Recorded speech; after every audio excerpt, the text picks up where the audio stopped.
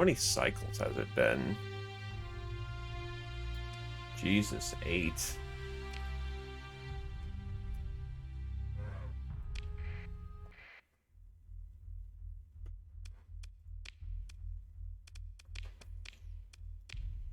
Of course, all the important things on the other side of the galaxy.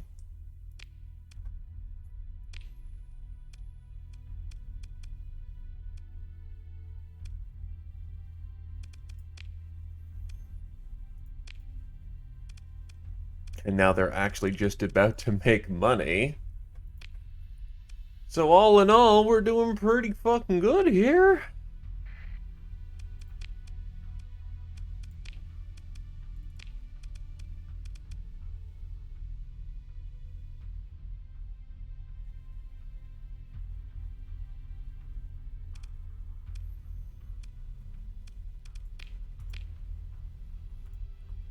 I should look up something here.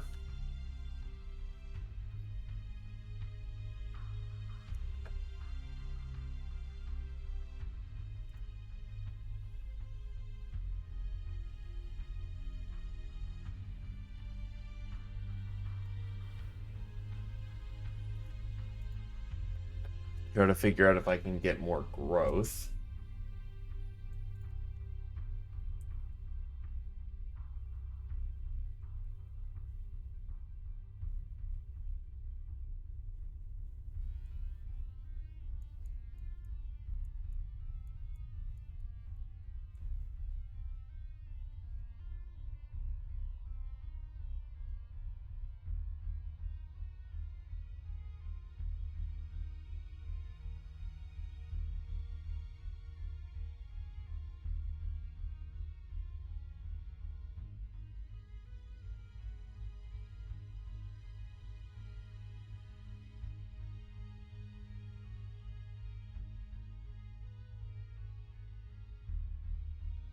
Why is it going down?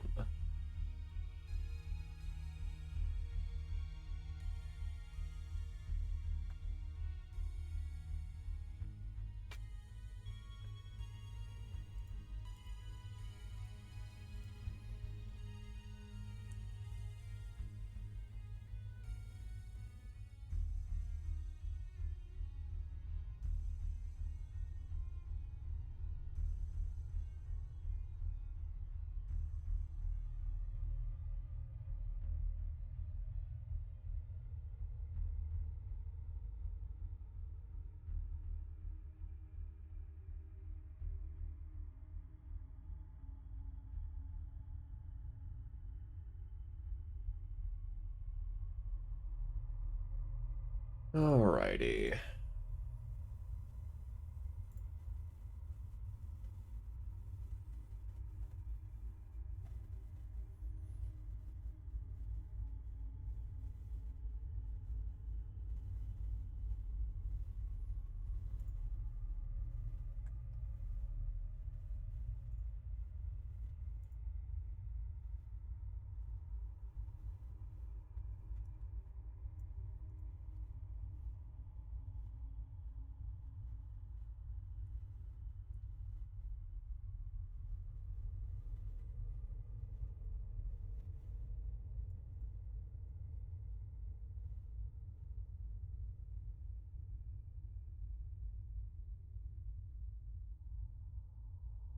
Alright, well, I can't find anything easily at hand, so they're just gonna have to grow on their own.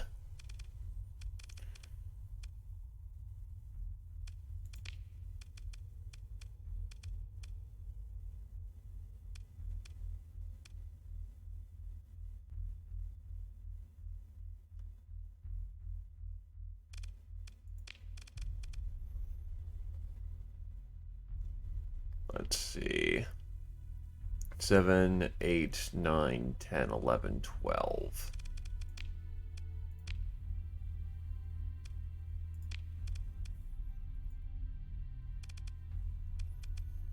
Not much I can do there.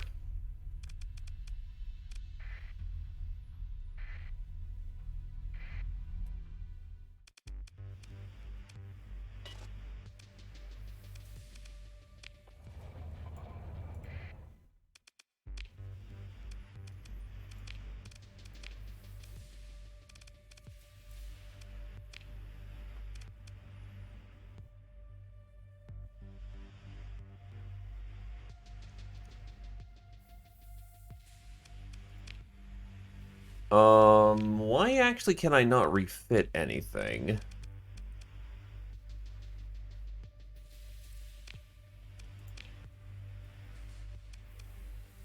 Come to think of it.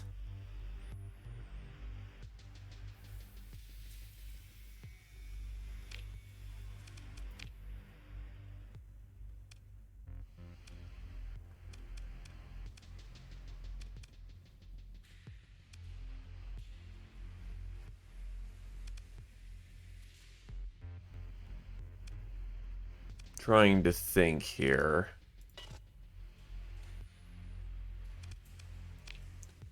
I should have all the things needed for,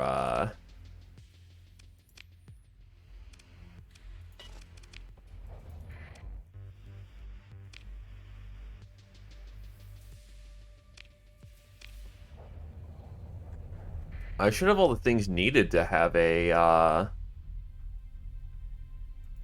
station to refit.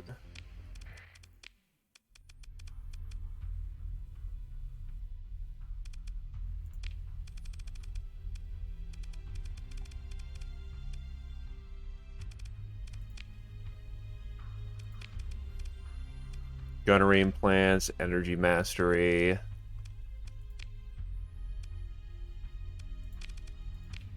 What else you got?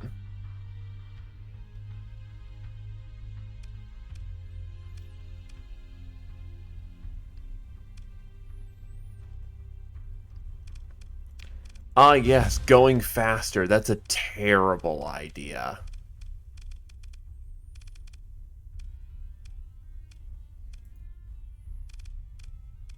That's a fucking awful idea.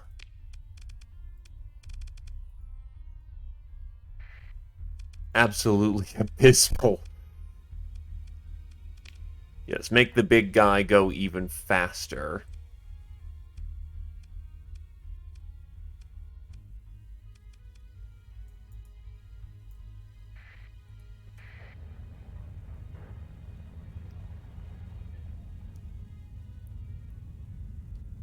In either case, let's go do our job.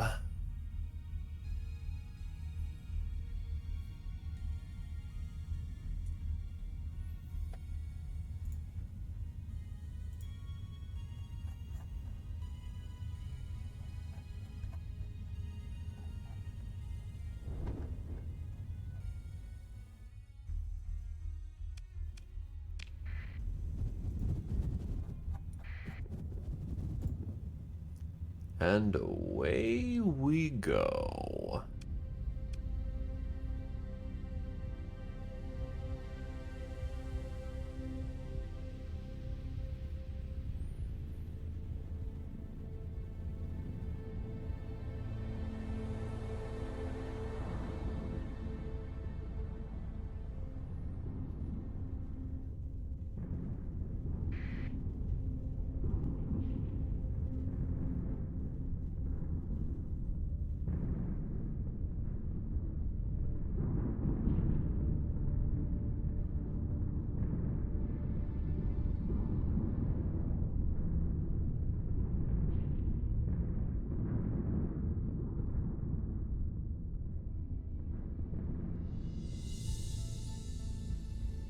Oh, there is slip space down there. I could have easily have taken advantage of that, but whatever.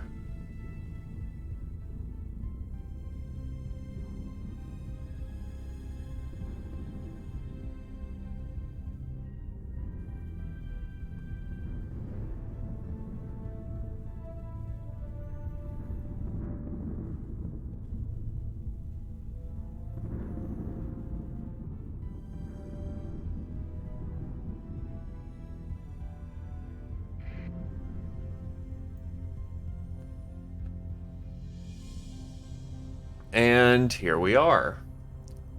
All we have to do now is avoid getting punked by paragons. And everything should be fine.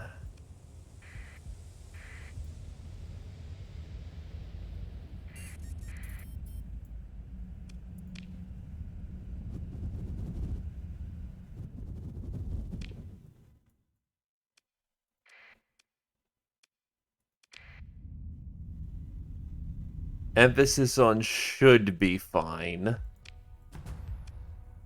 The volatiles are nice, though.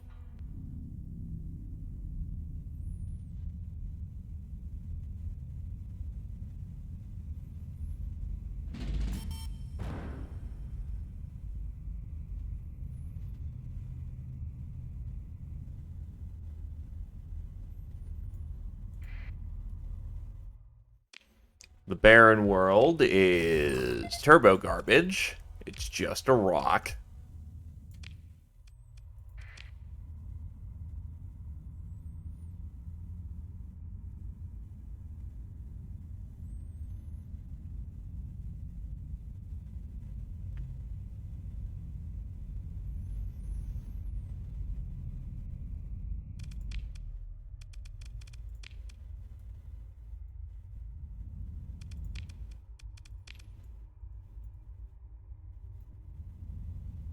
And that is our ticket out.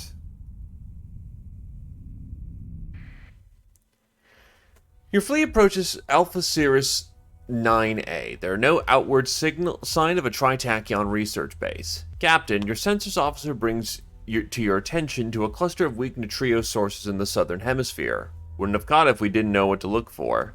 Send a coded burst on the frequency provided by Sebastian. Almost immediately, a worried face appears, dripping sweat. Stars beyond, he exclaims. You actually came. I'm Academian Oberon Daedalus, and I'm ready to leave. Right now. He laughs, sounding almost a bit unhinged. It's been rad and ruined a long time. A long, long time. I pulled a copy of all the base archives, and he grins and holds up a small data chip. Little secret Bard wants so badly. The EMP is about to go off, so don't panic when you detect it.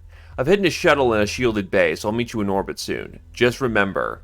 A frantic alarm sounds behind him. The researcher looks over his shoulder. Lud's hells. The signal cuts out. The EMP goes off like a flashbulb on your bridge holo display of the planet below. All stations are set to high alert. You wait 10 minutes for any sign of Bard's informant. There, shouts your tactical officer. The bridge display zooms in to a small energy source that just made low orbit, a tiny cargo shuttle without even a closed cockpit. Visual scans can make out a suited figure riding on its light chassis, weak thrusters pushing a course towards to intercept.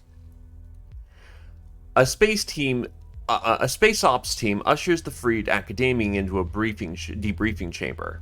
Captain, he says with panic in his eyes. There's no time. They got a signal out before the comms went down. I got this. He fumbles with a pouch on his vacuum rig, pulling out the data chip from earlier. It's a software patch. Rushin modifies hyper-raid field software. Then, on command, you can engage transverse jump. Jump from normal hyperspace. A manic gleam comes from Oberon Daedalus' eyes. Anywhere. No need, I already know the transverse jump. You... what? Oberon Daedalus looks at you confused. I've heard rumors, just spacer stories. I thought there's no way you could tune the hyperdrive field that accurately on manual control. If you made one mistake... He shakes his head, forlorn in the conclusion that he has been rescued by a captain whose primary reactor is missing some shielding. You take the data chip from Oberon Daedalus' trembling hand. Brava's Bard wants this thing, so she'll get it.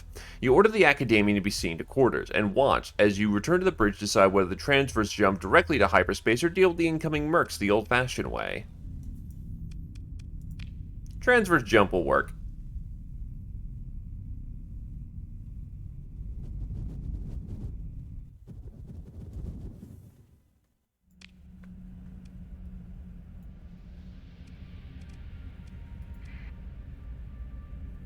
Head back to Thrace.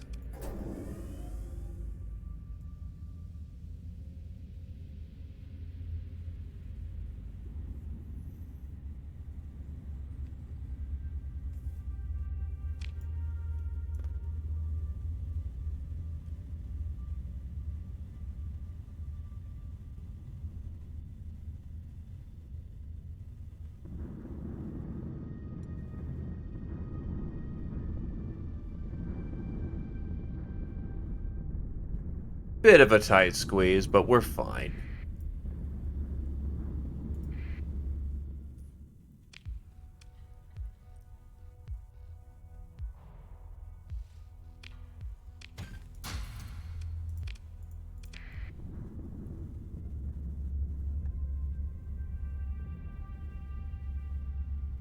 Grab the fuel, grab the gas.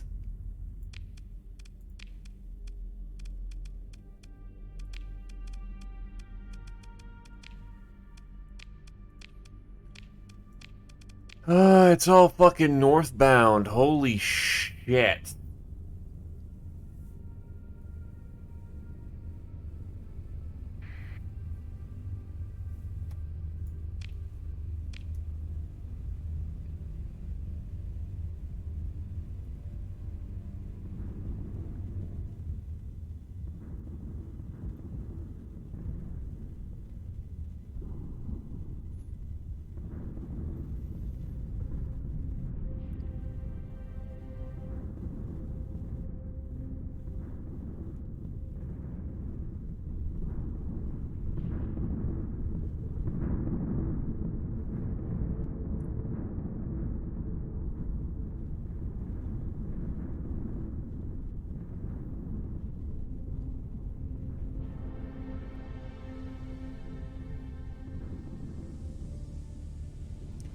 Anyway, time to bag some supplies.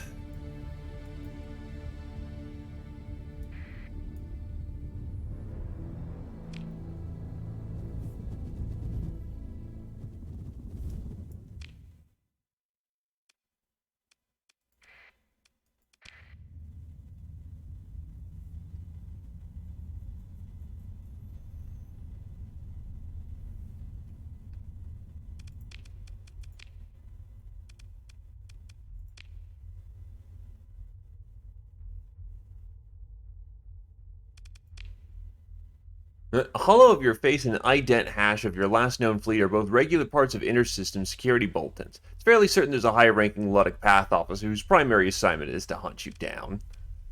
Well, sucks to be a Pather then. And yet they keep buying shit from me. It's great.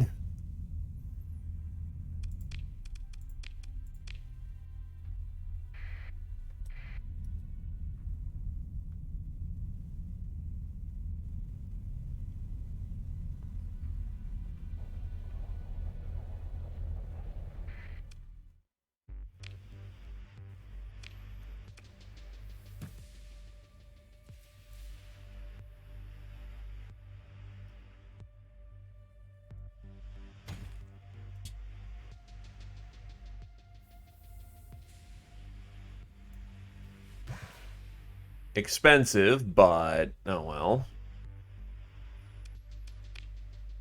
That'll add to the bills this month.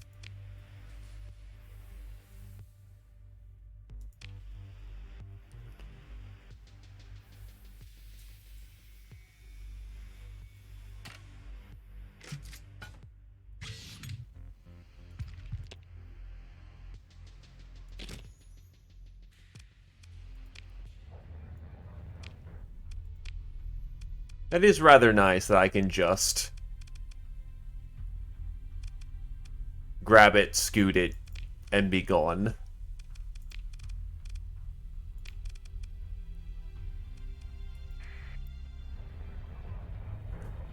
Either case, away we go.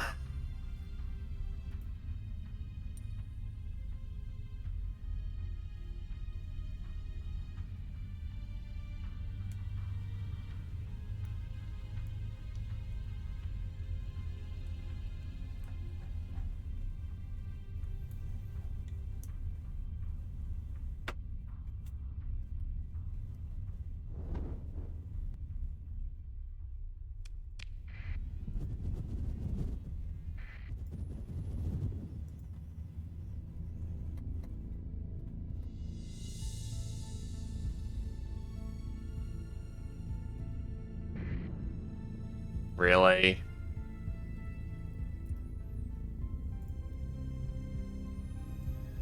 Well, such as it is.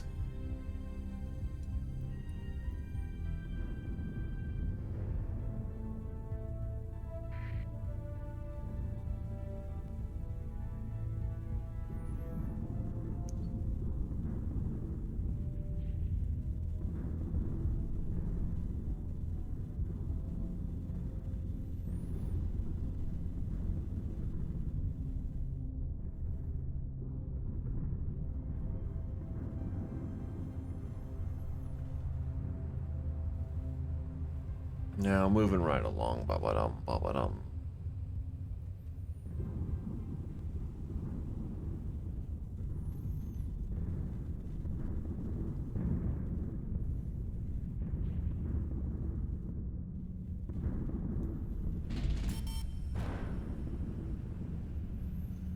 Yeah, I took out a lot of supply and fuel for that.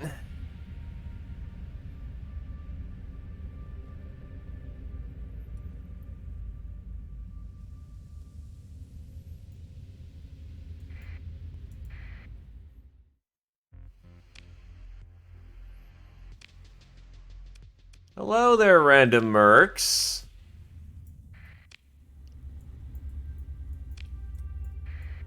Is life going particularly well for you in the moment? Got plenty to shoot, plenty to kill.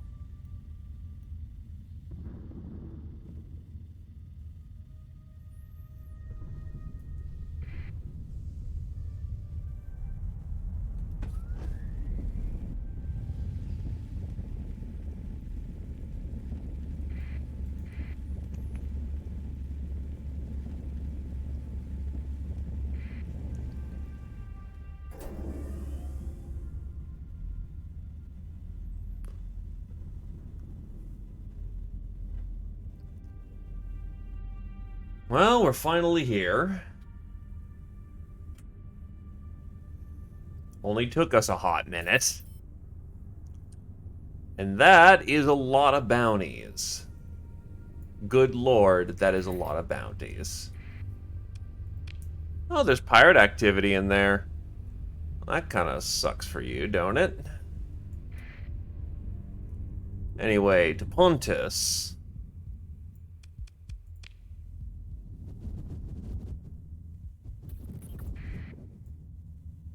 So, talk to our boy. You up and comes to the Academian Sebastian. Captain, thank you for returning. Sebastian freezes, then lowers his voice. For returning the researcher. Provost Bard will be very pleased. She's restarting the hyperspace. Well, I shouldn't ruin it. I'm sure there'll be a proper announcement when they're all ready.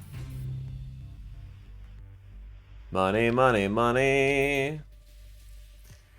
Do you have any work for me? Academian Sebastian taps at a datapad. Let me look at what we got lined up for you today. Oh! He puts down the datapad and looks at you confused. It's the, Provost Bard wants to speak with you. He says. He picks up the datapad again, examines it, puts it down. In person. As soon as possible. How about a mission? Oh no, that's quite impossible. I mean, that is, I literally can't give you anything until the Provost enables your contract code again.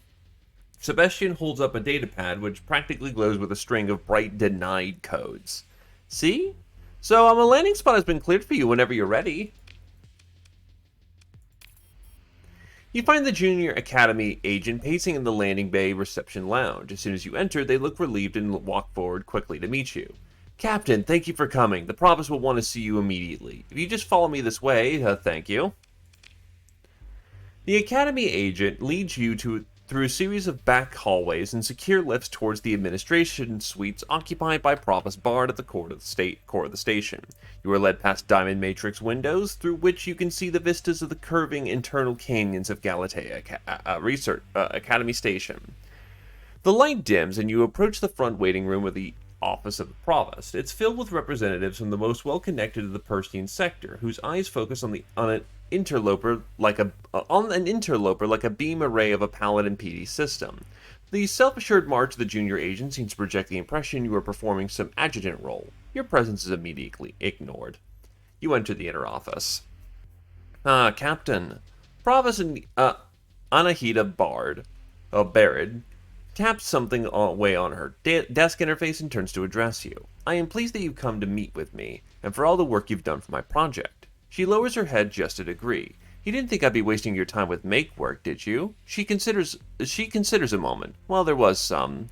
Noise had to be introduced to the system to ensure an outside observer would not immediately identify you as my agent. Which brings to the subject I wish to discuss. Please, make yourself comfortable. Bard motions to some seats around a table carved from the root structure of some great tree. Hand-carved by the looks of it. The work of Ludic artisans. They do fine work, she says. Whatever their misplaced devotion. She clasped her hands together, turning to business. You've proven you can be trusted, and now I ask that you take a more active role on my great work. And what is this great work? Saving the Persian sector. She is content to let the words hang in the air for a moment. I don't ask that you like me, and I won't make a sanctimonious appeal to your emotions. What I ask is that you recognize rationally that I am pursuing a course of action unburdened by factional demands. Indeed, this will be the foremost effort to ensure the survival of our civilization from collapse. We will not be saved by a retreat to homesteads on fragile balls of rock, nor an arms race which throws precious resources into the fires of interfactional squabbling. We have to reach beyond the known, develop theories that shatter all that has come before, apply radical technologies to ensure our survival. We must reach further and higher than the domain ever dared. As she speaks, she raises up her eyes towards some extraction. This, you think, is something that she believes in. Tell me more. Your task will not be so simple from here on out. I expect you to be clever, to adapt to circumstances in pursuing the objectives I lay out. She pauses for a moment, considering, before continuing in a tone colder before. No matter what you have to do, as long as you pursue the mission goal, I will see that you are rewarded. Securing the future is worth anything. What if I don't want to help you? The skeptic. Of course, as an intellectual, I respect that. I respect that you don't simply accept my demands due to my authority. I wouldn't have you called here if I wanted a obsequious minion to jump at my every request. I already have those. To your question, you'll miss out on the opportunity of your life. She speaks almost casually, like it doesn't matter what you think. But there's an edge to her voice that suggests that she does care. Very much. Whatever your feelings, first hear what I have to say, then consider rationally what is best. I am confident that you will discover that our interests align. So, hear me out. My predecessor, Provost Thomas Killichore, led a series of misguided hyperspace manipulation experiments. How to put it in layman terms?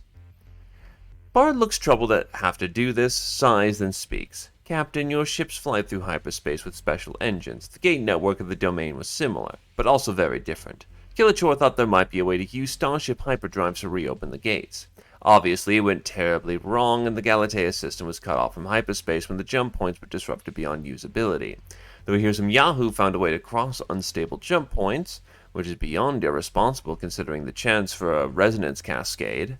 I apologize, this is irrelevant. What matters is that once this mess was finally cleared up, the hegemony descended on Galatea Academy with a technological inspection fleet. They tore the place apart, arrested the heads of the hyperphysics department and several labs, and of course took Provost Killichore in for questioning. She turns away, and, with little delay, sentencing. He was a fool and too trusting, Bard says with contempt. Nonetheless, we lost good people and good research. Scientific breakthroughs are built on the development of theory, and yes, even negative results. I need you to recover Killichore's secret archive. We need his data from that experiment, and all the others that led up to it. The hegemony will have kept it. They keep everything. Evidence, you see. We'll also need Academia and Silica Korokuz. She was a hyperspace physics researcher, the keystone of the theory team behind the jump point experiments. The hegemony, small-minded as they are, only arrested team leaders in the first sweep. They didn't understand that the underlying theory being tested was largely written by one particular academician who was not suitable for leadership. I need you to find her. How can I get the Killichore archive from the hegemony? Following the aftermath of the Galatea experiment, the hegemony technological inspectors seized everything they thought looked suspicious, and they do like to keep records. The most direct approach would be to get access to the data vaults of the Ministry of Technology Standards, but they're who you might call the AI inspectors, among other roles. Not trivial, she looks amused, but it's been done before. I have an old acquaintance who's been rising quickly in the Tritachyon executive ladder. His name is Ryan Arroyo, based out of Ocho's Brez. He may be compelled to assist us with a human asset on this front. I'll forward you the contact information. She taps a moment on her desk interface. Let me say that his future career opportunities are on the line. Mention me. If you are firm but discreet, I believe you will find him more than willing to assist. Ryan Arroyo, got it. He comprised corporate security to advance his career over a rival. He understands the value of the deal he made with me. She almost smiles. You'll find him quite cooperative once you get past his inflated sense of self-importance. Do you have any leads on this Celia Korakus? Korarius? As for the prodigy of Galatea, Bard trails off. Is that regret? The look quickly disappears. Korarus was always an odd fit. Brilliant, yes, but she had a way of being distracted with involvement in antagonistic subcultures. Bard waves a hand, dismissing the matter as sociological fluff. Perhaps the hegemony crackdown cured her of that childish affection. Her family, and presumably friends, you wonder for a moment if Bard has any of those, are from Finkenhald, in the Western East system. You could start there. Bard thinks for a moment, then says, if you were seen looking for Korarus, then you may be contracted by others who are looking for her. That could be useful. You could cut a deal, get some leads. Alternatively, her department was operating experimental packages in the Veilfar system. We have detected some ongoing telemetry suggests that these instruments are still in use by someone, though it isn't clear who. She taps her desk interface. I've sent you the coordinates. The provost looks over her spectacles. How do you want to handle this, Captain? Are you a diplomat or an explorer? Do you want to find the probes in the Veilfar system or talk your way through this on Feckenhald? I'll keep a low profile. Bard nods. Of course. You are at heart an adventurer, shall we say, aren't you? If you wish to change your approach, you must let me know so I can ensure you have all the information you require. When you find Sela Kurakus, I expect her to be unwilling to cooperate. I provided you with an encrypted message. It is a personal appeal from myself to her. It should prove persuasive. I'm sure it will. Indeed, says Bard, looking at you closely. Her trepidation is a rational response to previous events. The investigations, arrests, the show trial of Killachor. But conditions have changed, and she is needed if we are to escape from the stagnant local maxima. Bard turns to the window. I will call, Sidlika will answer. She says, Proclamation? Find the Killachar archive. Find Silica Korakus. Once you have accomplished both of these missions, the project can proceed to the next phase. Bard smiles. That's when things get exciting. So what is the project? Bard's smile does not reach her eyes. You'll see.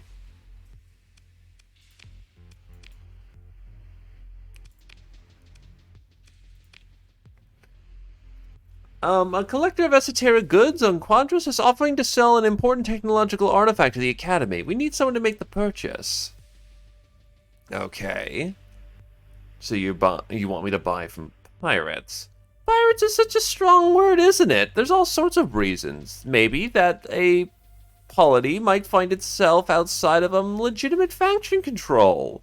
One imagines. But I mean that we have to be diplomatic when an opportunity presents itself to acquire. Sebastian looks carefully at a datapad. I see. Classified explorarium probe samples. Just think of what this could mean for research. Because, well, never mind. Where was I? Yeah, so the contact is named Sora Hardin. They're in Quaros at the Yama system. The Academy has allocated funds in the amount of 47,000 to be provided for you to make the purchase. Just talk to the contact, make the arrangements, and return the classified explorarium probe samples to the Galatea Academy. Simple! The academician taps his datapad on his desk contently. Oh, right, and there's a mission reward of 80,000 credits. Just, he leans in looking concerned. You want to be careful. Space pirates, I've heard things. He shakes his head as if dismissing these concerns. But you'll be fine, right? And then we will go make a delivery. Well, quote-unquote delivery.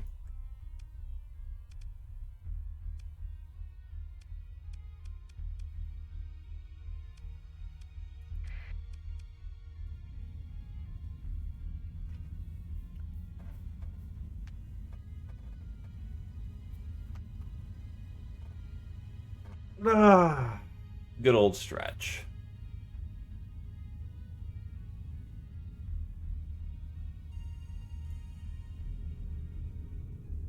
Thanks, autopilot. Bastard. Hey, Callie, how's it going?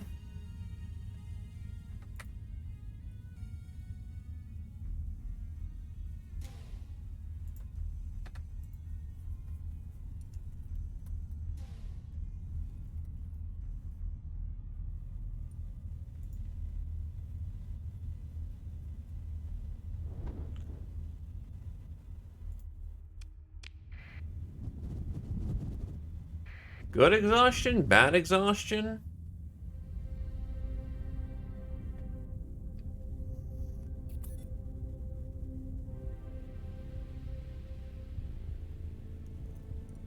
Hey, merchant company.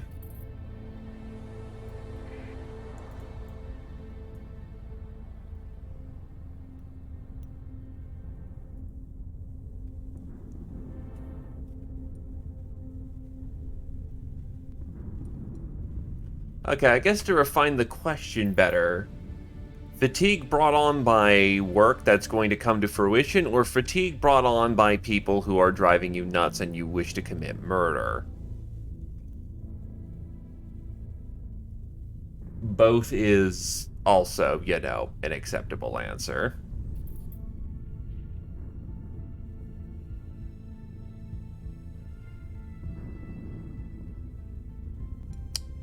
Fair enough. And sometimes that's just life in a nutshell. Well, I hope the good continues to be good and the bad washes over soon.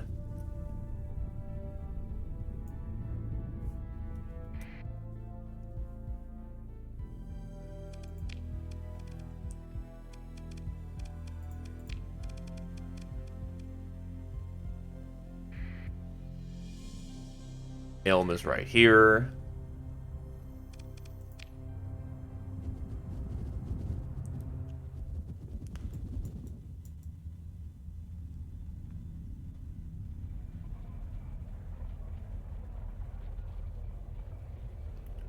Alright.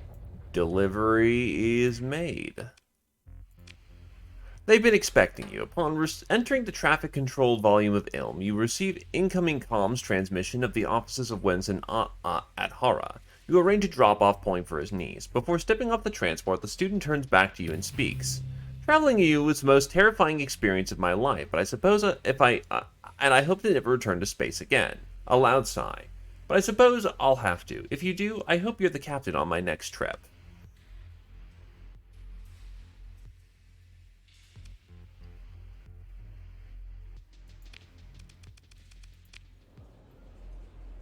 What's the rakish man doing?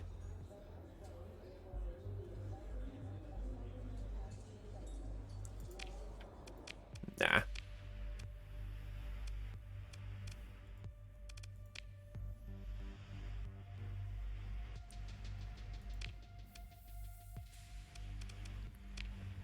Well, you gotta start somewhere, unfortunately. So if you've got no professional references, see if, like...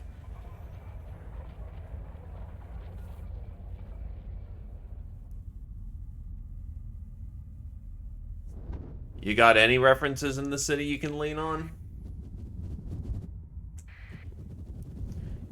Any old contacts who can vouch for your character in the meet?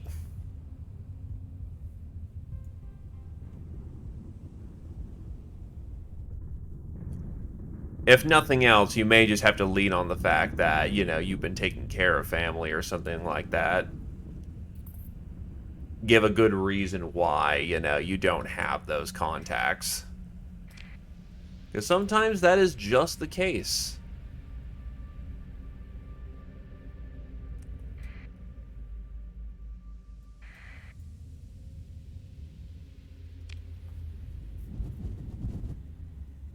Fair enough.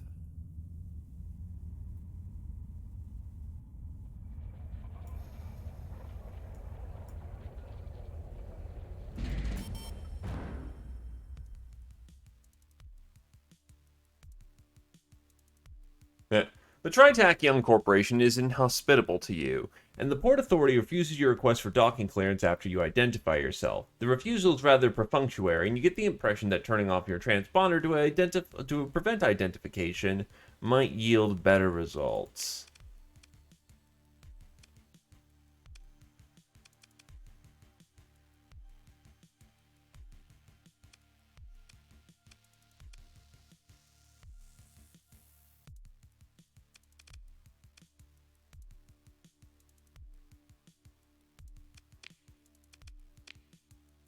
Ryan Arroyo. Your comms officer connects your personal terminal to the local network. You activate the audio suppression field around your command station and enter the comms ID provided to you by Provost Bard. The animated logo of some Tritachyon sub-department makes half a rotation before the call is answered. Arroyo here, who's talking to me? Ryan Arroyo looks to you as if examining a starship hull for scratches. He seems to find something he doesn't quite approve in you. Who gave you my comms ID, he demands. Provost Anita Bard. Just for a moment, you think you see a wave of panic cross Arroyo's face. It's replaced by a cocky grin. Oh, of course. Of course, the Galatea Academy Endowment Fund. How could I forget? Here, he taps at something in your comms display, an incoming set of coordinates with the code of a landing beacon. Take the shuttle down, we can touch base about the fund. I'm sure the Provost has exciting plans and I want to hear all about them. He lifts his eyes upward for a moment and lowers them again directly at you.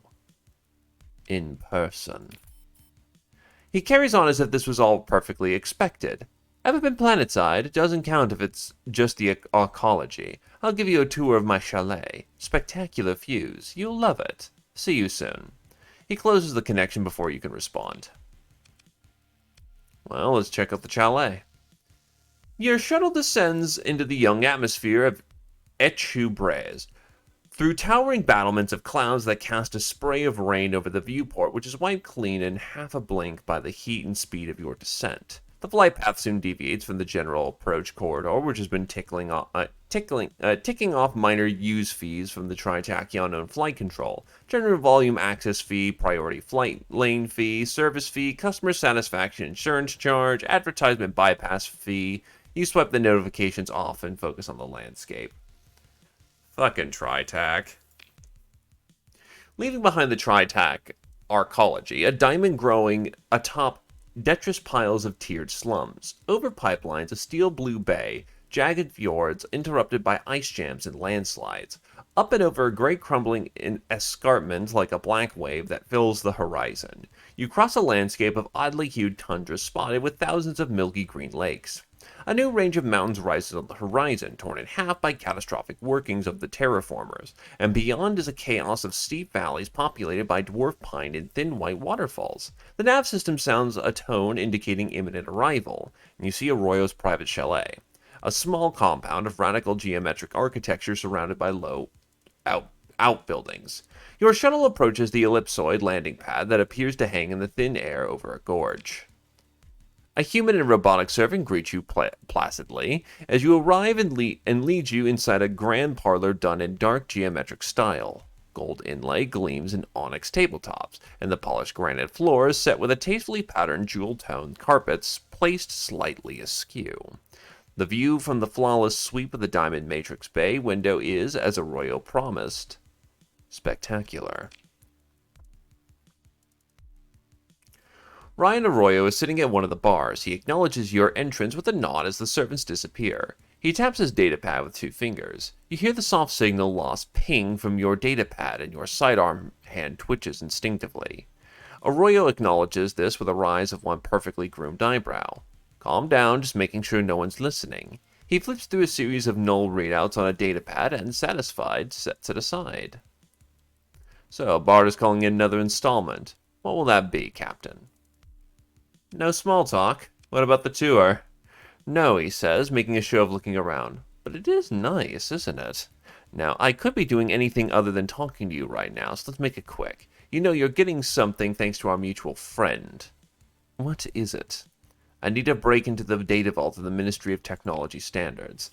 As soon as you say it, a smile grows on Arroyo's face. He starts laughing, and he takes his time as it builds and falls. He laughs like he's strapped to a madman's rocket with no escape, so why not enjoy the ride?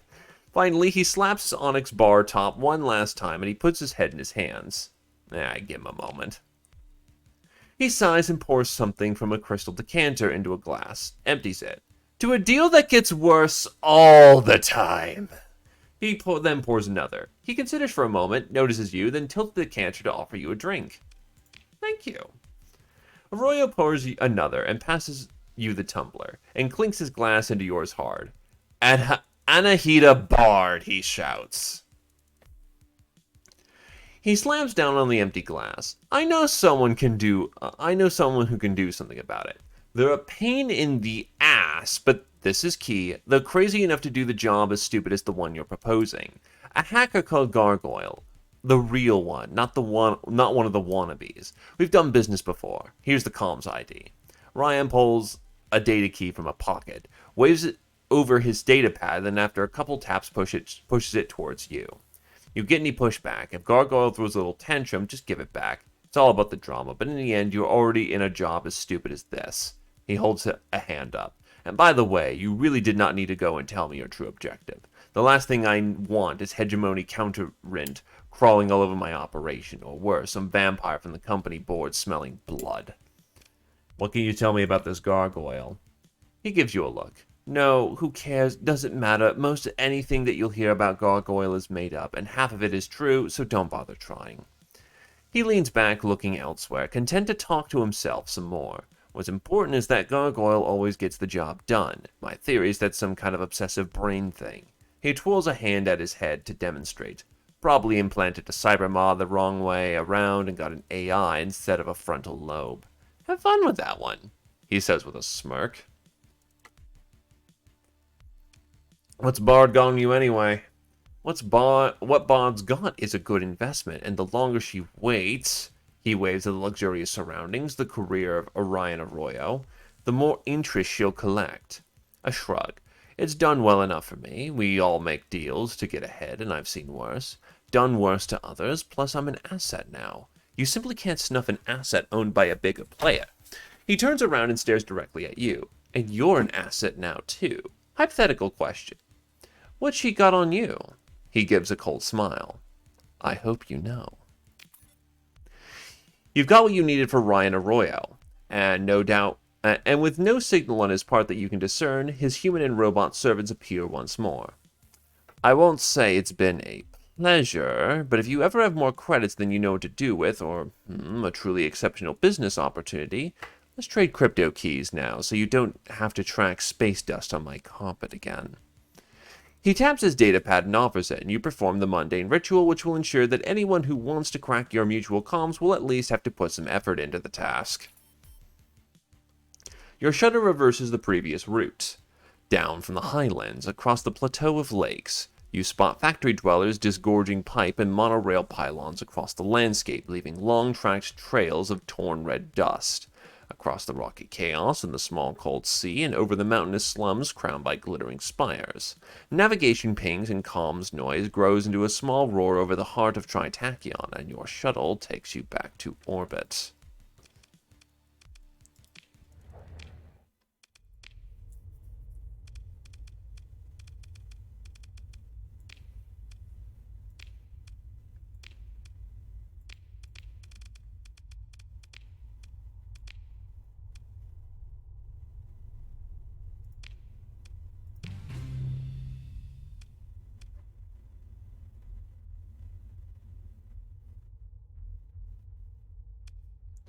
Well, now I know a high-level, Tritac exec, which is nice.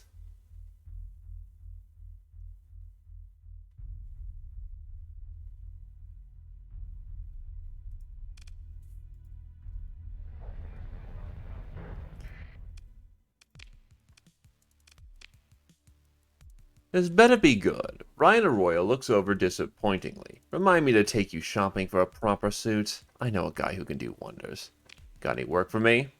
Ryan Arroyo nods, and you see the light flicker over his face as he scrolls the contents of some holodisplay. Some new targets have come up on the docket, he says with a sigh. If you took a contract to handle one of these bounties, it might just get the brass off my case. Command has assigned me to a somewhat atypical extraction mission. Due to public political implications, it's best performed by a mixed-capacity independent unit such as yourself. Fleet Intel has requested some discreet deployment of an observation package in the Codal orbit. You could fulfill the mission parameters. The bounty docket. I've got a few options here. Let's see. Atypical extraction mission involving a major faction. As I said, we need an agent extracted from Quarus. Command has authorized a payment of 80,000 credits for the mission.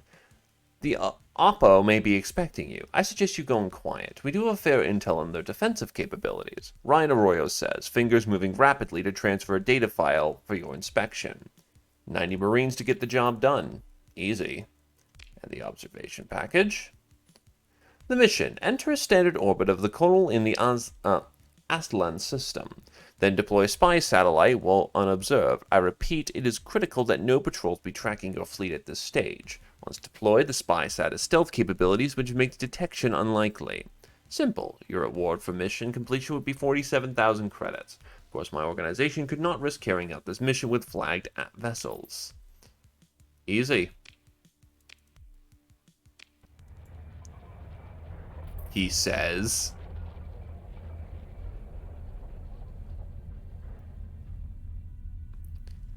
Very much aware of the pain that this is about to cause.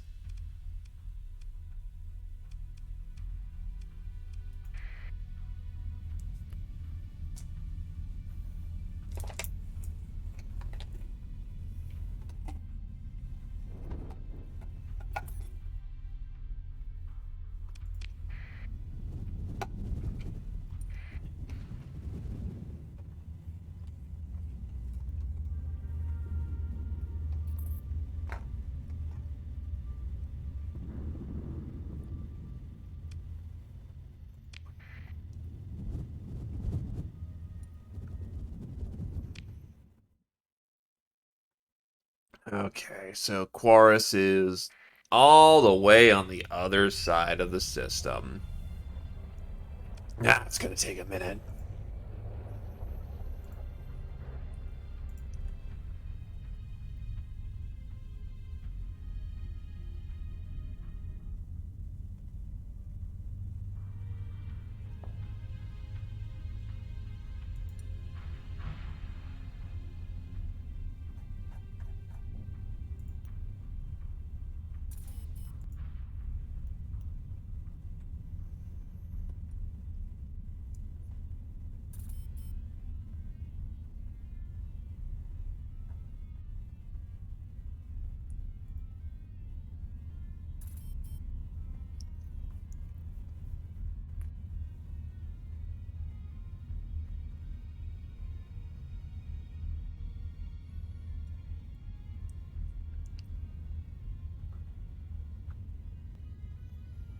Dodge around the Corona.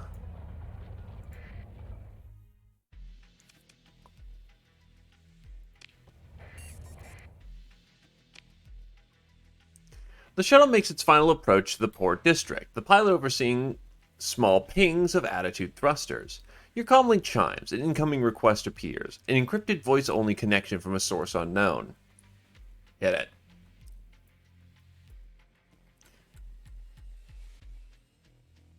Let's see. You accept the comm request. A voice crackles from the staticky displays of your tripod. Captain, I know why you're really here. I believe you and I can resolve this situation personally, though I must remain anonymous due to political considerations. I recognize that your capacity to employ deadly force is not insignificant. I wish to propose a path of the least bloodshed. You'll have to trust me, Captain. Naturally, I cannot simply give you what you want. It'll come at the price of 29,000 credits. I hope you can find this an acceptable compromise given the alternative. Nah, fuck you, fam.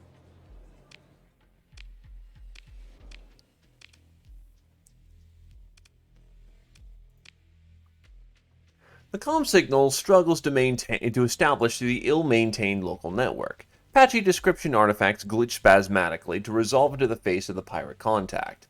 I prefer to think of myself less of a pirate and more of a facilitator, she explains after you perform the functionary greeting. There's always to be an underworld. Imagine the chaos if there were no guide to assist you in navigating these dark storms and eddies. Her slow smile reveals diamond teeth. How can I guide you today? Ask for the tech. I've been expecting you. She seems to examine through the display. A bit rougher than I expected from Galatea Academy, but this new direction is one I can respect. She takes a drag from a drug specializer. Yes, I have your package for mere finder's fee of 76,000 credits will allow me to release it into your custody. That wasn't the deal. The pirate Harden is taken aback. Why, Captain, perhaps you're new to how things are done around here. Nope. My mods are not in-house, so, get out. We all have an angle. What's yours? She puts a finger to her chin in pretend contemplation. A no-nonsense straight shooter come to carry out the deal by the letter? You'll see the sector put right in no time. She gives a mocking look and sighs. Just this once, perhaps 47,000 credits will do, and it's because I admire your idealism. You suspect she doesn't? Before you can respond, she claps her hands and addresses you full on once more. Accept my revised offer, Captain, or leave us both disappointed.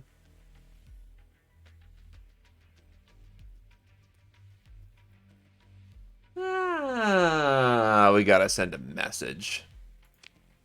You haggle, argue, and stall by quibbling over payment and delivery details. While talking, you give the ready signal via your datapad for your tactical officer. They've already been briefed to use Marines in an extraction operation. Regardless of the crimes of your contact, there are likely to be serious reputation consequences with the local authorities for starting a firefight within this polity.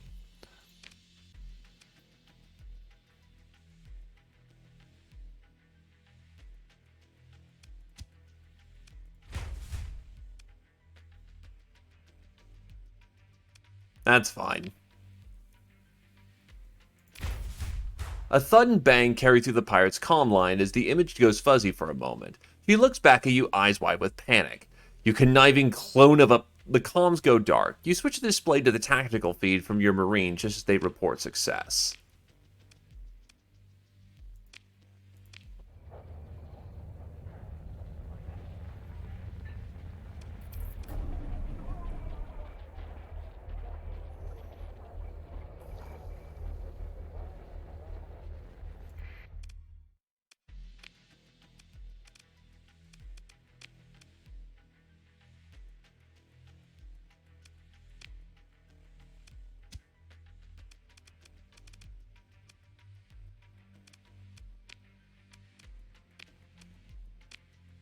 Shazbots! How does it go, my good sir?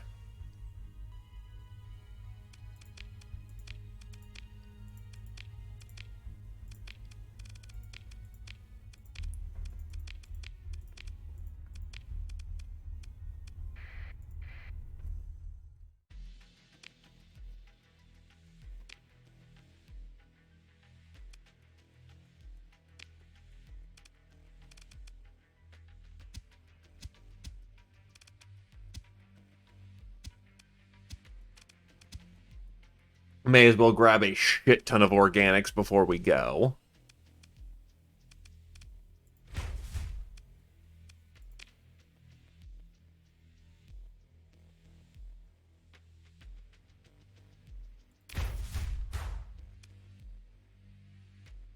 You feel a twitch as the A-grav plates on the assault shuttle docks. You nod your approval to the medic and the Marines escorting the rescued agent. They return a salute. The agent is too dazed to recognize who is their savior.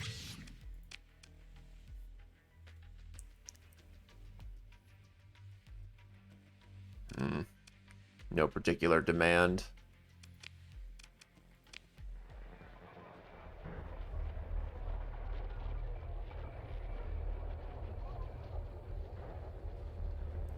Also, gotta love a giant infestation of spiders.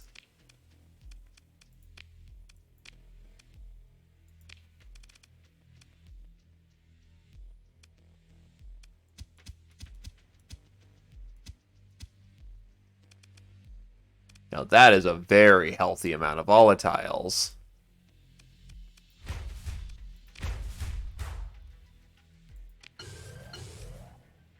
Money, money, money, money. Oh, God. 50 fucking brute? Jesus.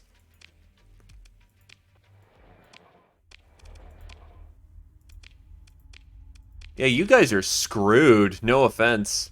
Veteran Marines. These Marines are veterans of many ground operations under your leadership. The command structure is well established and highly effective.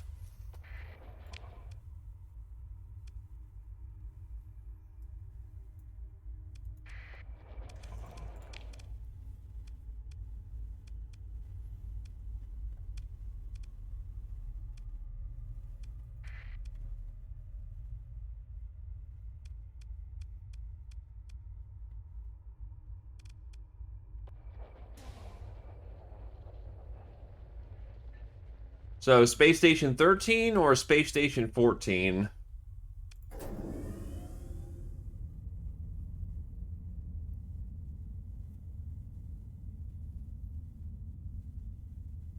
Got it, so classic.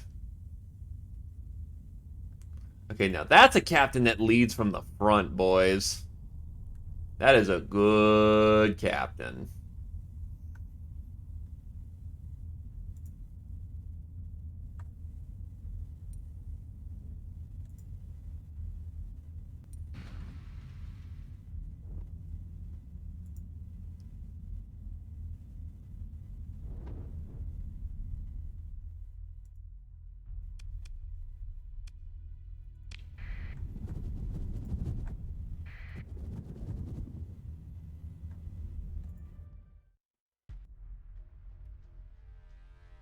Oh, we're being hailed. Mars Rosian sends his regards, the pirate snarls. If you don't remember, and perhaps you remember a shipment of luxury goods that you were entrusted with. Oh yeah. Well, that was an accident that happened because TriTac was trying to fucking murder me.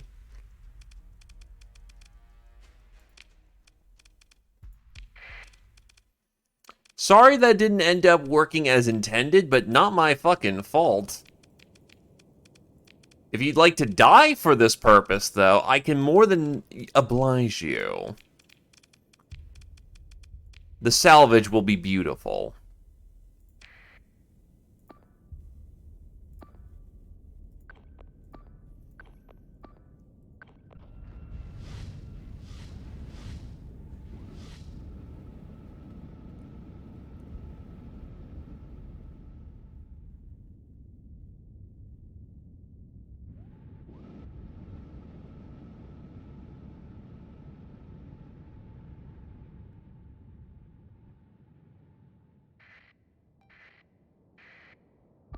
Still, no, do not fuck if with the fire axe. Fire axes are big, hefty things that are made to smash doors like fucking, you know, paper mache.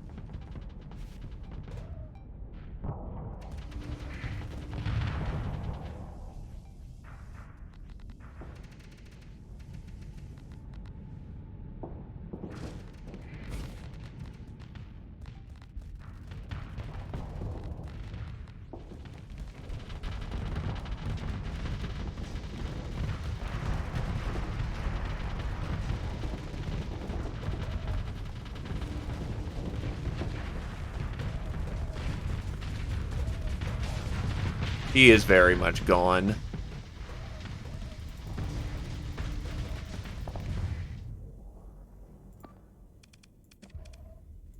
No longer need to hard control that.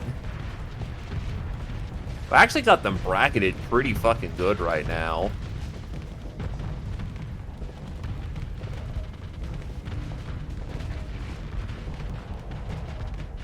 Plus, with my heavy cruiser right here, like, all my big guns.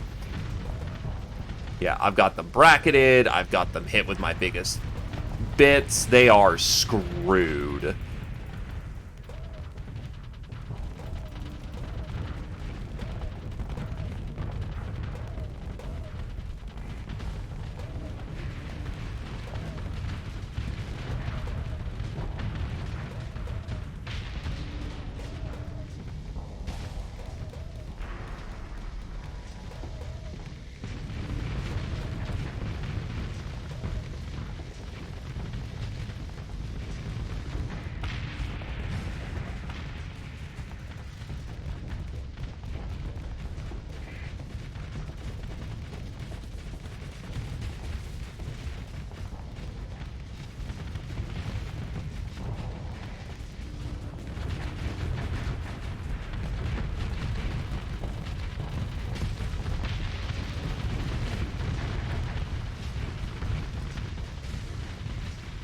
The enemy is defeated. No, the enemy is massacred at this rate. The amount of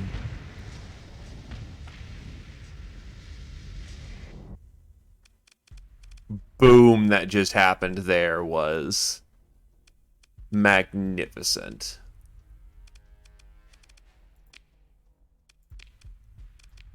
Get my light strike force to just snip off who they can.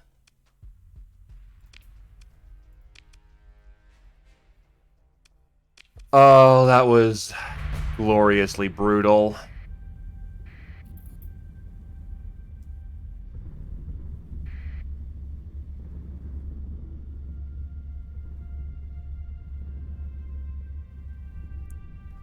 I can firmly say they did not enjoy that interaction. Why am I heading here? Oh, right, SpySat.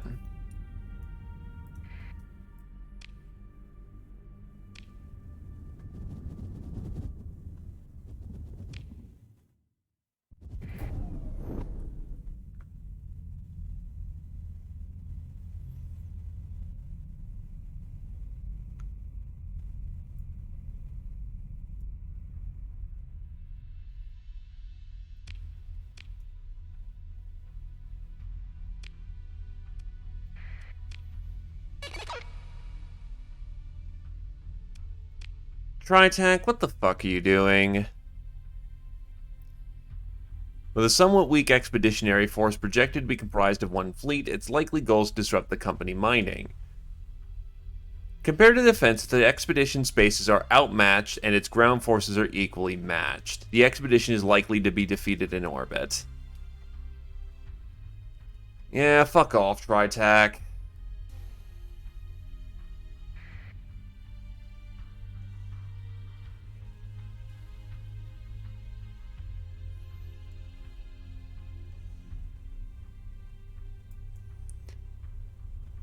That's what we like to call distinctively uncool maneuvers. And you deserve to suffer for it.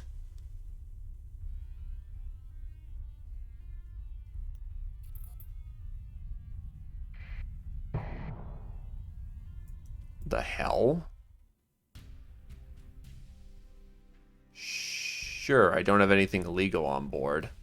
Attention, your fleet matches the profile of a suspected smuggler posted by coastal authorities. You are hereby ordered to submit to a cargo scan. After a brief wait, the Hegemony Fast Picket transmits the scan results. Commander Nuzube, Bellis looks vaguely displeased. Well, everything looks clean this time. The comm link is cut before you have a chance to respond.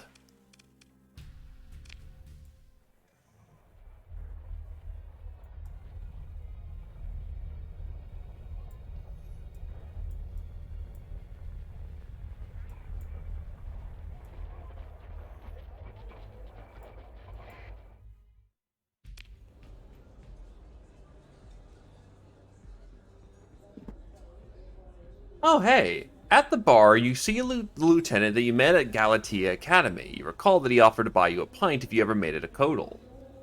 Sure.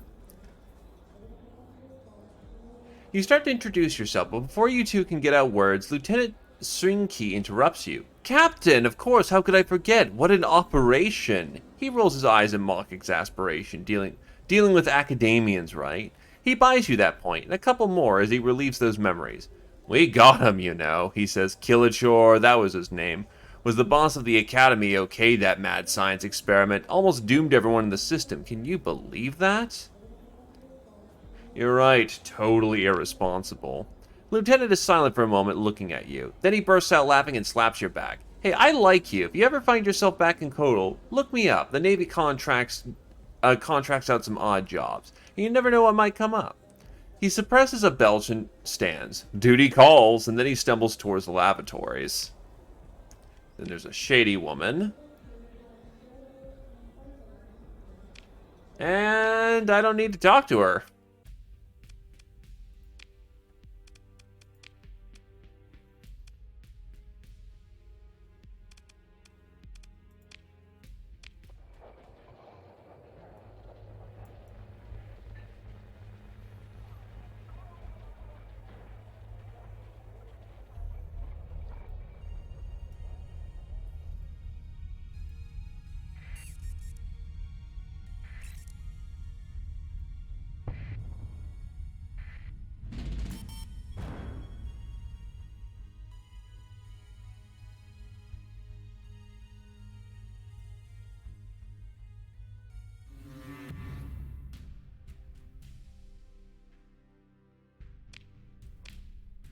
Calm your shit, dude. I had a, transponder blip for a moment.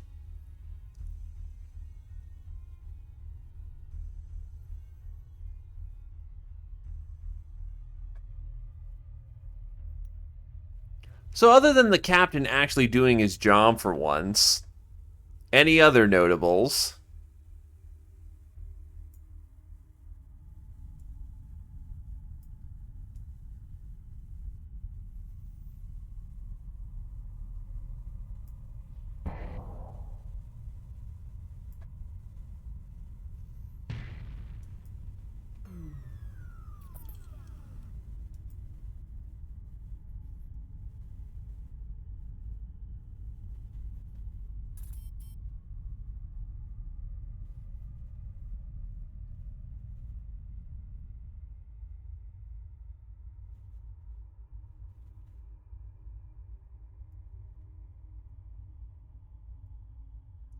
Jesus Christ, the situation got out of hand.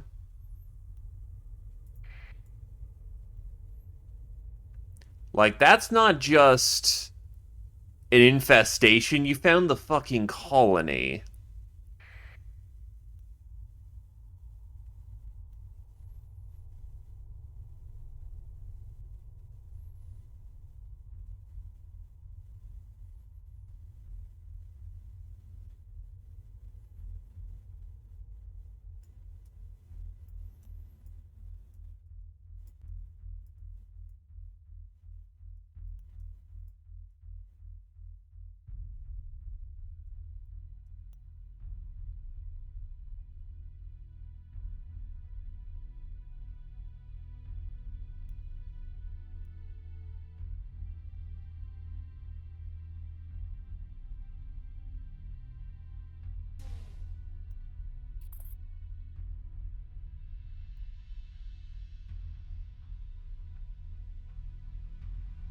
Oh, I imagine it was good fun, but on the other hand, I also imagine it was quite miserable, too.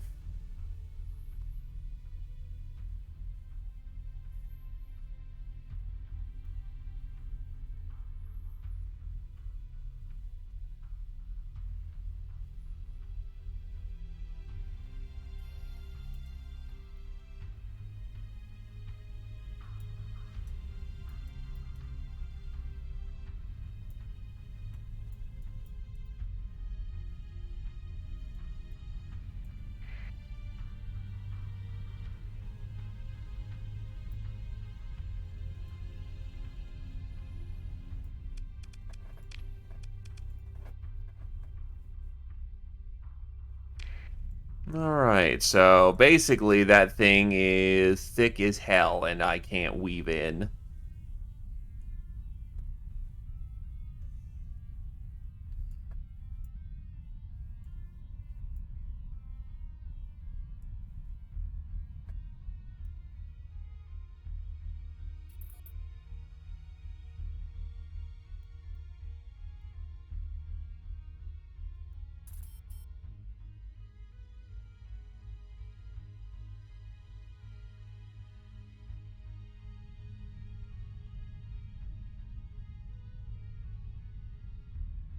I mean, that's exactly what you needed to do.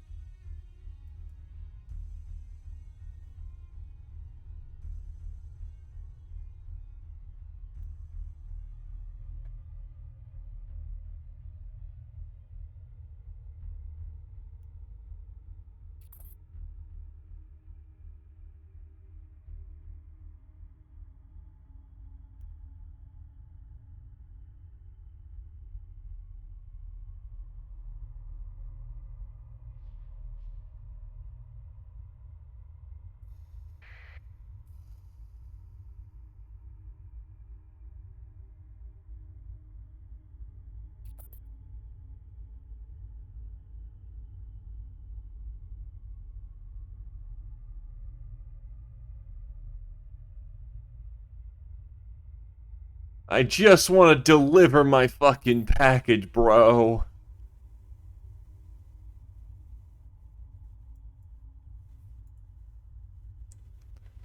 These fuckers, like, these guys are just running so many goddamn pickets out there.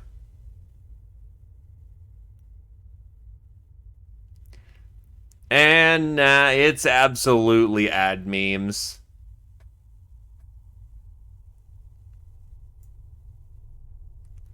When the admin wants chaos, they get chaos. There is no accident in what they do, only suffering.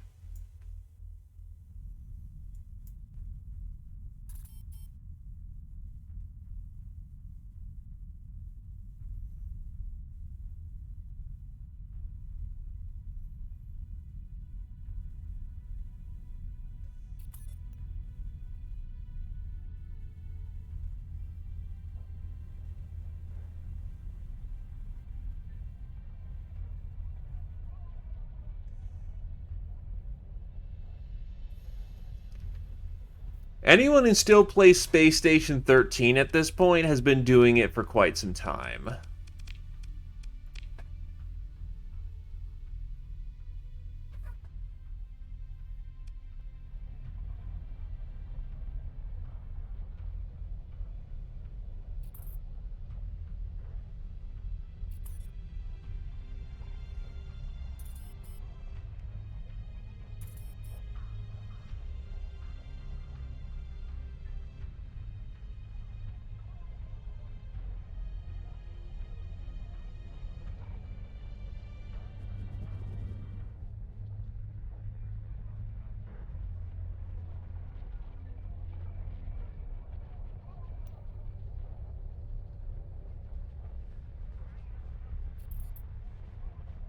Yes, but usually most servers have confirm messages.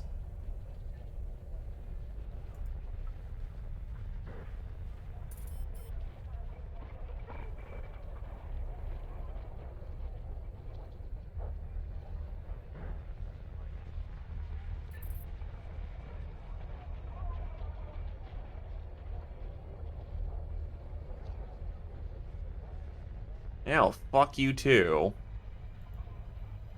Holy shit.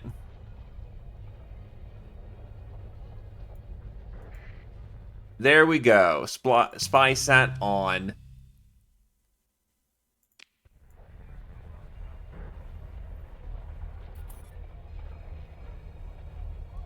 And now to extricate before I get fucking caught.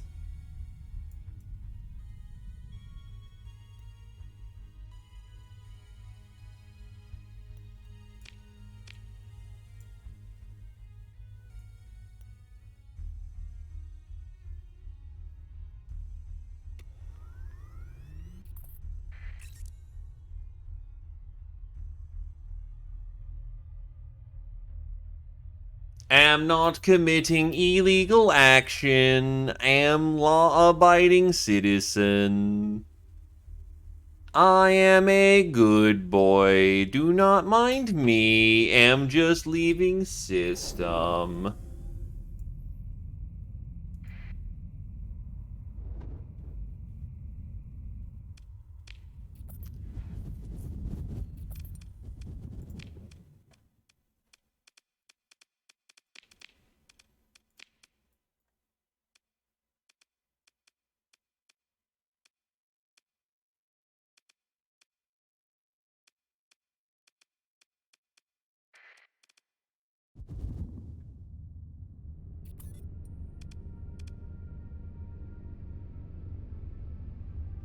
We'll now go and collect paycheck.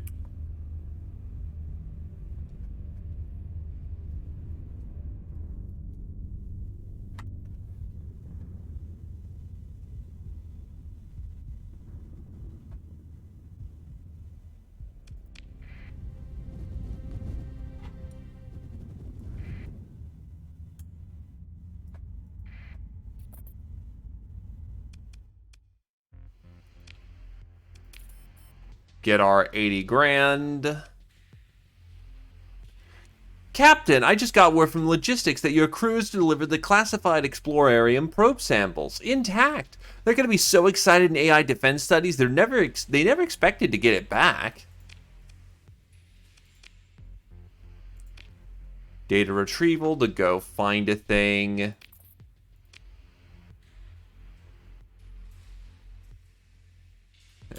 What happened was Academian Kali Delgado from the Persian Scientology Department was on a research mission outside the core worlds and was kidnapped by pirates.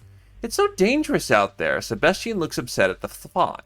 Pirates, space battles, cannibals, meteorites. He shudders. Just awful. Awful. Cannibals.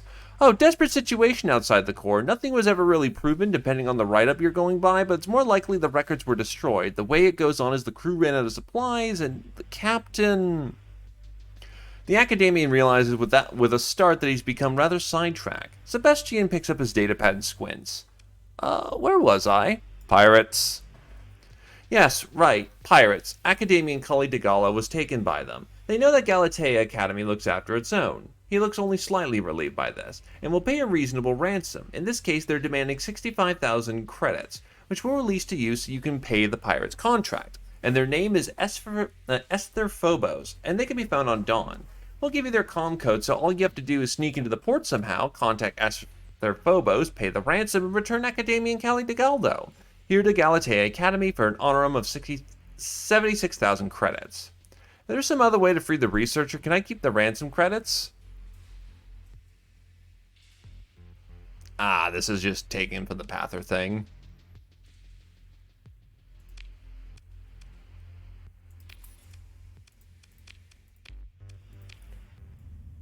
Okay, so now that I've got a billion jobs from the Academy...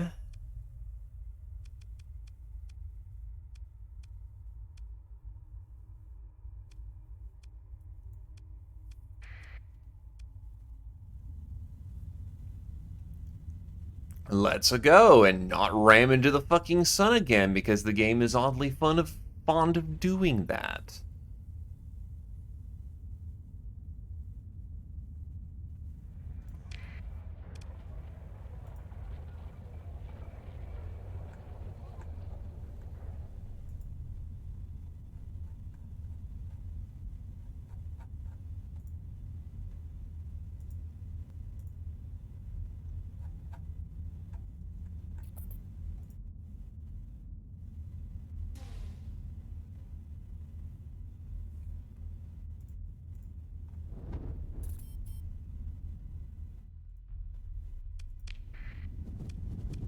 Best of luck, TriTac.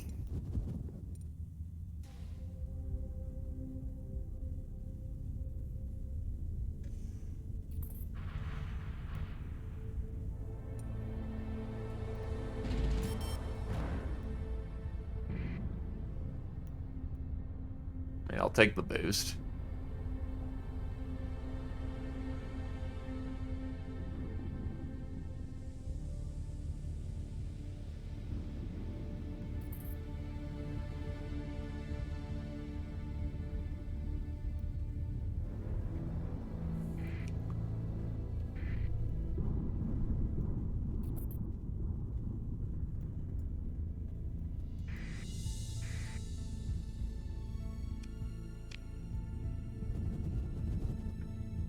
Okay, so Ochu Press.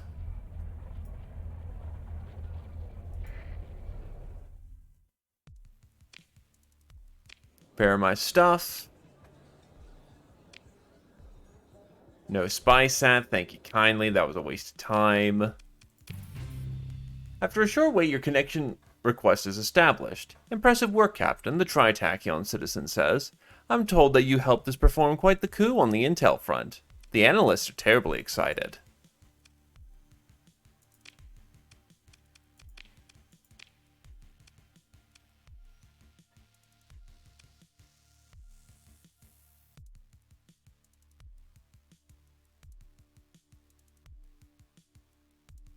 So Dawn's having a organics failure, or a organics shortage.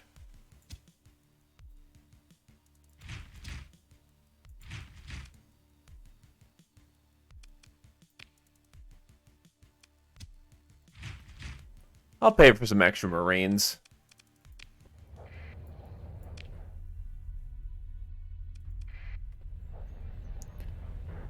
And away we go.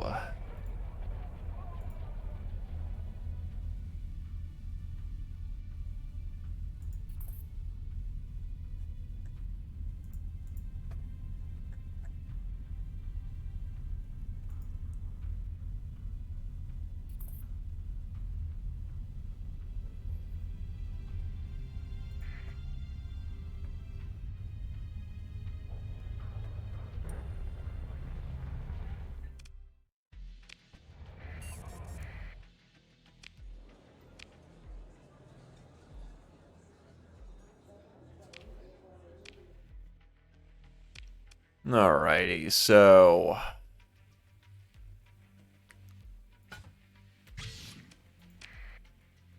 I only happen to, secondhand loot those. It's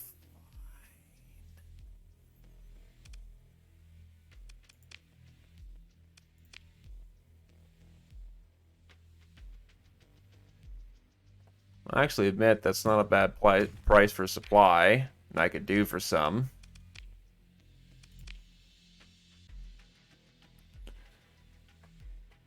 The comm signal struggles to establish through the ill-maintained pirate network. It takes seconds for the patchy decryption artifact to spasmodically resolve into the face of the pirate you are instructed to contact.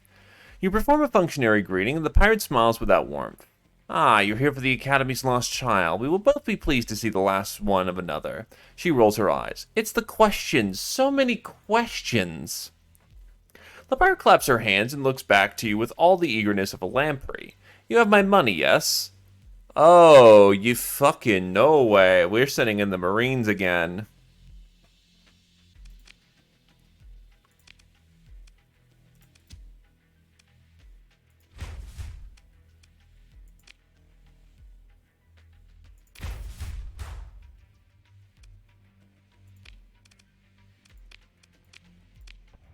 Yeah, get bent, asshole.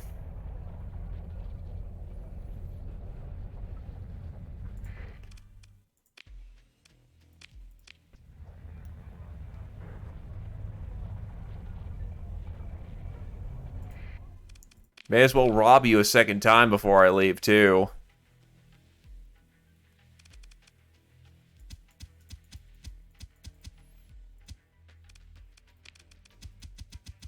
Actually, if I commit everyone right here, that's 202 supply. That's a healthy amount of supply that I'm about to rob. Let's go.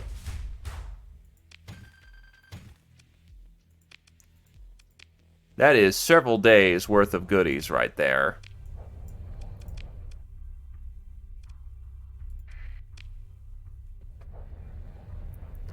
Regardless, they can get bent and I don't care.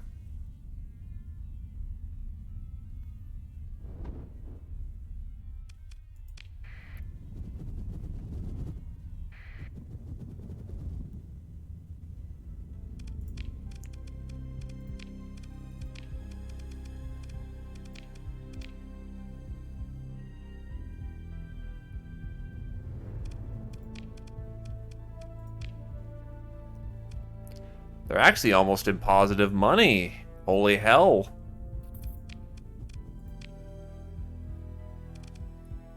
Their growth is slow, but once I'm able to get that refining industry up and going, or the light industry up and going, that's, I think I finally have colonies that pay for themselves. It's great.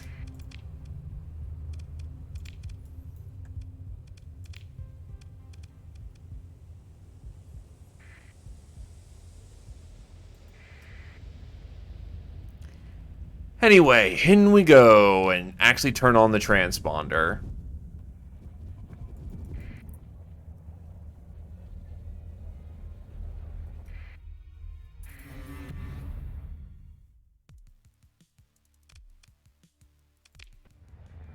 Holy shit. Expeditionary Force defeated.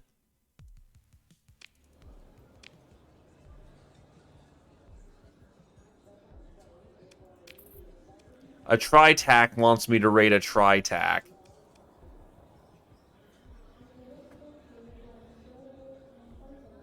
I also need 900 Marines to get the job done, so that's not fucking happening.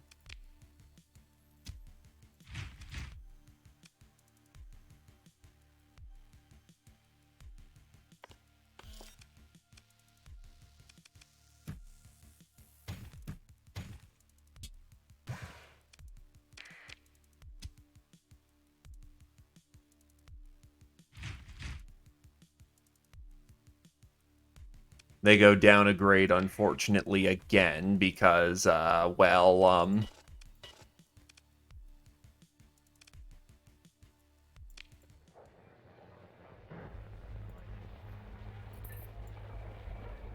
well, the colonies are actually getting somewhere.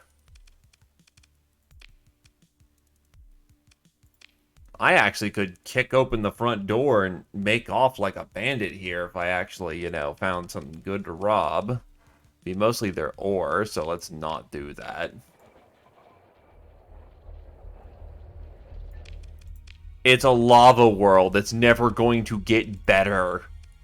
But people actually want to... I actually have enough, you know... I'm starting to outpace my my hazard pay because they're selling off transplutonics and metals. Only Chisholmotech is going to do any better in selling that off. Oh, right, I actually had a job I needed to do there. I wasn't there to just buy Marines.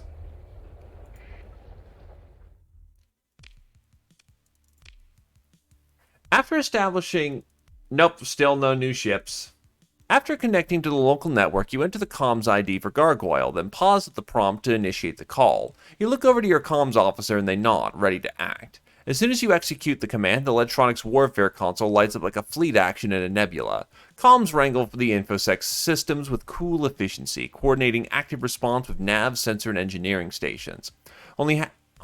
After only half a minute, the storm breaks, the alarms quiet, and your primary display resolves from a mesmerizing fractal battleground to a heavily augmented face grinning impishly at you. You were ready for me, Gargoyle says too sweetly to be true before turning to an imagined audience.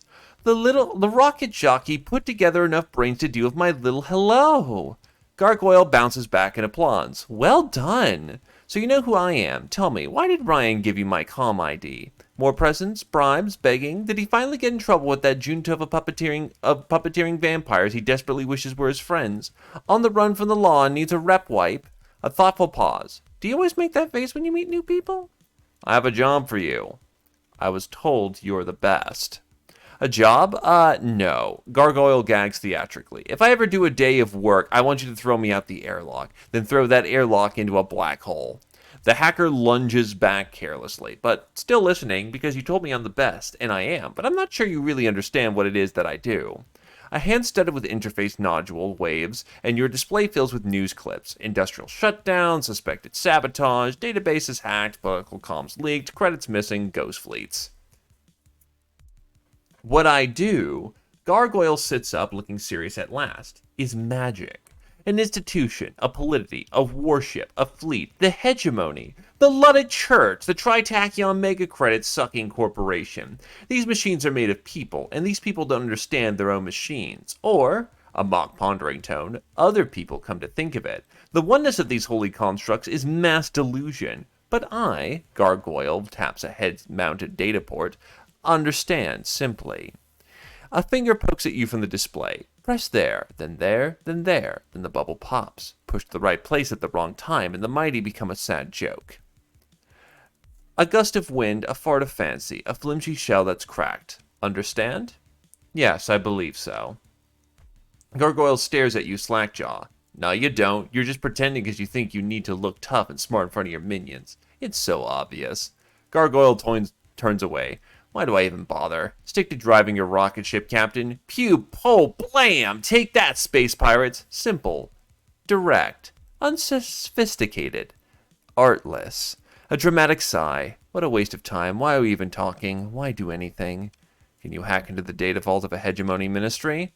I love it! Gargoyle shouts, sitting up. A glorious scheme. Practically neon black. Which one? All of them at once? Visor and cybermod start flickering with activity. Hold on, just one actually. You explain to Gargoyle the scope of the mission and the target. The Kilichor Archive, the personal data store of the former Provost Thomas Kilichor. When the Hegemony Ministry of Technology Standards seized from the Galatea Academy in wake of some hyperspace experiment that went wrong. You also explain in diplomatic terms, which avoid the implication of an employee-employee relationship, that Ryan Arroyo will be providing funding for the operation. As you talk, the comms display with Gargoyle becomes crowded with virtualized half-written lists, reference planets, panels, and code snippets. The hacker leaps from idea to idea, rejecting and accepting contingencies several steps ahead, or adjutant perhaps, from whatever you're actually saying. The visual chaos is somewhat distracting. Do you need some time? That might be tough. I'm going to need to pass some credits along to a couple friends for some special tricks. Do we go all out? Ryan's buying snacks. I think we do, yes. Here's how it's going to happen. I've got a friend who will make you a little package. Should be ready by the time you get to Nova Maximos in the Magic system. Do you know it? You pick that up and do your fancy flying or whatever it is it takes to install it in the Hegemony comms relay in the Aslan system. Installation should be easy. Any tech monkey working for you should be able to figure out what end goes where. The real trick comes after. Gotta break the Hegemony crypto. That'll be yours truly, who's got a little trick I've been saving from a couple cycles ago for just the right moment. Gargoyle holds cable trailing arms up in a premature display of triumph. It will be glorious! Then sits back down. Right, so after you install the hack device on the comm relay, come back here and you can thank me personally when I hand you a copy of the decrypted data. And friend Ryan has my list of demands. Button tap. Now. Another button tap. And there's a ping on your datapad as Gargoyle sends you the address of a small holding facility near the main port ring of Nova Maximos, as well as a number of a particular storage unit. It'll be there. Gargoyle says with a smile that seems to imply you're not in on a joke. Now I have a lot to do before this is ready, so go along. ComSec is going to completely blow its top when we pull this one off. Gargoyle turns to another display, attention focused, cyber augments flickering at an increasing rate as the comm line disconnects on you almost as an afterthought.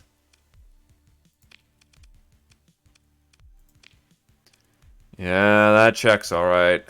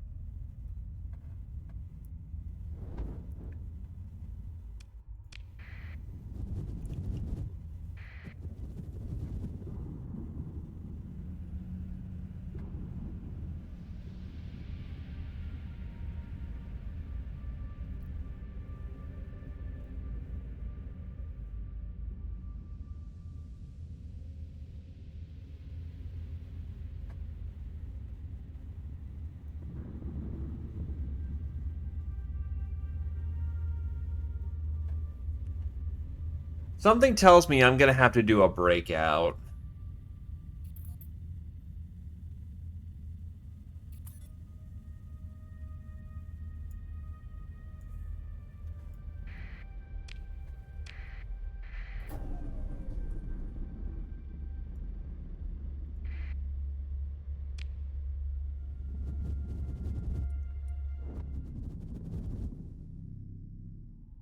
Breaking in so we can break out. Breaking in, that fucking song's still stuck in my head.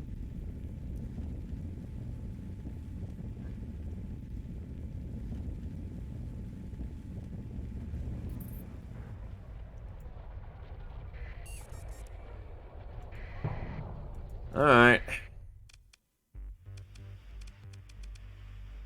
Gargoyle Storage Unit. You take a shuttle to the main spaceport's concourse, leading to a landing party of bodyguards and techs. The reception lounge ceilings are low, the old tubes flickering, but the new Maxonians are proud of their makeshift polity. Some locals catch your crew eyeing a dripping life support conduit and smile, nudging one another. The address given to you by Gargoyle leads you to a rundown logistics ring that looks to be used mostly by failing tramp freighters and smugglers. You ask with a young desk clerk where you to find the unit Gargoyle provided. Ah yes, you must be Captain R. Boring. Fucking hell. The clerk squints at the desk terminal nervously. You log away this little joke from Gargoyle as you maintain impeccable professional composure. I was told you'd be arriving for your cargo just a few minutes ago. Please, come right this way. The clerk starts to lead you through a back door. A light bulkhead lock, but freezes. A pallid man in a featureless gray uniform stands on the other side, a spot of gray in the darkness beyond. Mr. Locke, sir, the clerk settles. I wasn't expecting if I'd been told... The man, Mr. Locke, you presume, smiles blandly and says, I will show the captain the way. Locke simply stops paying attention to the clerk, shifting his attention to you, still smiling. He nods encouragingly and turns to walk into the darkness beyond the portal.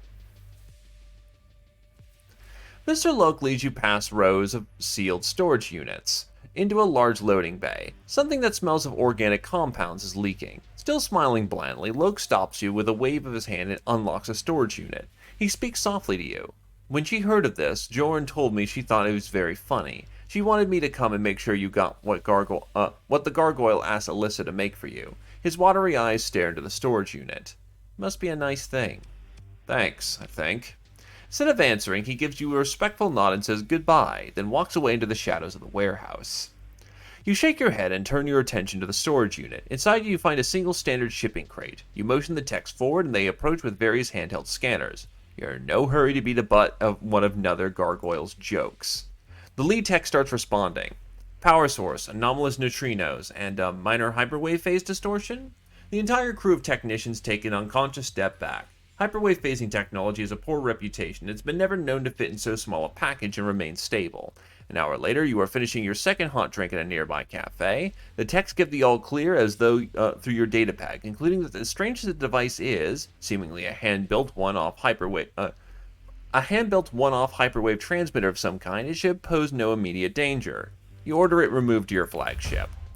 On the shuttle ride back to your fleet, you ponder tactics for inserting the device in the Aslan hyperwave relay without being spotted by a hegemony patrol. A small fast attachment could do it, or phase ships using their fields to lower sensor profile. With a little luck, you could find a quiet moment between patrol rotations.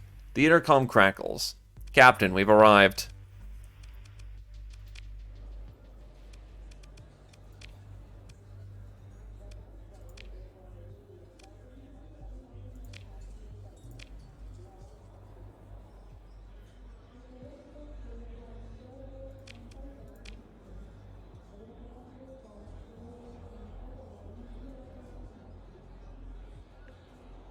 Oh. Nod to the concerned woman and walk over to her table. After brief introductions, he wastes no time in getting to the point. I've got 930 heavy armaments that urgently need to be delivered to Ilm, in the Zagan star system. Recent pirate activity's been making that difficult, but you look like someone who can get the job done. Recall that Ilm is under independent control and located in the Zagan star system. Your fleet holds an accommodation of 4,122 units of cargo. She double-checks something on her datapad. The offer is 303,000 credits, payable within 80 days. Let's make that more money. You drive a hard bargain. Very well, it's a done deal. She does not appear too displeased. You consider that the initial offer was probably on the low side. Ooh, yeah. That's money. That's cash money. Anything else I can get over to Ilm?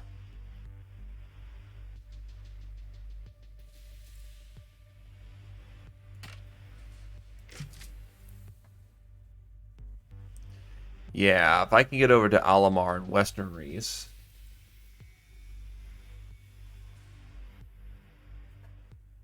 Okay. How do you struggle with money? Let's start there and try to solve the problem from there. Is it that inflow is bad, or is it that exflow is bad? Are you spending too much, or is, that's a lot of money for guns. Right, gotcha. Okay, so to get more money, you have 2 or 3 primary... Well, you can spend more when you have more, right? That's kind of just an idea there. Oh, not an idea. That sounds chastising, I'm sorry. But you have 2 or 3 primary ways of getting yourself some extra cash. And that's a lot of fucking money.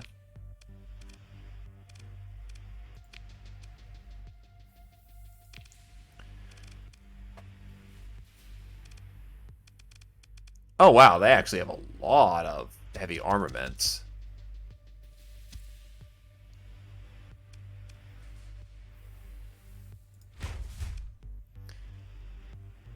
Keep my raid a secret.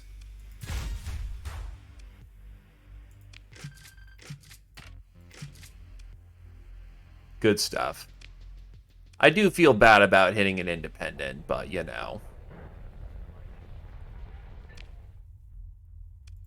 So commissioning's not a bad idea if you want to particularly work for a faction. It is potentially good money to go apogee route, but it has its own challenges. So first things first, with a commission, you're going to be at war, which means that big ships are going to try and tackle you because you're not flying an independent banner, you're flying someone else's banner. And the bad guys aren't going to just sit around going, oh, look, they're not weak enough for, or they're not strong enough to kick our ass. Let's leave them alone.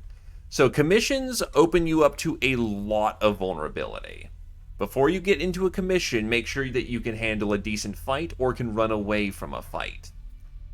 Your primary ways you're going to earn money as a combat character are going to be bounty pays, and you're going to want to be also doing mostly bounty pays, but if you go to dockside bars, bounties do require you to do a bit of intel and research. For example, this person right here is rumored to be hiding out near an arid world with a system with a yellow primary star in the Asmodia constellation. This is all the Asmodia constellation, but there's 2 primary yellow stars. What you're going to need to do is go into both of these stars and look for them. Oh. Okay. For that option, you have one of 2 ways of going about it. Emergency burn is good for quick maneuverability and catching up to people. The other thing you've got is an interdiction pulse. If you're close and fire that off, you will be able to screw over their maneuverability and just jump on them. Otherwise, it is a matter of practice, and it sucks when they're all in, like, very fast vessels and you're not.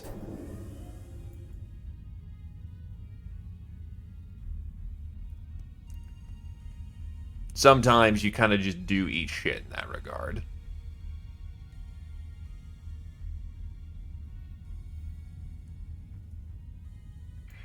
Yeah, so when you go salvaging, make sure you have a salvaging rig with you. That helps. I also have a skill which gives me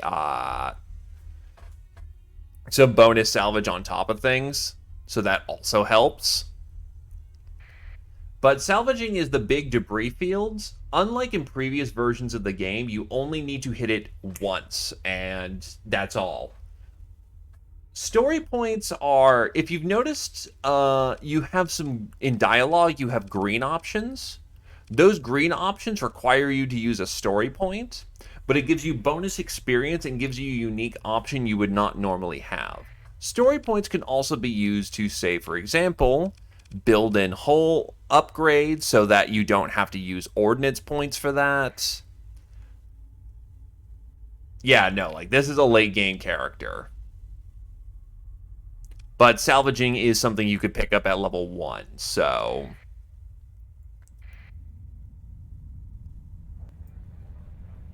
That's why I bring it up as a viable option.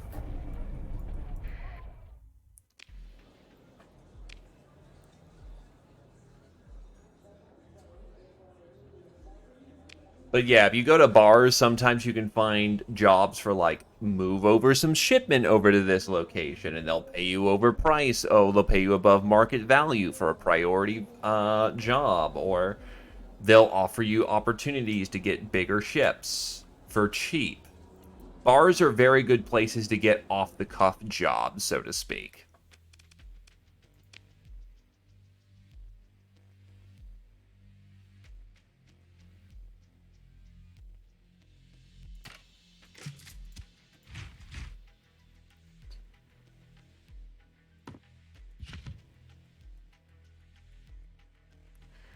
Raids are a lot of fun.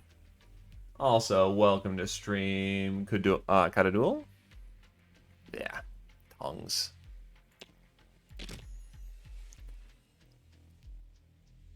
If you ever want to go a trading route, you will have to learn how to use the black market because tariffs can go fuck themselves. You should have plenty of story points because every fourth of a level you get a story point.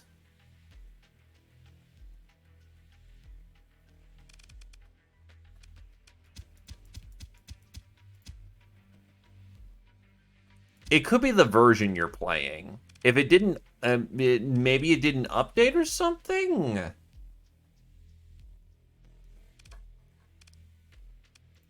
Because that sounds incredibly wrong.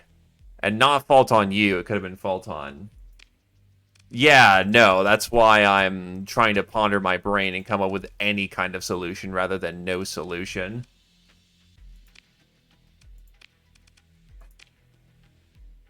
No, because you should be able to just get the most recent version, and that should do it. 176. Both at Orthus.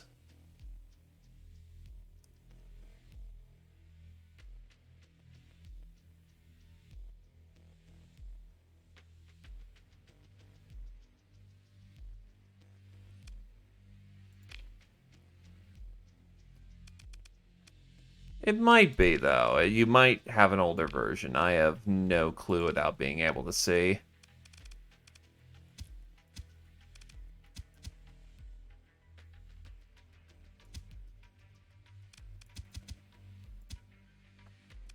That looks about right.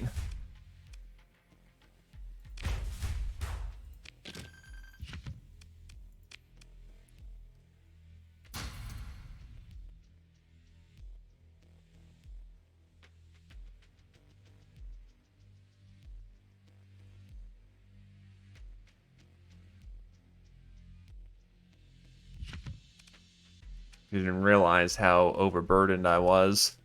Whoops. So I should actually probably go now do the job that I was hired to do and get a fuck ton of money for that.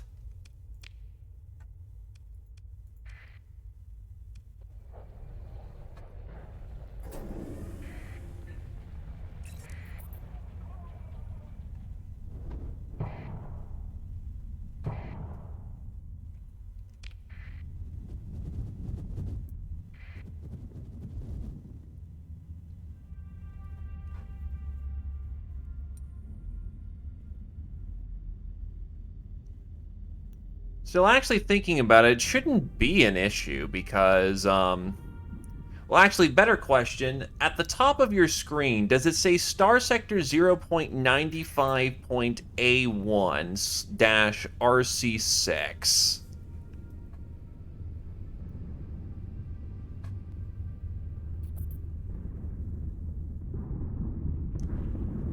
Yeah, you didn't download 0.95 then.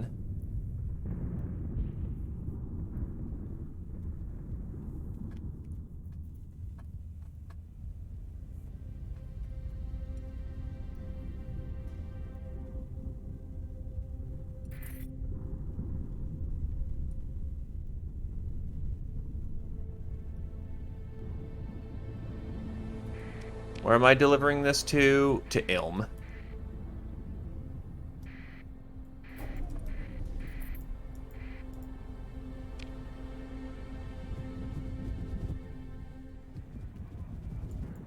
And there's Ilm right there. There's a big pile of fucking guns. Bless.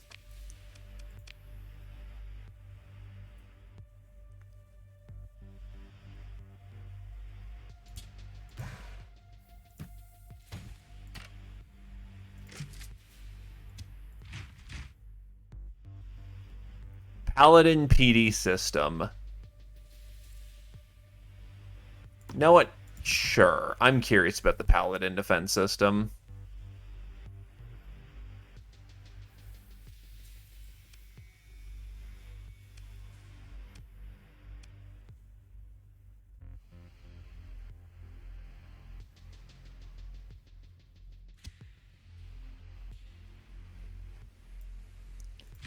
Get about 1,000 more crew.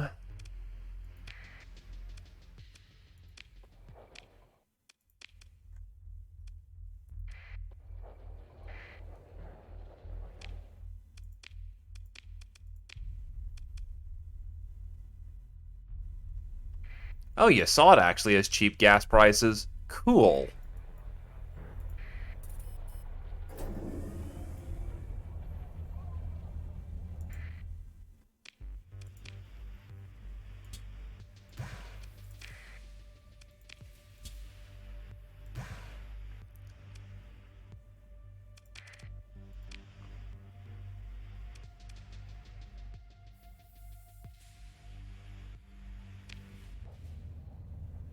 But yeah, don't be afraid to dance between professions. Just because you're a combat monkey as a primary doesn't necessarily mean that you can't do trade. Having a freighter or something on the side to carry a lot of spoils of war and finding the right place where to sell that can be just as valuable as a fight. Because usually you are going to be taking a net loss in supplies to facilitate your combat.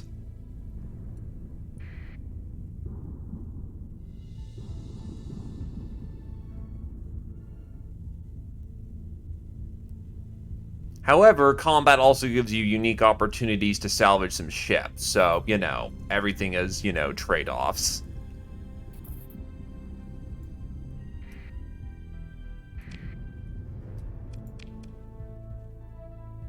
Alamar. There it is.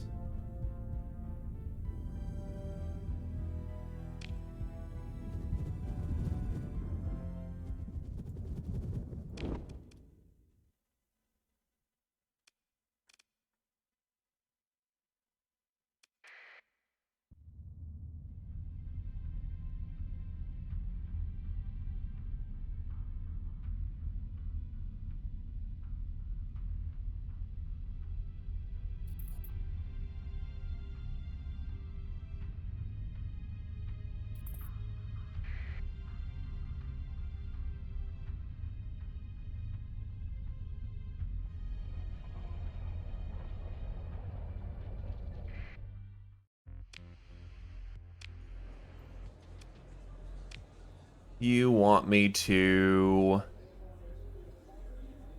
extract a person from Umbra? That's perfectly fine. Asunder D-Class Destroyer. No, thank you.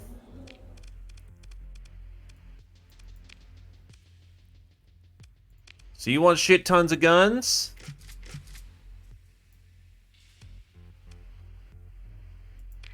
Thank you.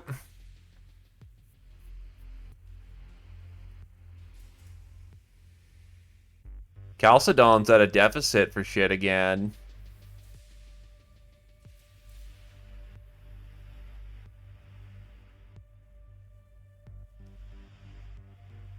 They want more guns.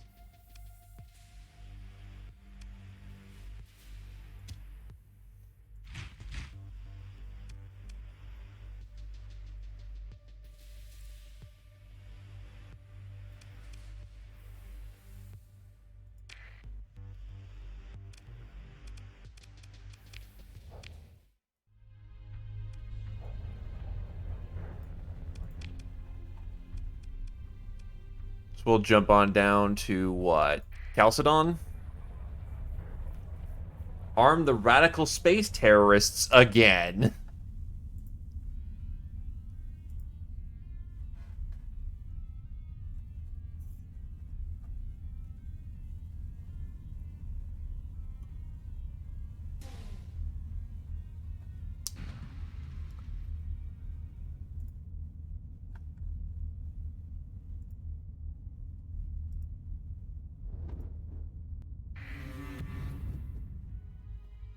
Oh no, they don't like the fact that I sold to their black market?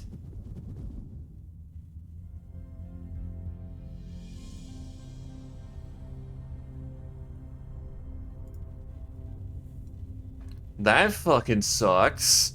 Maybe you shouldn't tax the piss out of me, so I'm more incentivized to actually trade through legitimate channels.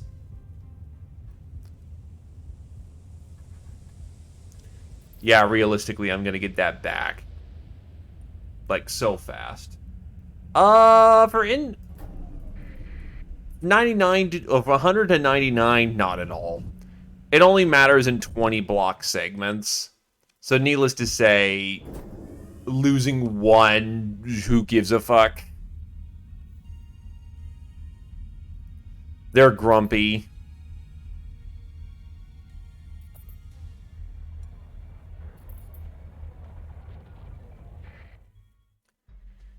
You need to commission for, depending on, A, the faction you want to fight for, and B, who they're at war with.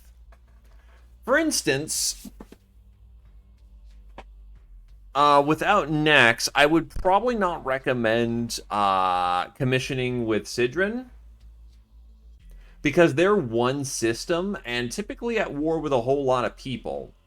Hegemony's got the unique ships. The next update they're trying to do is giving everybody more unique ships, but the only people who really have unique ships are Tritachyon, Hegemony. I think that's oh, and Ludic Path.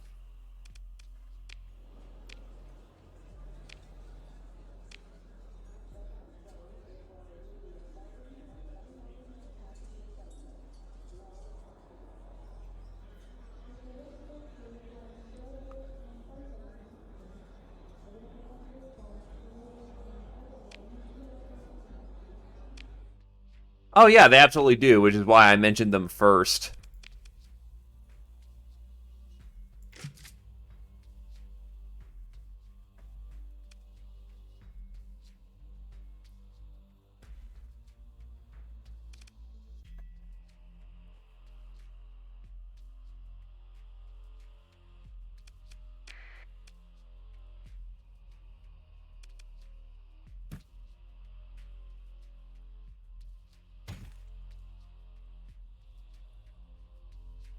Oh no, luxury goods are illegal because pathers are supposed to be aesthetics.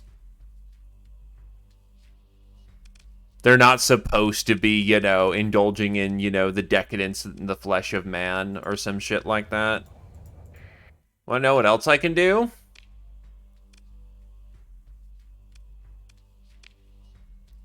Raid. Aesthetics, thank you. Blech.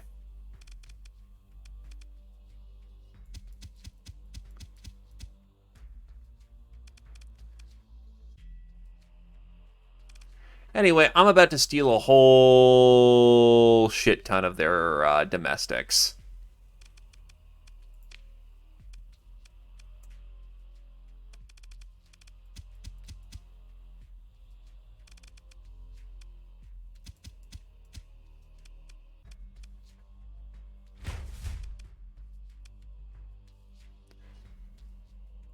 I've got the story points. Why not? Don't want to lose my open market.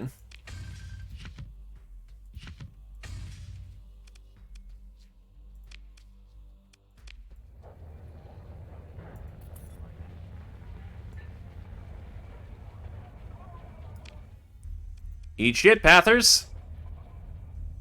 Yeah, story points are not... Story points aren't going to be, if you keep spending them like candy, you won't have them for when you need them. But as long as you're playing the game, you'll get them.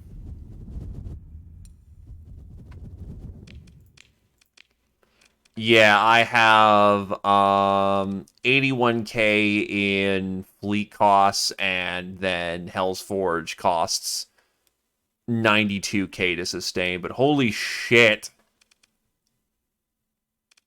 they actually became profitable. Yes! Finally, the colonies are paying for themselves. No, no, no. Check this out. 52k profit. I just mostly put it into the hazard pay so that these guys can grow rather than decrease in growth.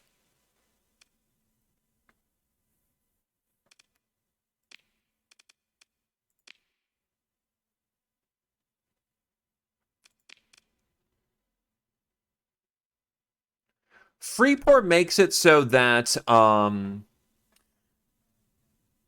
Freeport makes it so that the population grows faster and that everything is allowed. You basically are saying that come on down, you can buy nukes here. Everyone is available to trade here, and anything is allowed. Unfortunately, needless to say, you bring in a lot of criminals too.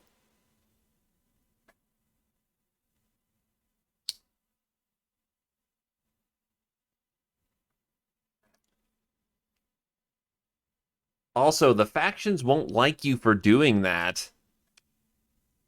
It's not horrible at all, depending on if you're in a good place, if it's defensible. The factions, again, will not like you for doing free porting.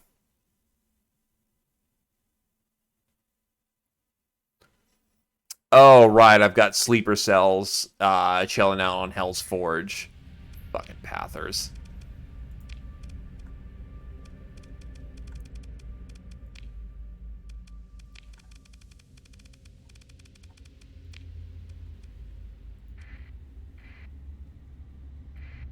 So, as per mentioned, Pathers, or Ludic Path, are radical space terrorists who don't like technology and think that the world is naturally beautiful and humanity is corrupting and polluting where it goes. They're a weird kind of combination of eco-terrorist and just straight-up religious terrorist.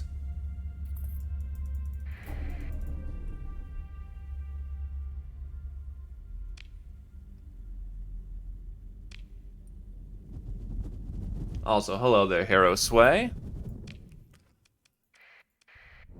Needless to say, me going full fucking AdMech on a lava world does not endear them to me. And eventually, I'm gonna need to deal with that shit.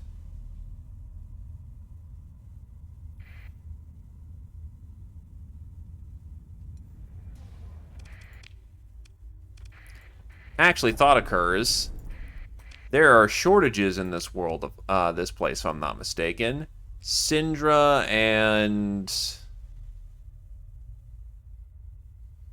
Yeah, if I go and cash in a few of my things at Syndra, I can get more out of my raid.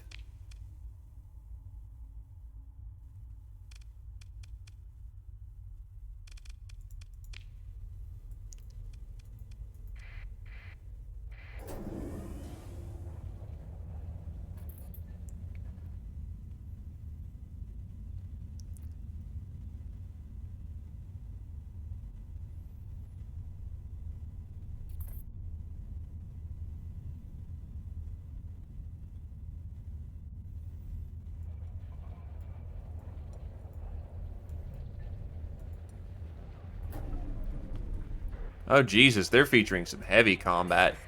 Don't mind me. Slipping in.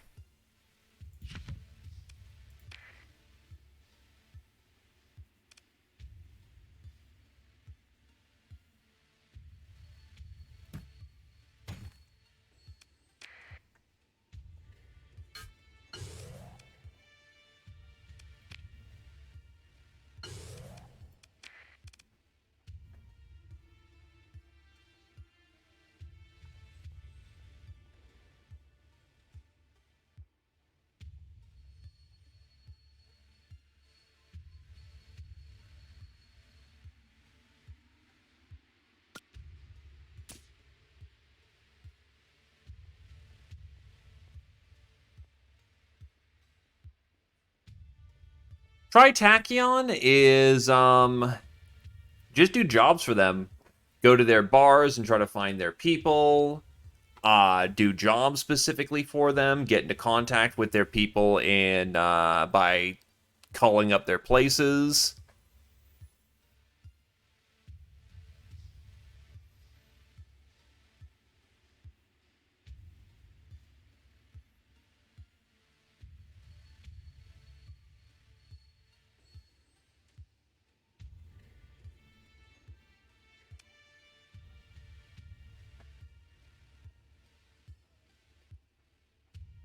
Chalcedon now has a heavy machinery deficiency. Gee, I wonder what happened there.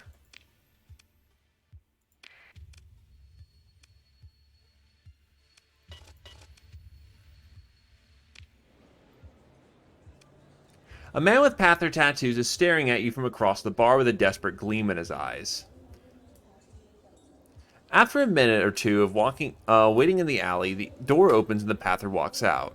I know who you are, he says. I need your help. If they find out what I've done, well, let's just say my future with the path is likely to be a short one. So how about this? You arrange a new identity for me, and I tell you where the base supplying the Pather cells at this colony is located.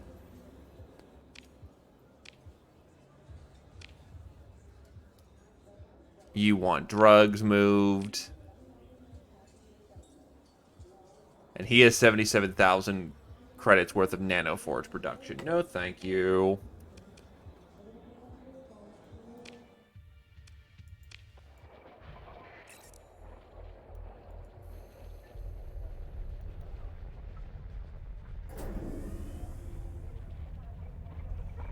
If he wants to commission for them, Tritachyon's not a bad group to commission from.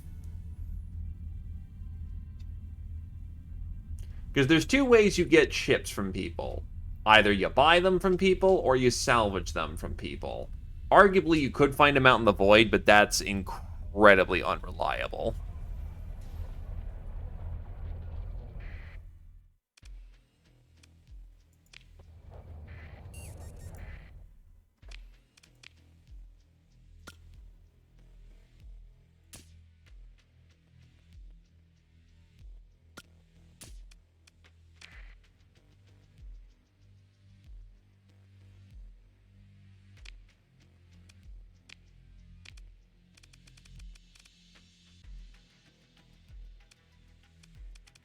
Interesting. They have a very active volatiles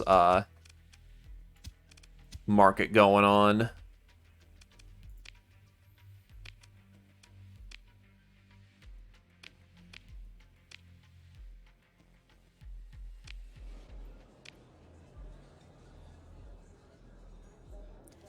Falcon class pirate, no thank you. He wants 100 supply. Why not? Just hook him up. Get some cash.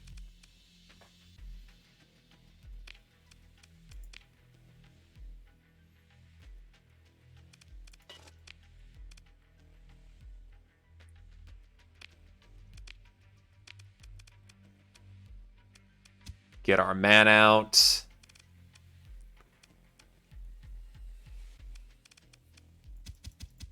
And make out with some volatiles.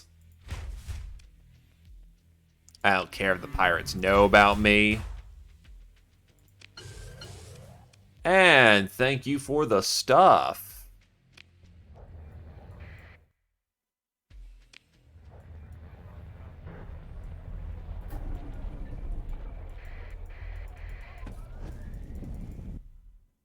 Hi, friends. Send in some people to just go bully the piss out of them. So I get some of that sweet, sweet bounty pay. Oh, I thought there was bounty pay going on here. Nope, I made a mistake. Alright, whatever. Pirates are pirates. They can get screwed. By the way, salvage locations will happen after fights, and particularly big fights become rather profitable in that regard.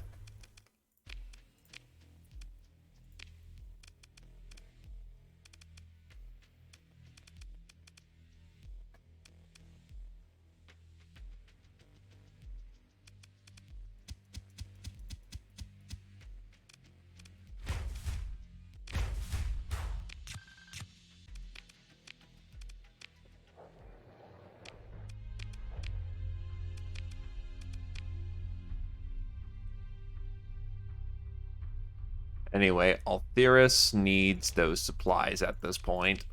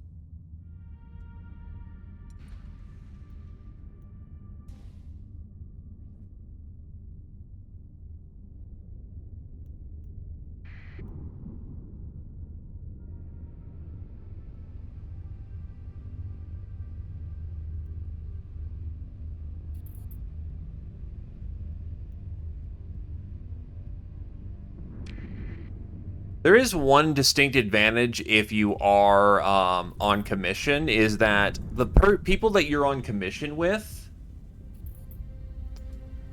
they do not attack your colonies because, well, you're on commission with them. You're part of their military.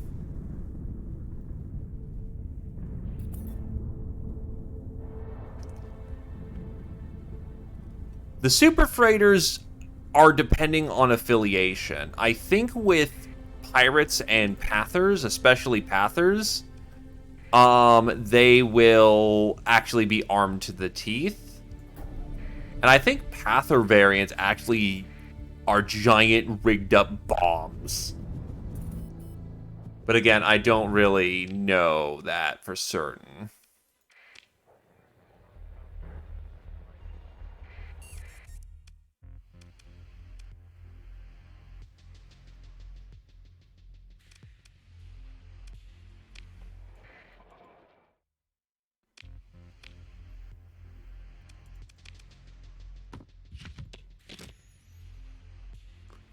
Oh, that's beautiful amounts of money. You got gas? You got gas. Do you have a food deficiency? Yes, you do. That's cash.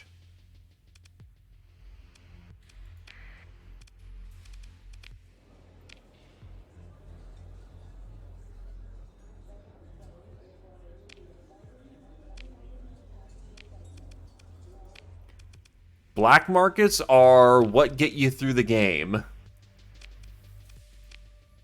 Speaking of, do you have anything? Okay, you don't got anything special for me today.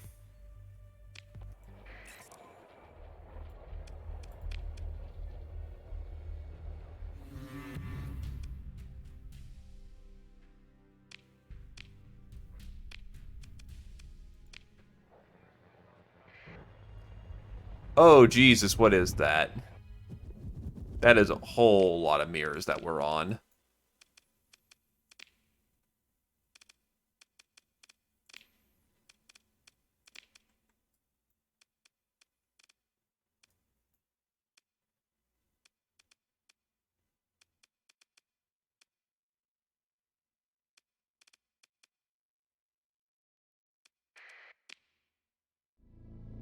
Anyway, I've got money to burn, so I can continue this quest line.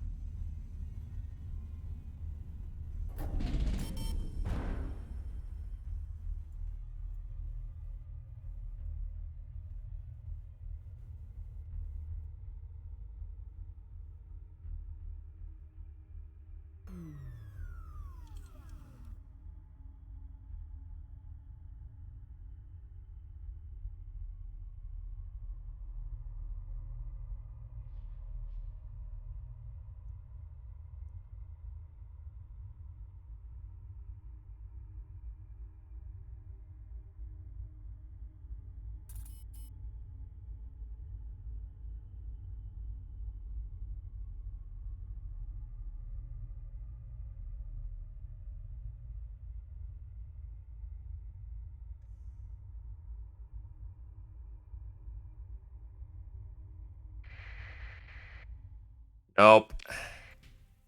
God.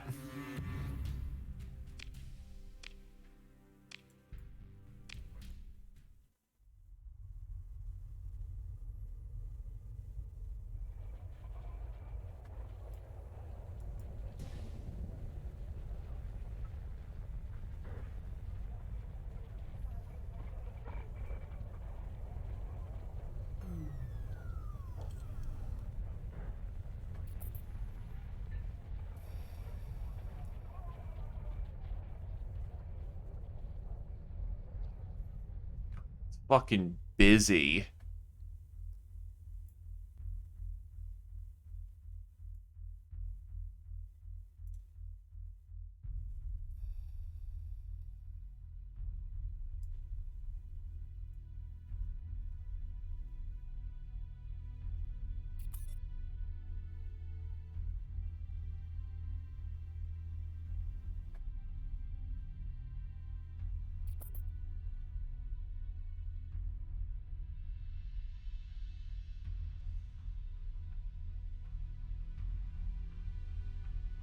Fucking hegemony. Holy God, that is...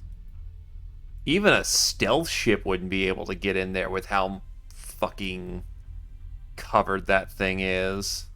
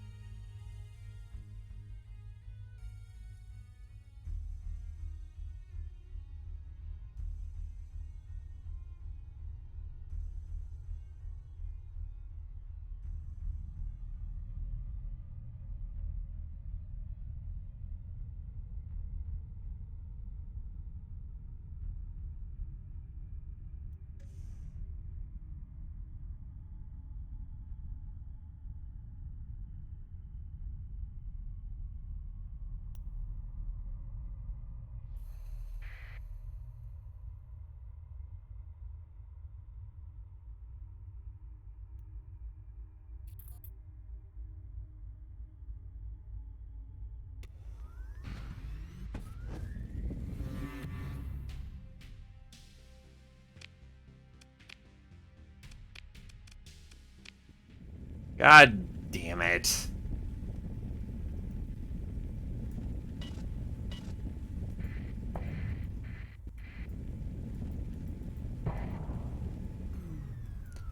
Problem is, this is something we need to do, so... Try again.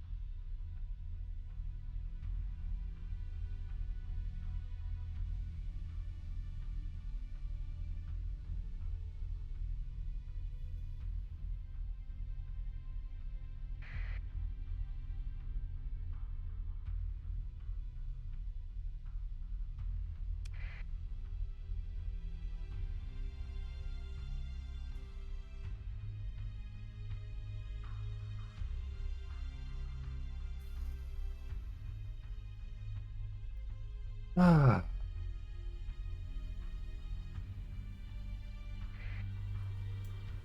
mean, I guess good on them for figuring, defend your communications network. But...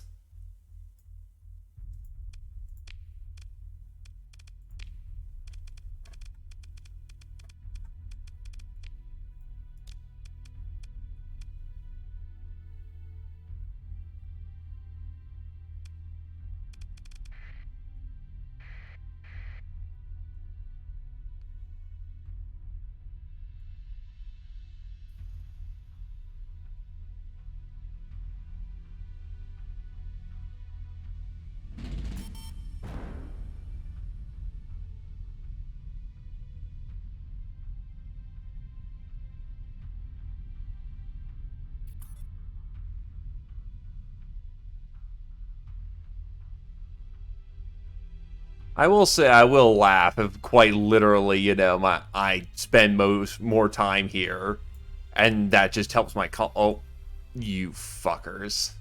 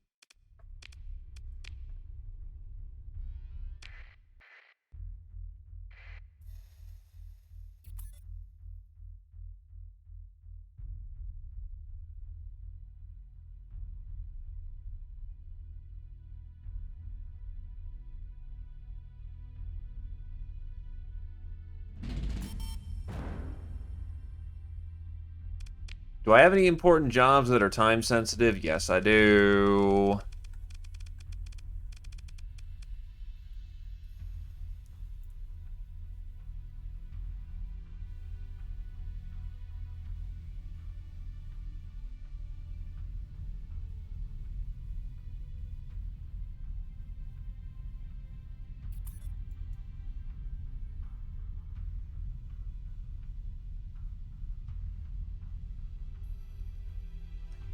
No convenient little asteroid belt I can just jump in.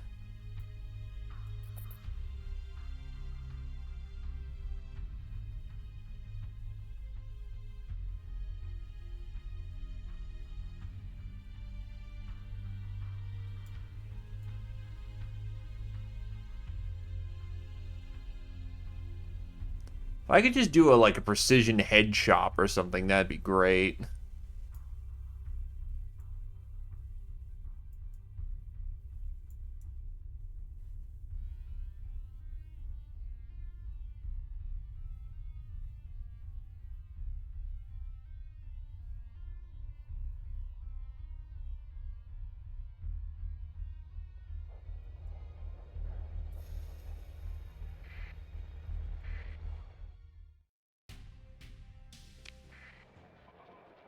Fuck.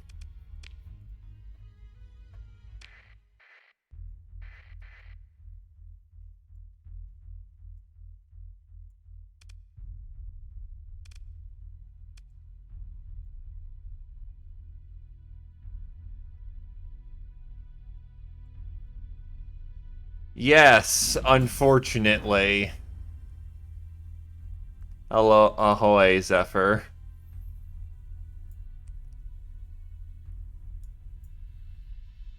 There's no belt I can hide in.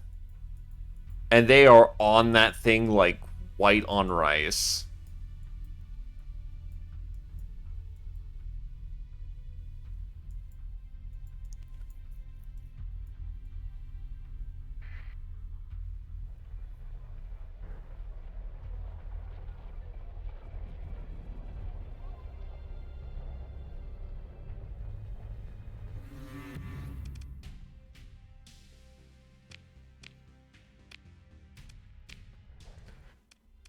And this is something, unlike usual jobs, that I kind of have to do for the, I'm going to guess, the closest thing we have to an MSQ.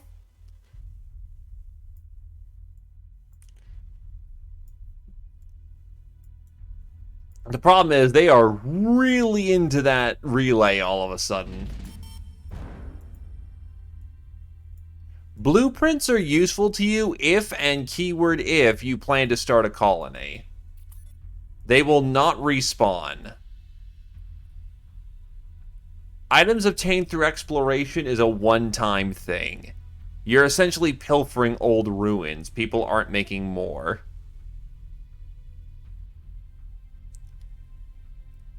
God damn it, I know that this AI essentially has meta knowledge for where, they can go to screw over my attempts.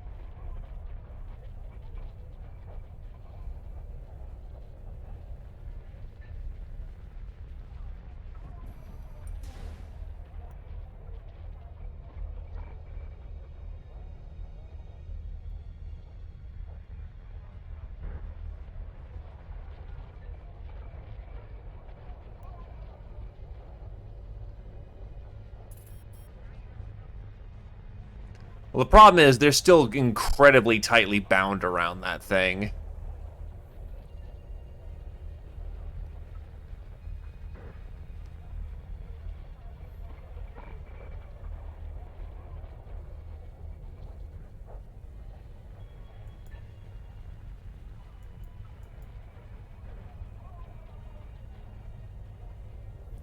Like, that's easily less than 100 units.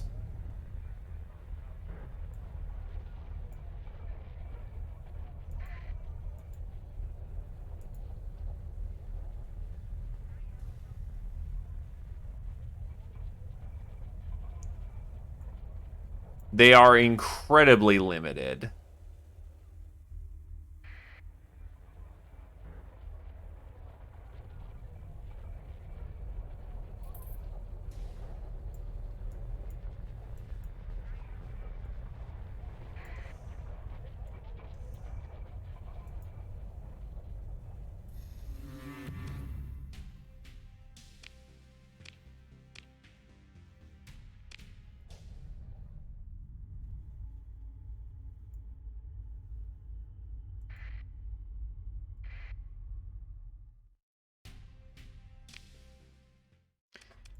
I'll give it one more shot, and I may just have to fucking say I have to actually bring some specialist shit here.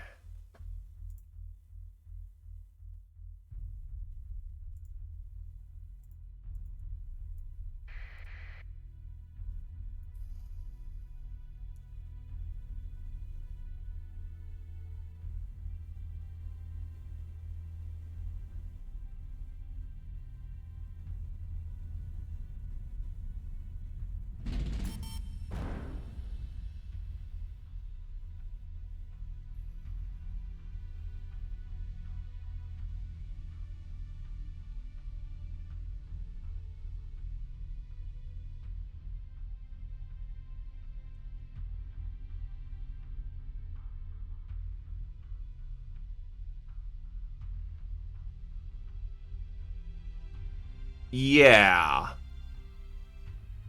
Those are artifacts for colonies, and if you make a colony, that essentially increases your output by threefold. That can be an incredible amount of money.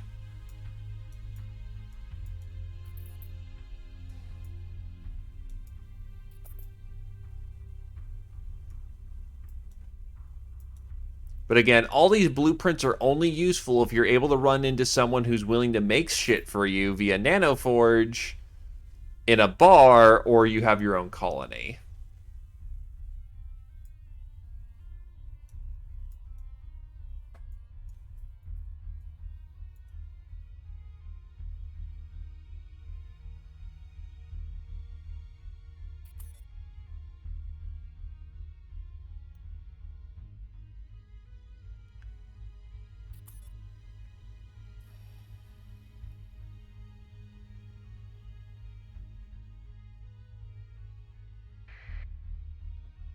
Yeah, this is just... Yeah, it's too much.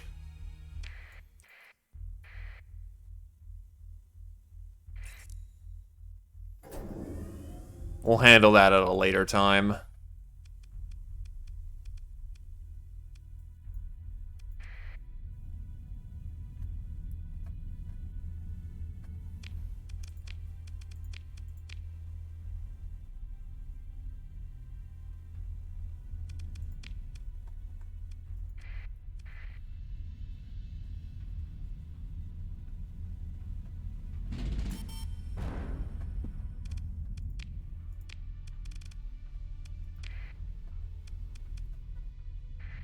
Does not help that they were absolutely maneuvering in such a way that was, you know, they knew I was there.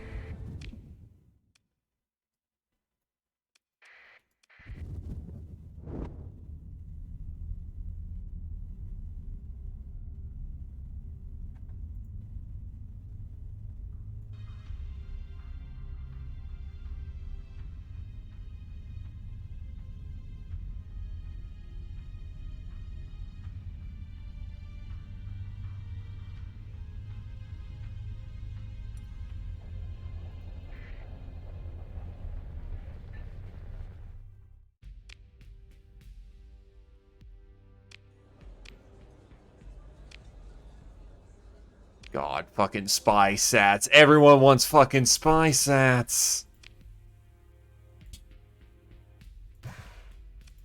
That is a fuck taxes moment.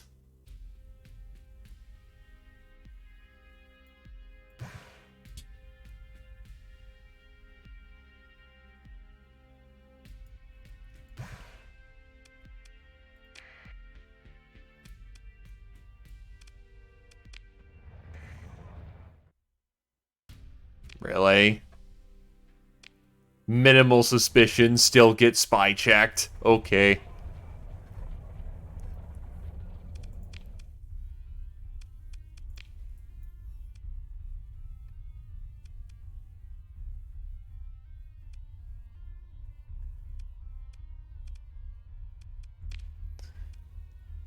Oh god, that's 2 fucking paragons. What the shit? Well, that explains the price.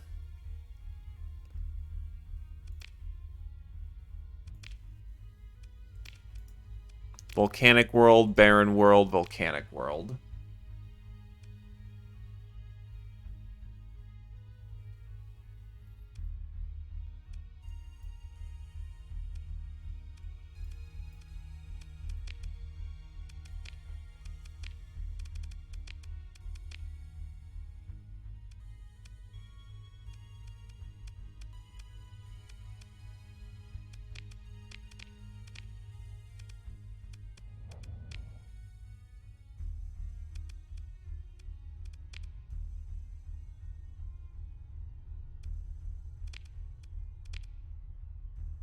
Now, the problem is running into 2 fucking...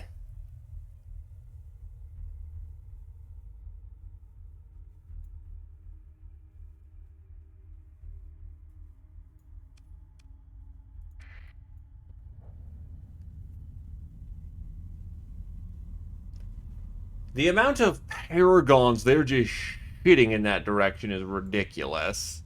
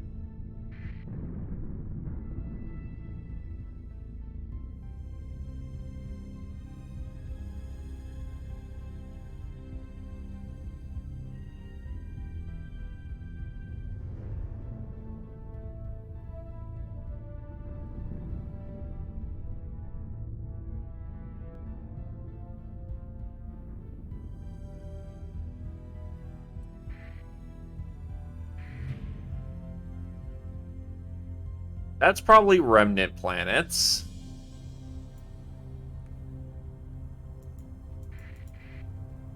This might actually be what we're looking for.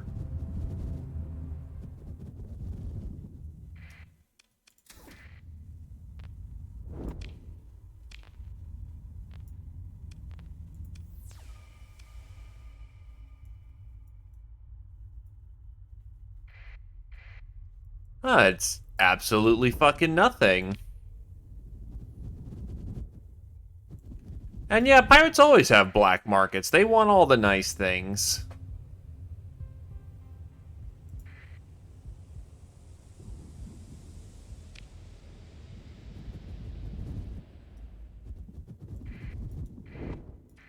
Is it Pathers? It's Pathers.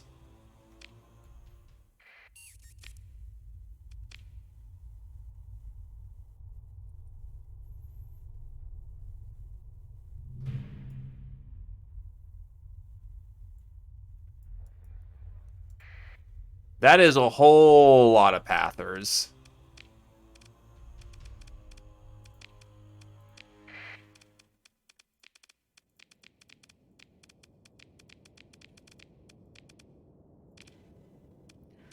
Whilst normally I wouldn't exactly want to jump into the fray here, all of them coming at me together would be significantly painful.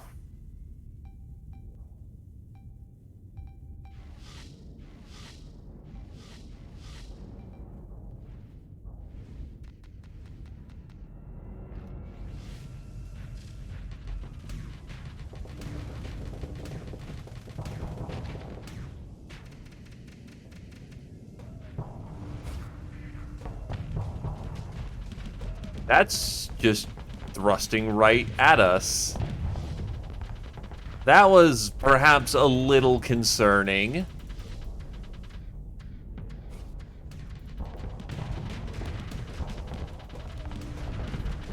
Because I know Luddites are more than willing to use suicide bombs.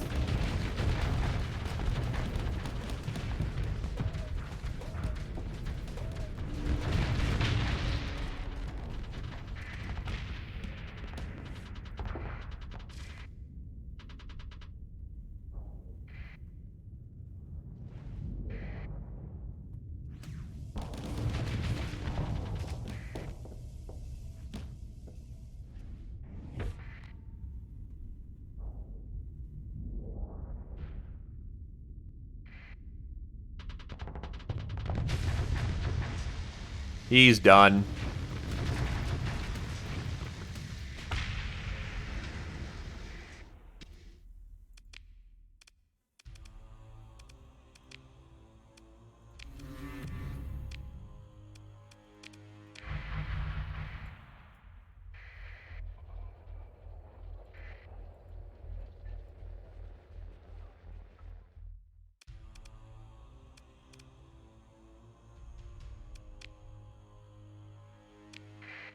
Good news, everyone! The Luddic Path hates me with a burning passion that rivals their fervor for God.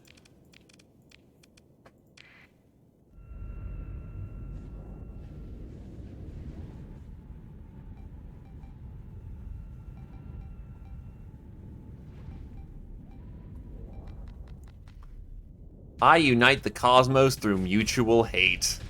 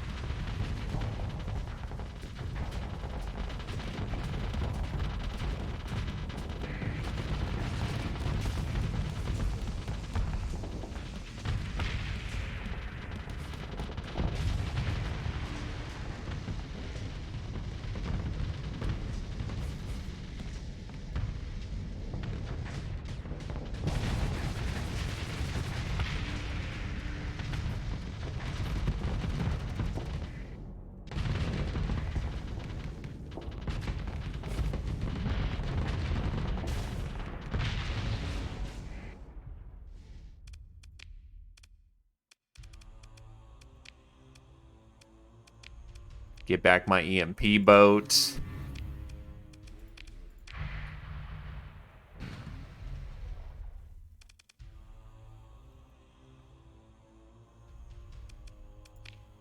Submit, repent, and your sinful technologies will be smashed. Resist, and only God's holy vacuum will show you mercy.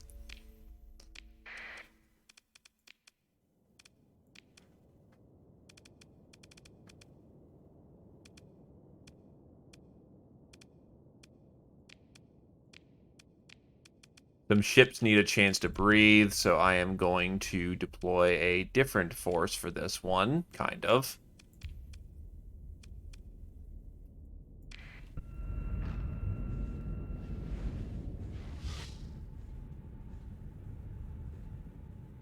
I'm a bit underpacking for this one, but I think we'll be fine.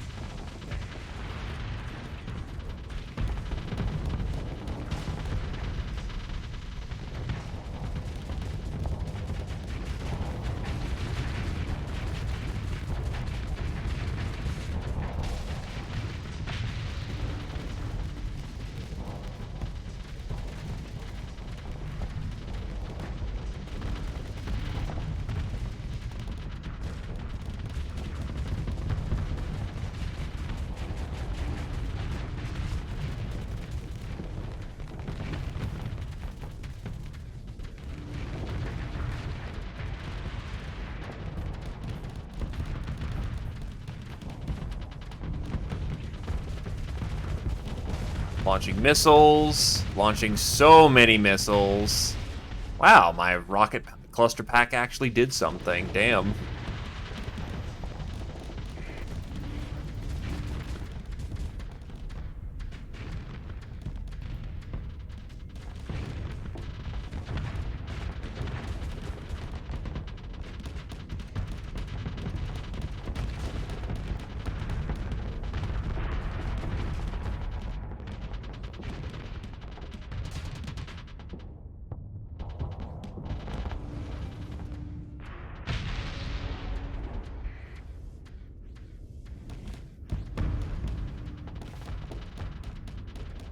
The amount of back thrust you have is fucking magnificent, dude. Holy shit. And then it was no more.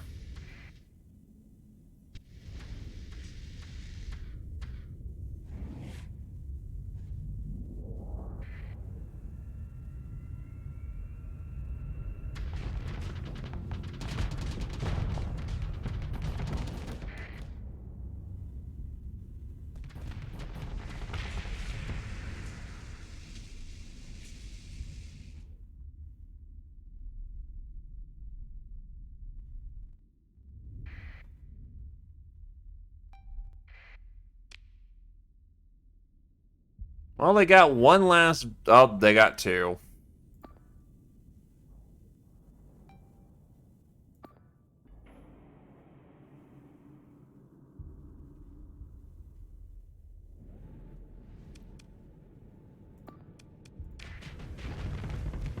Well, he's not lasting terribly long.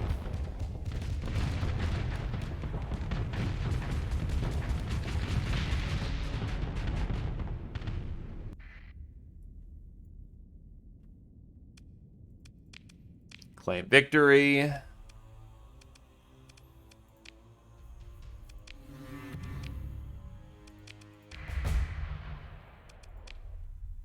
By the way, that was another story point firing off.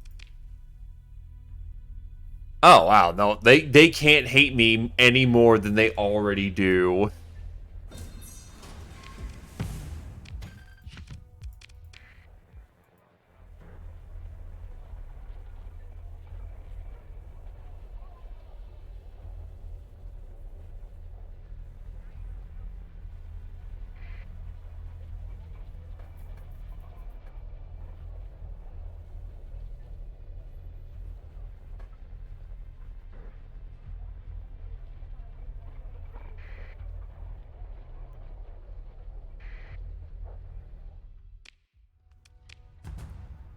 Also, nice ultra-rich world, you jackasses.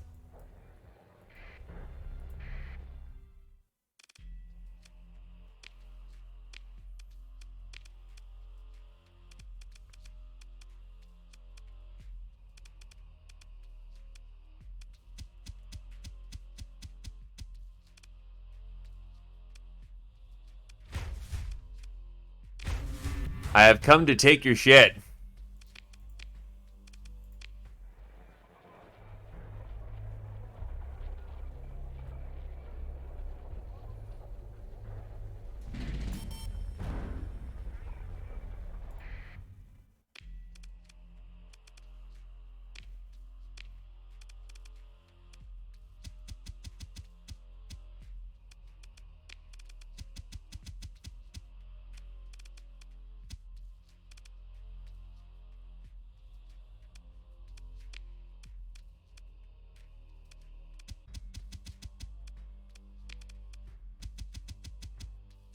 May as well steal the food supplies. Starve them out.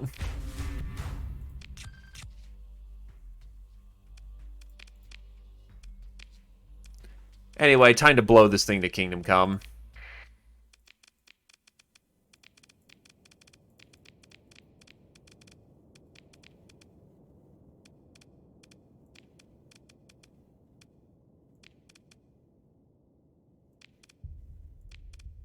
Most everyone is near 70% ready, so that's... yeah, just full deployment here. Time to get some bounty pay, then actually continue with what I was doing.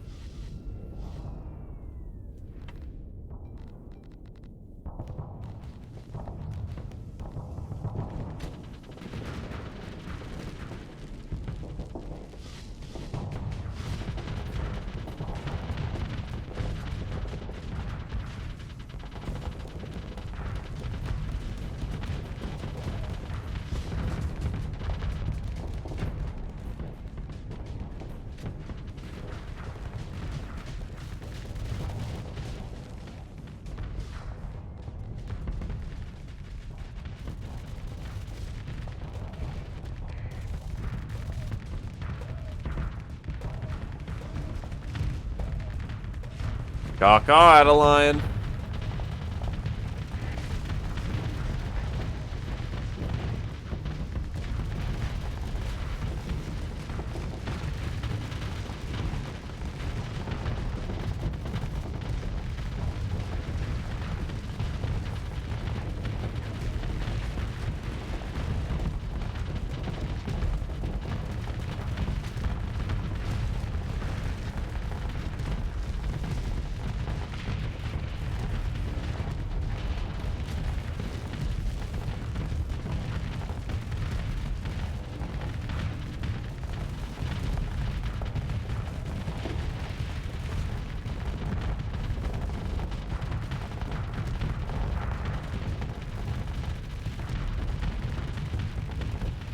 Ah, it is a most beautiful sight.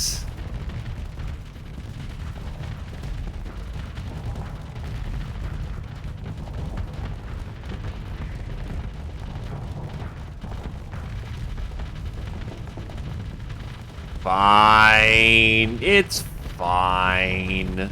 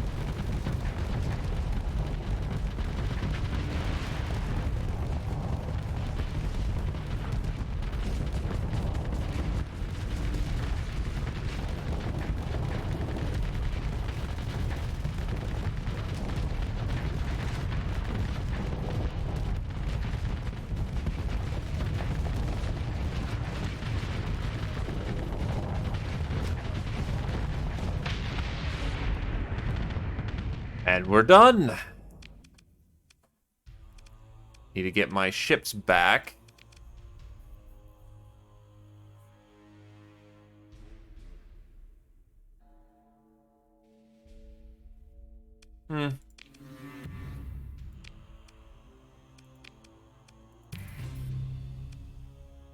320,000 credits.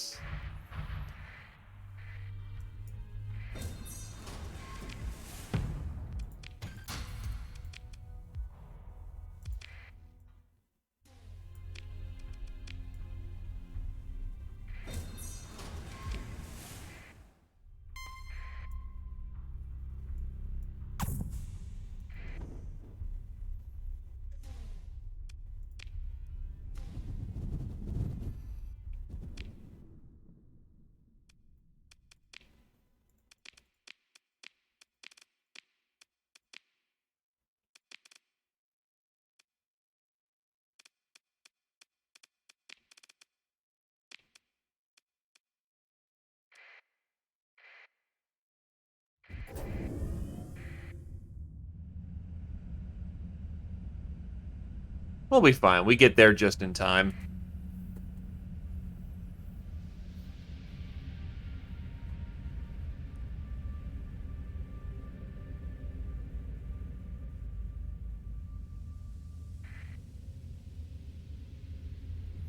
Might have to do a little storm surfing, but we'll be fine.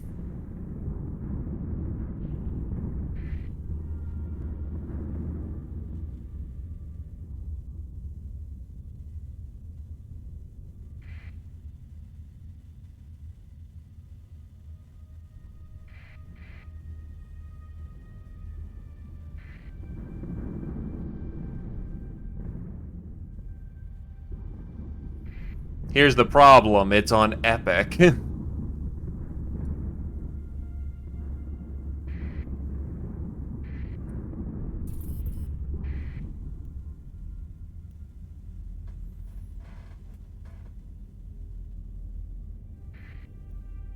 you think you'd want people to bite on the hook for it being on Epic, like free on Epic, for, you know, buying in the DLC.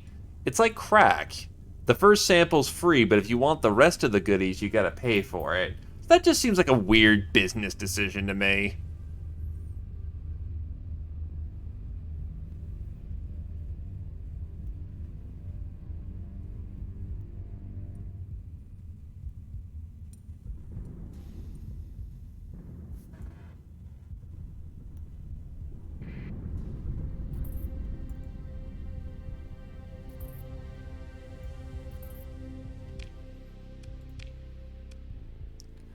To Alamar. Alamar's over here.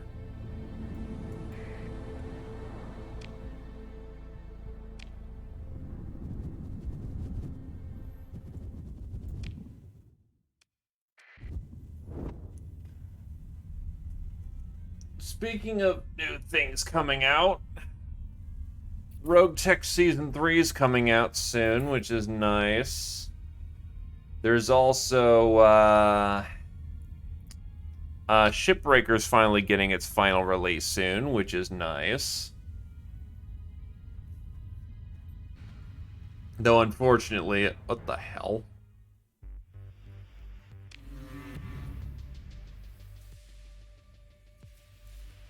The scan finds no overt contraband. You know what? Fuck you.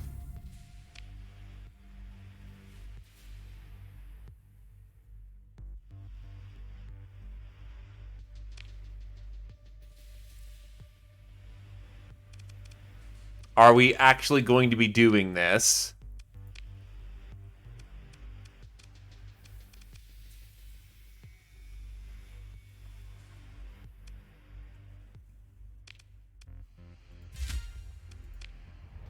You are very lucky. I am more concerned with other matters.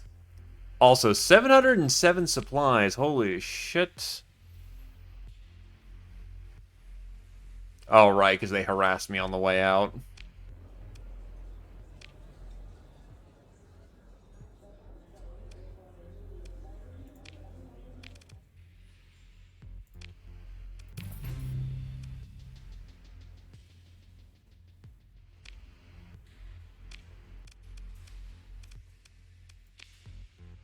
So what's taking up a lot of my cargo space? Metal.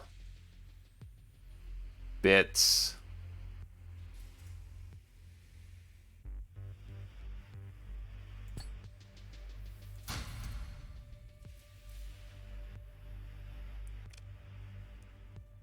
If I sell off my metal and my bits, I actually could get the money I need.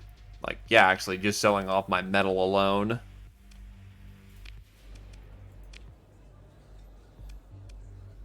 Go back to Chisimotech and pay me better. The thing that Chisimotech wants before I get over there.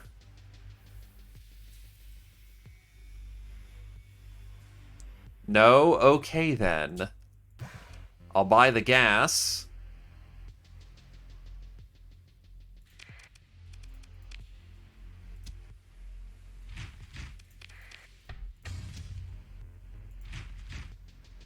Hook up with some Marines.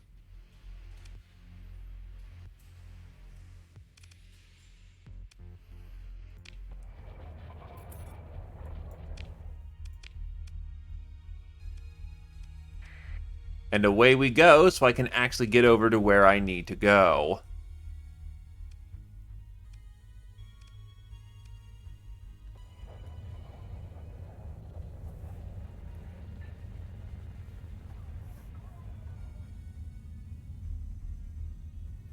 Yeah, for some reason, Limbus, well, not some reason, quite obviously, yeah, Limbus plays a lot like Runa, but to be fair, considering that they want to go with the same story beats as Runa, and Runa had a very solid combat system, not really much reason to, you know, change up what works.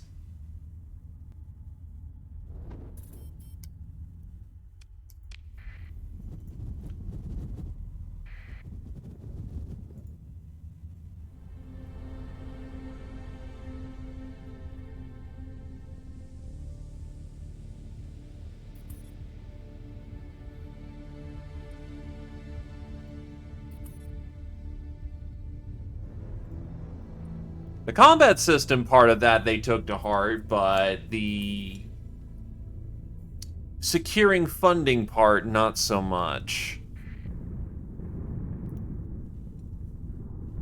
Because unfortunately, with the stench of gacha on it, you can't trust it to not be mechanically more difficult for the sake of being able to, as in their own words, secure wealth. Still gonna check it out on launch because I'm obligated to, but needless to say, not a good maneuver they took there.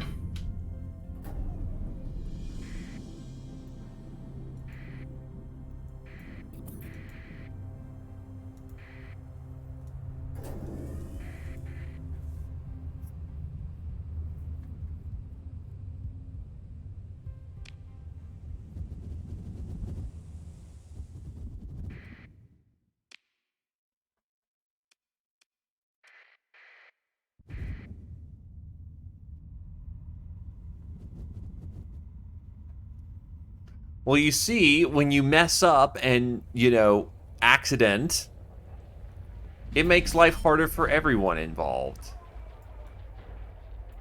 Shoop.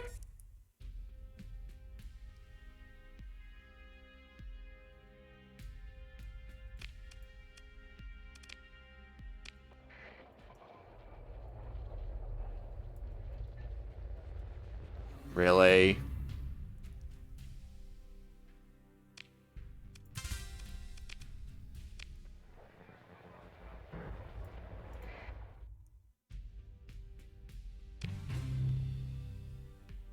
Food has been delivered.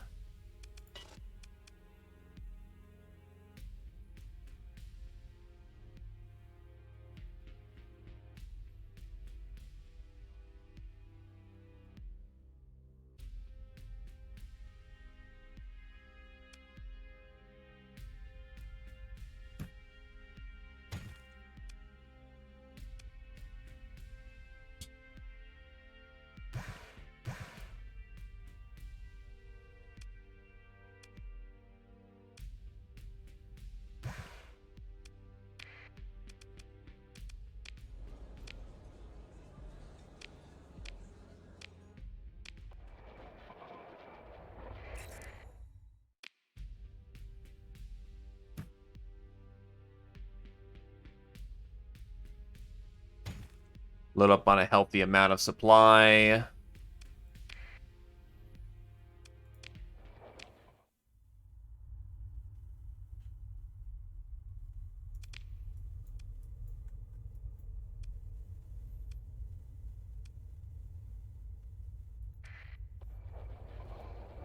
Anyway, since it's going to be a relative rarity that I go out into the deep blue like that again, I am going to sweep up all my Galatian jobs. Get lots of money in the process because I'm going to be spending a lot of money getting out there. Also, the colonies, they finally profit.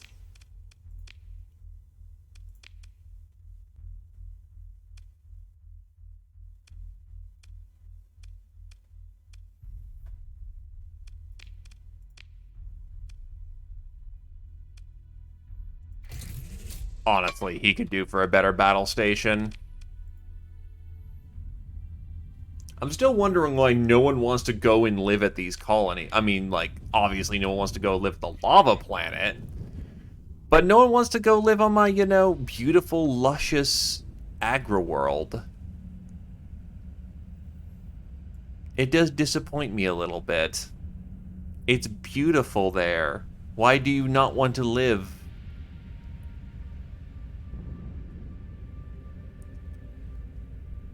Am I gonna have to go bully some remnants so I can make my point known?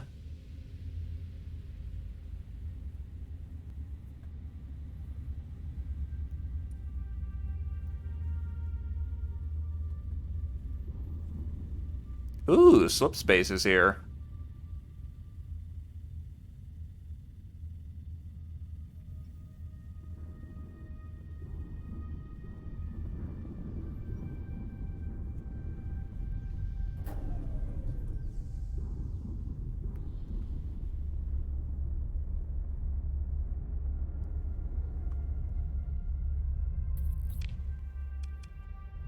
Ah, Leinster finally grew. Which not only means more taxes. Understandable. You have yourself a good time with what you're doing then.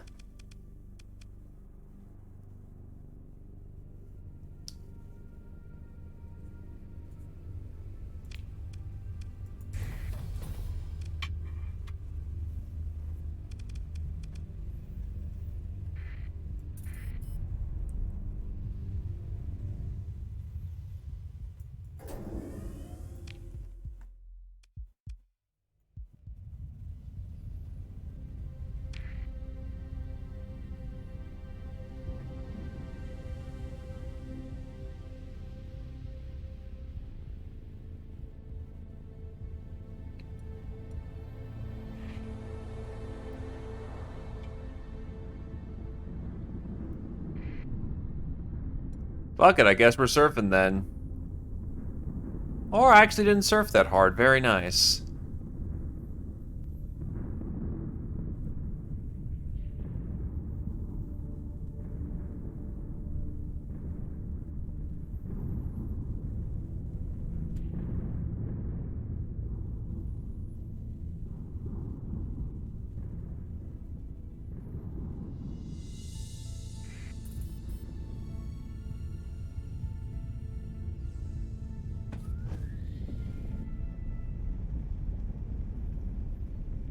Fighting the tide is a little bit on the difficult side, but we managed.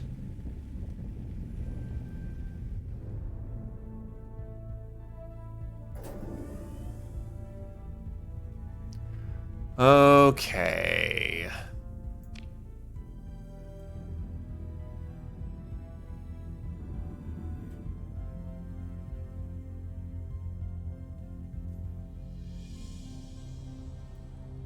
Just gonna stay on task.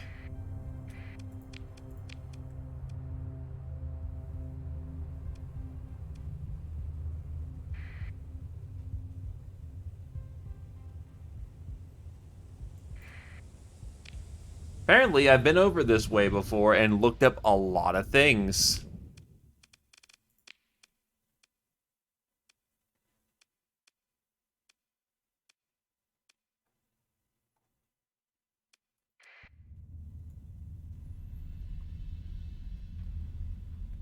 Not sure why I don't have a full rapport. Maybe because I had a full cargo hold or something. But I'm going to go proceed to do my job.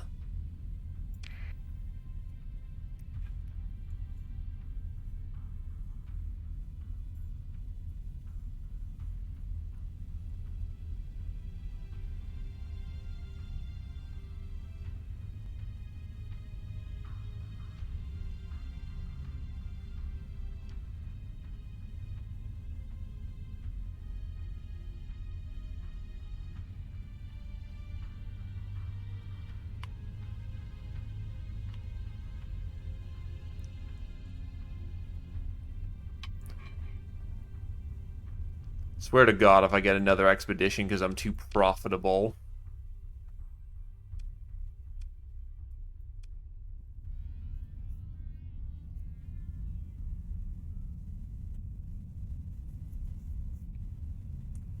There will be shin kickings.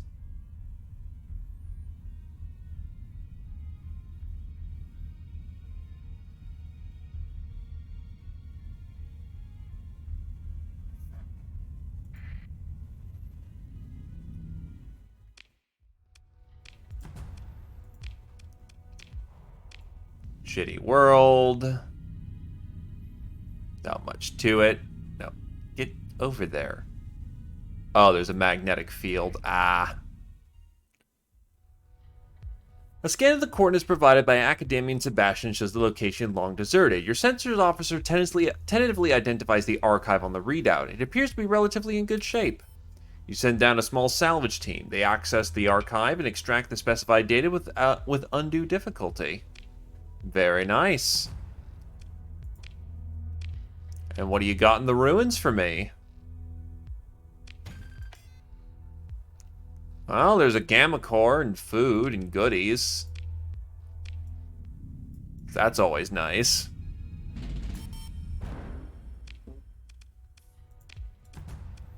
More ruins.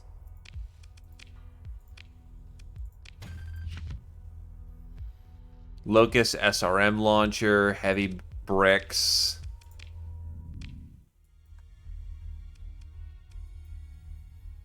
I gotta understand why I didn't go looking for that planet, because it's just like in the middle of the corner.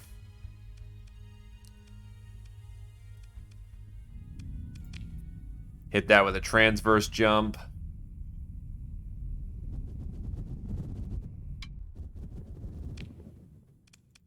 What's next on the job list? Brazamuya. Oh, right.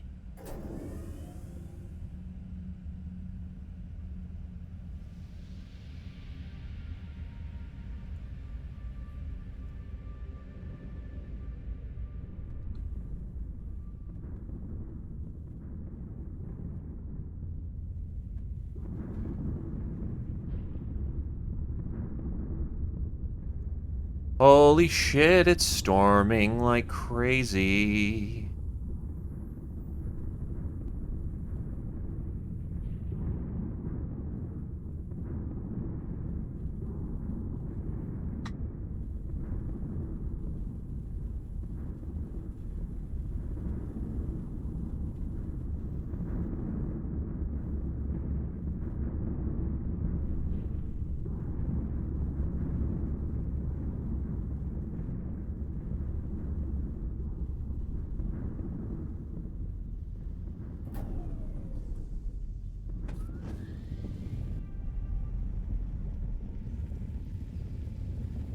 Actually, I could ride the slipstream a little longer.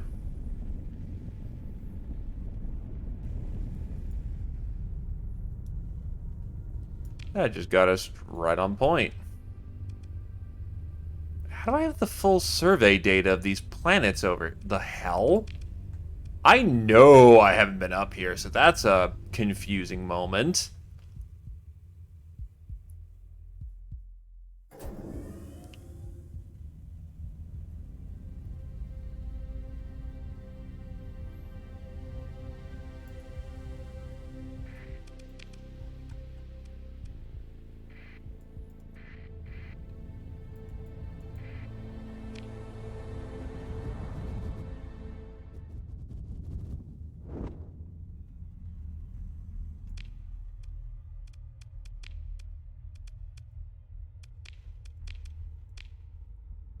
I'm fairly certain I don't have.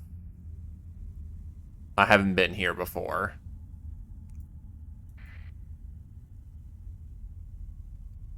Regardless, I'm here for a job and I'll see the job through. Da da da. 88 grand, which keeps me out in the field for longer.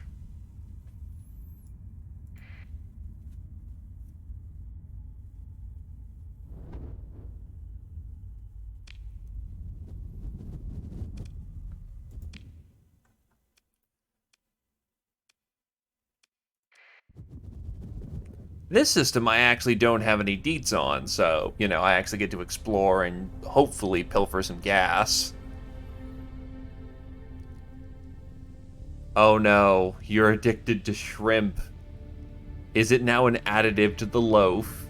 It now tastes of shrimp and mackerel.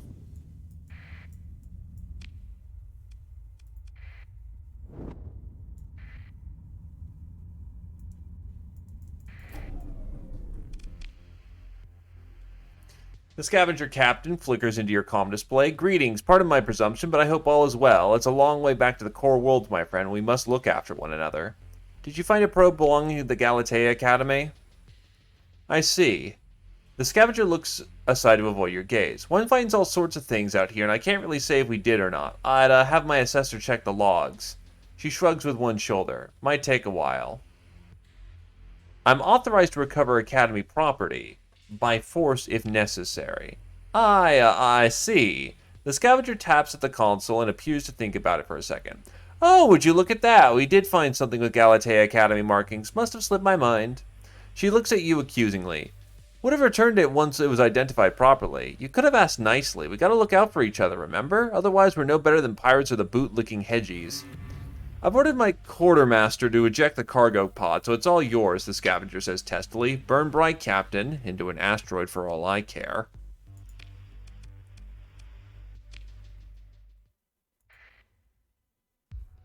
A salvation quickly secures the target in your hold for your technology team to investigate. Tech works quickly and reports they've established a connection with the probe instrument chassis.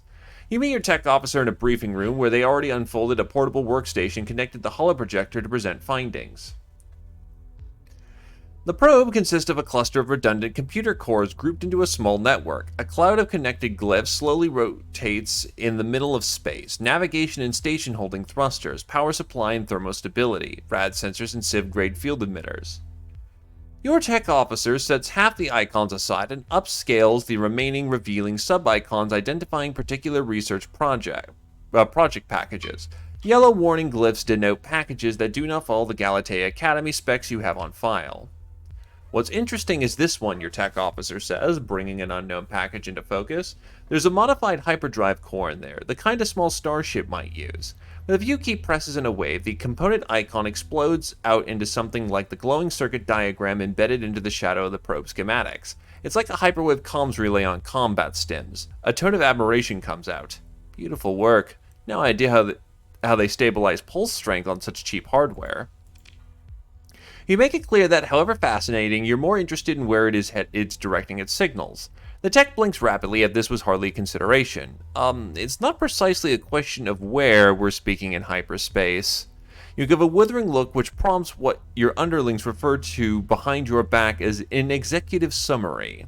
What I mean to say is, we'll need to interface with a couple more probes like this to be able to pinpoint the transmission target with the hyperspectral. That is, we need to find 2 more probes. Then we'll know, sir.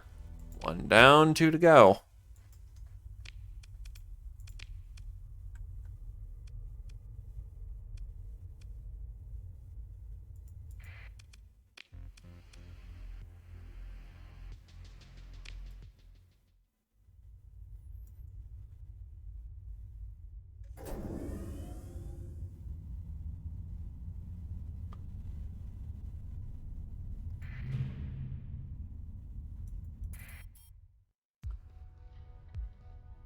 Well, there's the artifact that we were here to grab.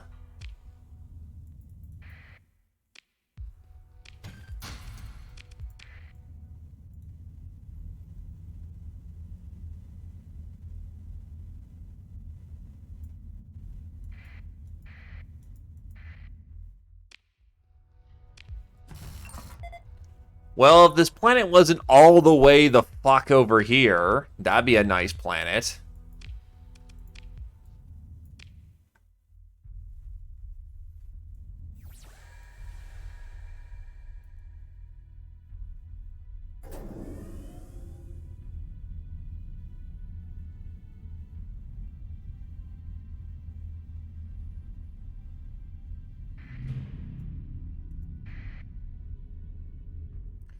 Your fleet approaches the probe. It's not transmitting an active transponder ID, but when your comms officer performs a direct transponder ping, the return identifies the probe as the property of the Galatea Academy. This followed by a block of legal language threatening fines and alluding to unspecified dangers inherent with tampering with said property. You suspect that these mere words, the ghost of an EM pulse sent across the cold vacuum, would dissuade a few of the outer system scavengers you've crossed paths with. All crews performed their job with exemplary efficiency. Your salvage team reports that the interface was successfully installed and they've handed off control to your tech team, who is already investigating the probe remotely. Hyperwave analysis not merely a linear process, your tech officer explains. We'll need one more det to complete the, well, it isn't triangulation, but you can think of it like that if it helps. They clear their throat. Captain, sir. You dismiss them, return to their work. 2 down, 1 more to go.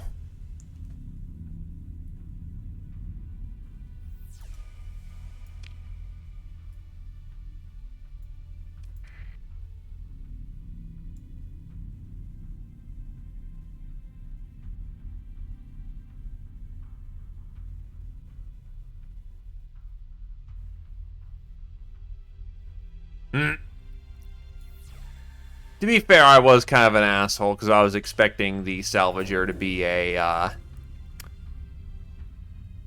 bit of a prick, and turns out they were actually pretty on point. So I kind of feel a little bad about that one.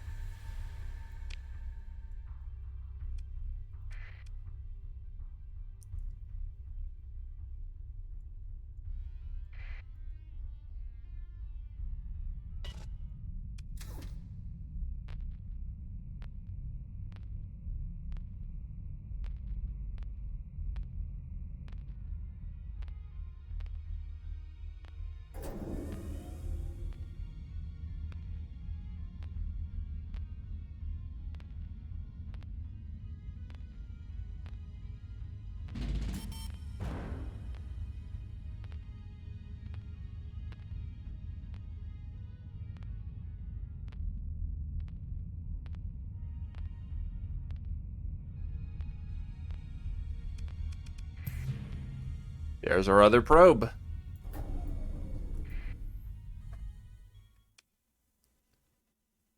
Your fleet approaches the probe. Your comms officer performs an active transponder request and identifies the probe as the property of the Galatea Academy with serial number matching equipment assigned to the Carusa's Hyperspace Physics Group. This is their 3rd time at the operation, so your crews know exactly what to do and do it well. The schematics on the 3rd probe float before you in the briefing room. Our tinker has been at work, your tech officer explains, highlighting the ghostly specs of the highly modified miniature hyperdrive core. Here we see much the same setup as the previous examples, but they made a few improvements. Tangles of inscrutably anointed component icons are highlighted, here and here. A bizarre collection of parts from a variety of sources. Some are even officially restricted militech. Conclusions? The tech notices your demeanor. This is good, very good. We got a much more accurate read for the media array, which, frantic tapping at a tripod. It looks like it orbits somewhere in the Izura system. Whoever's running these things, that's where their receiver is. What would this receiver look like? Your tech officer thinks. It wouldn't be anywhere near as large as a normal comm array. There's some very clever miniaturization here. Fragile, yes, but it works if stealth is the goal. Our engineer appears to be able to use scavenge parts, wild variety of sources, maybe pirate, but more sophisticated by far. It also shows neutrino source, like any starship drive or civilian reactor. The hyperwave effects would be, well, it couldn't be placed anywhere populated, that's for sure. So this hyperwave comm relay would tight beam to the final receiver, presumably. If we found the relay, we would know where to find whoever's at the other end of this thing. Stable orbit, neutrino source, uninhabited, Easeriot system. You return to the bridge and order your officers to stations.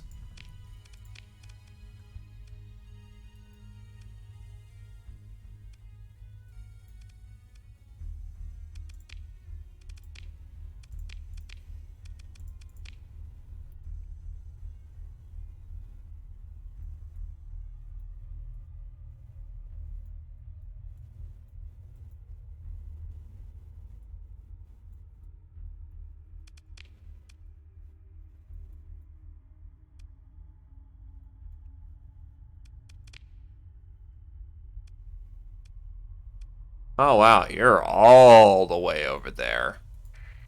Then I don't have to worry.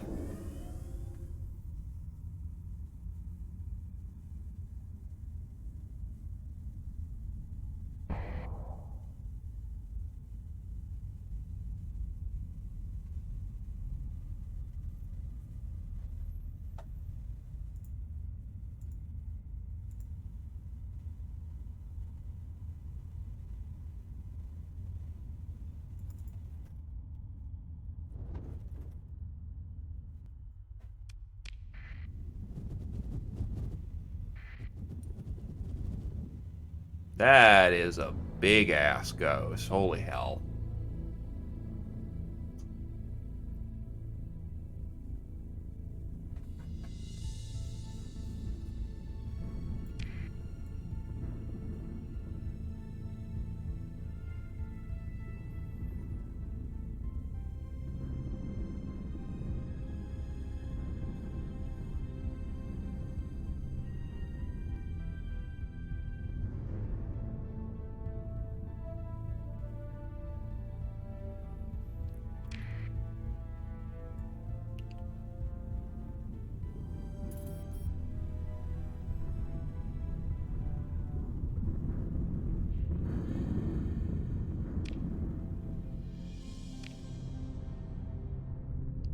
I'm going right in the middle of a storm. I'm sorry whoever's at Thanatos, but you're not getting help from me.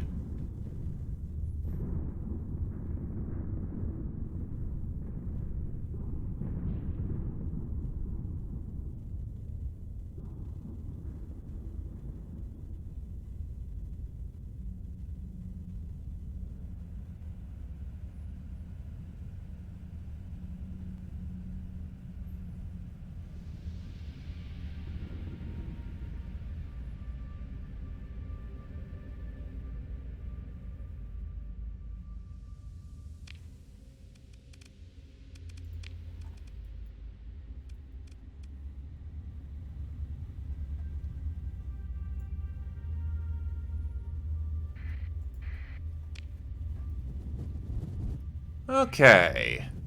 Oh, shit, a probe.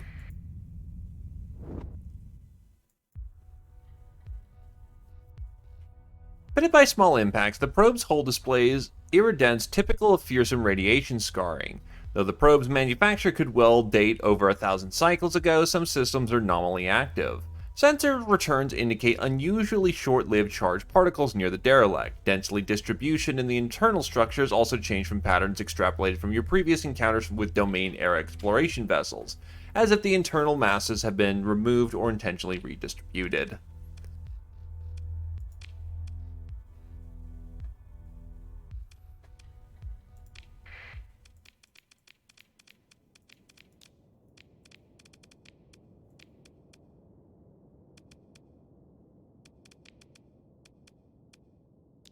That might be a bit over heavy.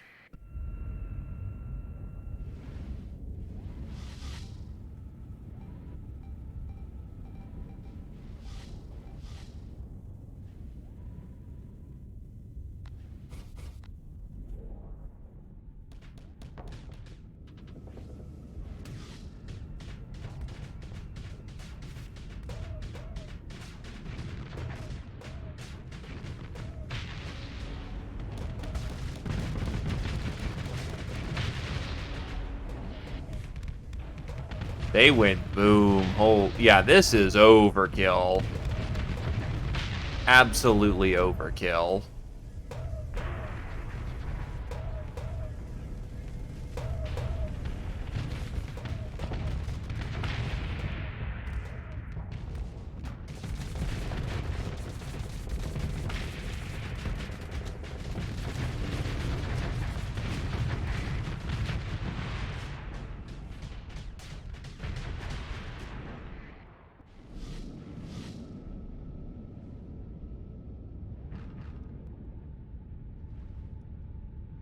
We are in the deep void. The colonies are stabilizing. Money is currently in our pocket for the moment. All in all, we're actually progressing with what could be arguably called the MSQ.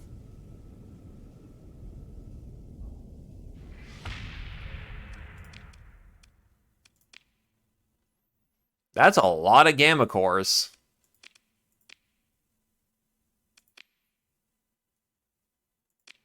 The probe is useless to us, but it has bits. And thus, that is useful.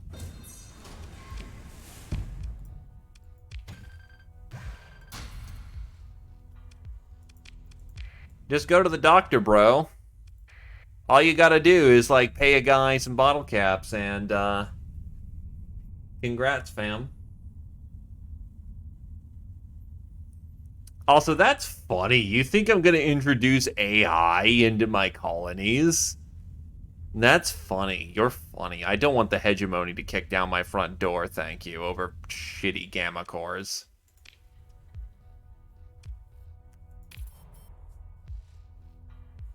Huh. You order a scan of the coordinates provided by Academia and Sebastian. No stable power source is detected. Comms attempt to transmit the coded greeting provided in the Academia and Sebastian's mission package. But there's no transponder response. You order an active sweep of the surface. This is a less subtle approach which can reveal search targets to nearby ships, but you deem this to be an acceptable risk. In moments, your sensors officer's reports. Located at the outpost, doesn't look good, Captain. The outpost was hit by an orbitable weapon strike by someone with access to fairly heavy weapons. Judging by the still cooling lava at the bottom of the crater, a single stray telemetry repeater for some piece of equipment thrown by the blast remains operational, ticking away a null data set into the night. You ordered detailed scans of the site attached to the mission file, though you can't see what value they may have. There's nothing left to do but to return the disheartened researchers to the Galatea Academy along with the data you collected with the outpost research site. This is also known as they got fucking nuked.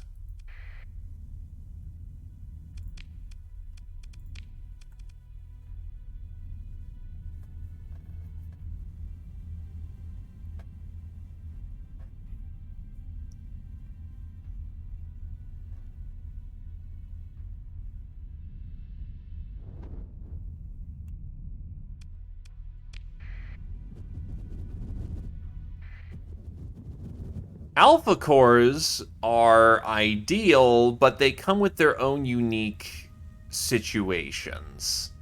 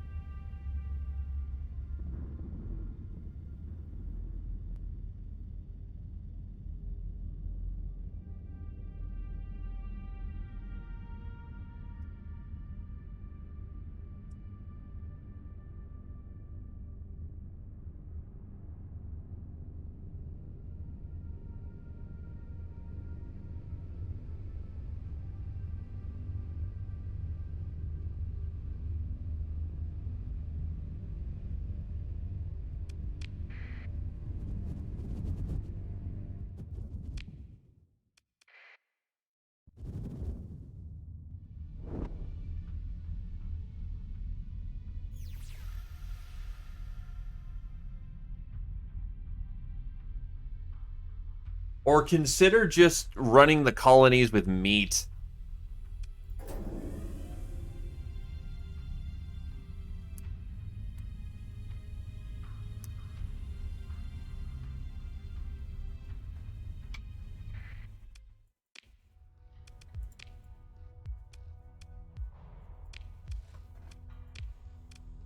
I almost just set up another colony. Whoops.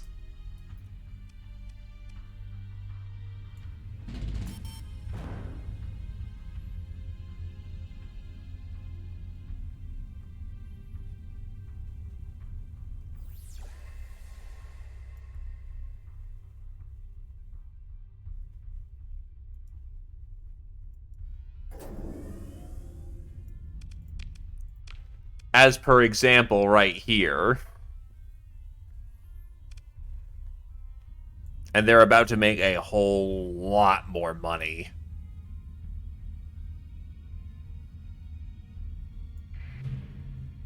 Oh, weapons cache.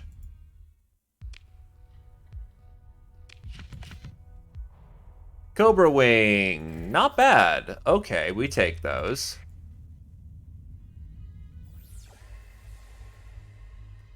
Ah, there's Remnant here.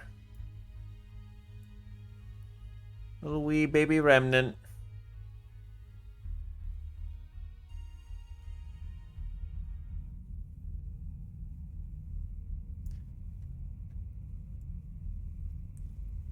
AI do produce things better, but you also get the attention of the feds. And I would rather not have the attention of the feds.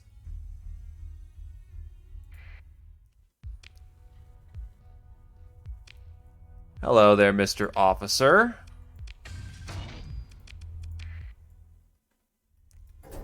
Yes, I'm one of those weird people that actually, want to play nice.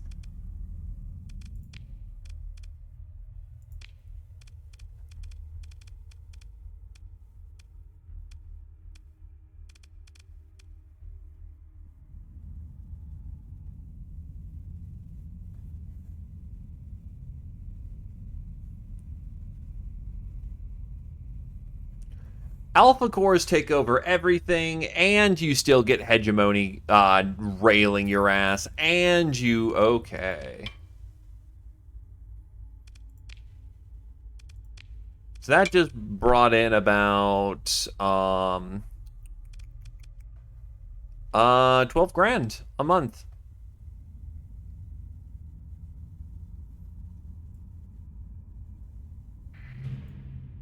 There's our probe. Your fleet approaches the probe, finding it exactly where Sebastian's specifications told you it would be. No power source detected, mass lower than expected, no debris, nav ping, no response. Your sensor officer reports.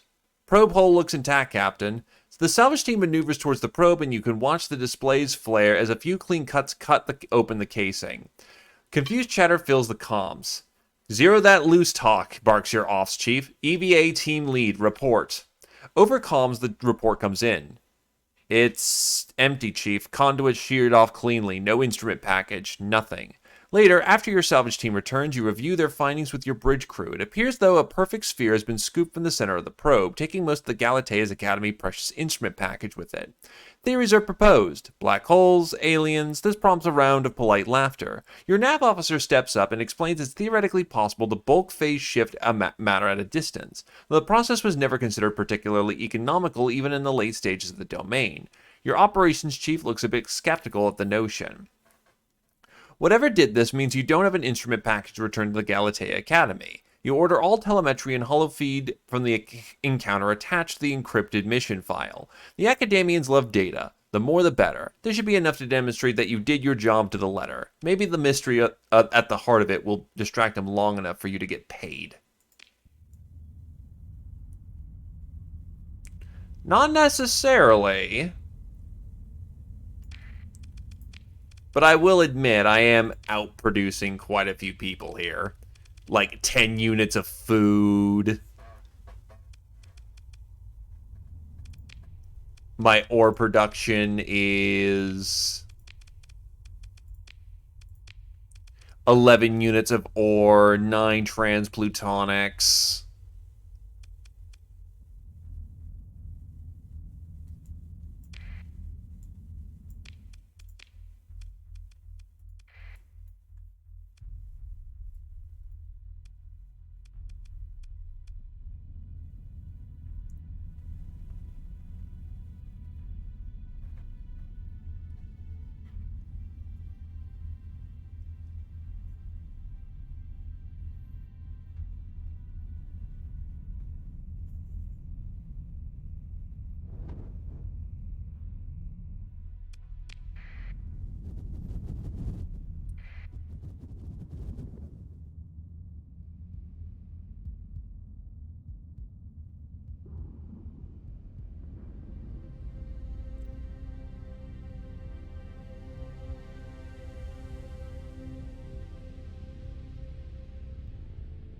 It's tracked by world,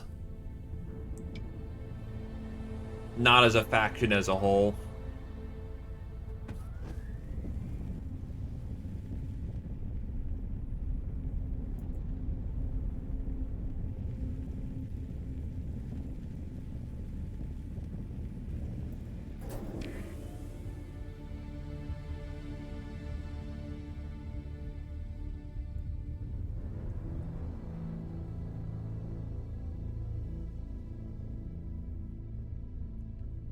God damn it.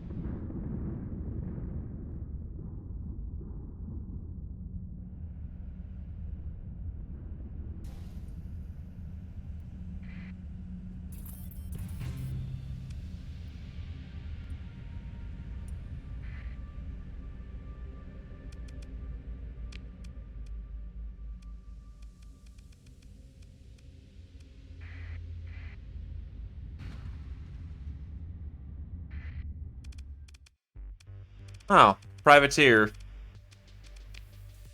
Captain, the mercenary captain speaks flatly, hands steepled before him.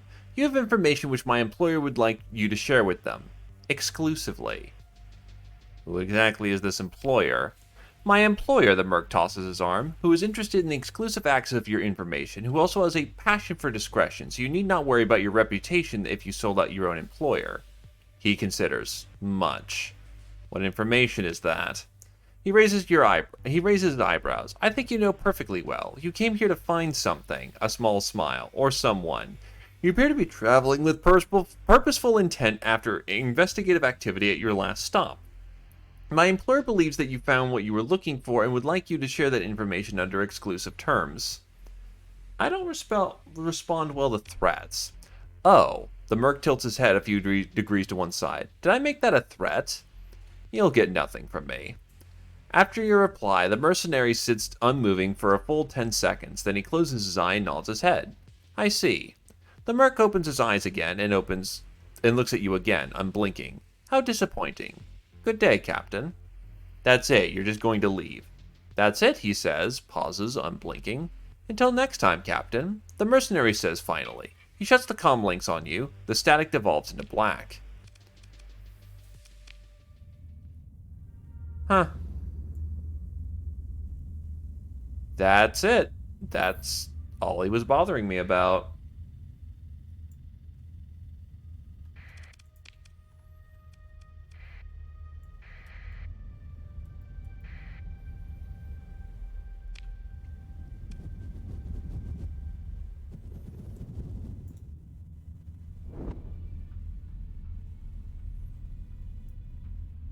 Well, I won't say no.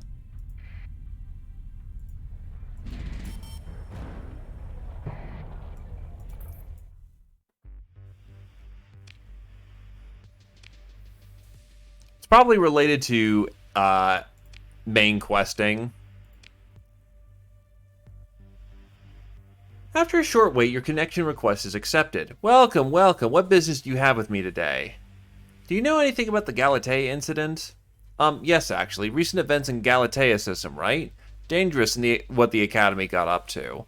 And while they deserve reprimand, the Hegemony reacted with a typical overreach. The Persean League filed a complaint with the Interfactional Dispute Council. Did you hear? We don't expect much to come from it, but someone has to say something, right? The Archon examines you for a moment and then says, Why do you ask? Do you think something like that could happen here? Of course not, he says curtly. I'm informed of all major industrial and research projects within this system. And the pirates, the last word spoken with a tone of some annoyance. They aren't capable of anything truly catastrophic, unless another warlord shows up, but that's why we pay our share to the Persean League Armamentorium. The Archon sits up straighter, so I assume, Captain, you have nothing to worry about while doing business on Lucille Habitat. What if Carouse is on the station? Right now. He's looking nervous. I don't know what you're talking about, Captain. Without some kind of evidence, look, I have another appointment. Good day, Captain. The Archon hits a button and dumps you back to the holding pattern bearing the spinning crest of the Lucille's Habitat's Executive Council. The Archon is hiding something, but you won't get it out of him without some kind of compelling evidence.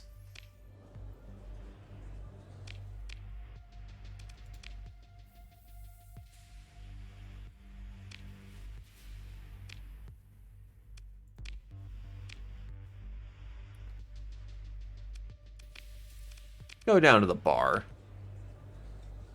Ask the technicians what's going on. Well, let's see. It's a shot in the dark, but you gotta try asking anyone here who knows anything about Silicoracus. A couple of technicians are griping about strange transmissions interfering with their nav responders. That sounds right. Ask the technicians what's going on. The station technicians in grungy Lucille Habitat jumpsuits respond well to your offer to buy them around and listen to their troubles. You mentioned you had comms disruption in an ion storm once and asked what kind of sort of trouble they're having.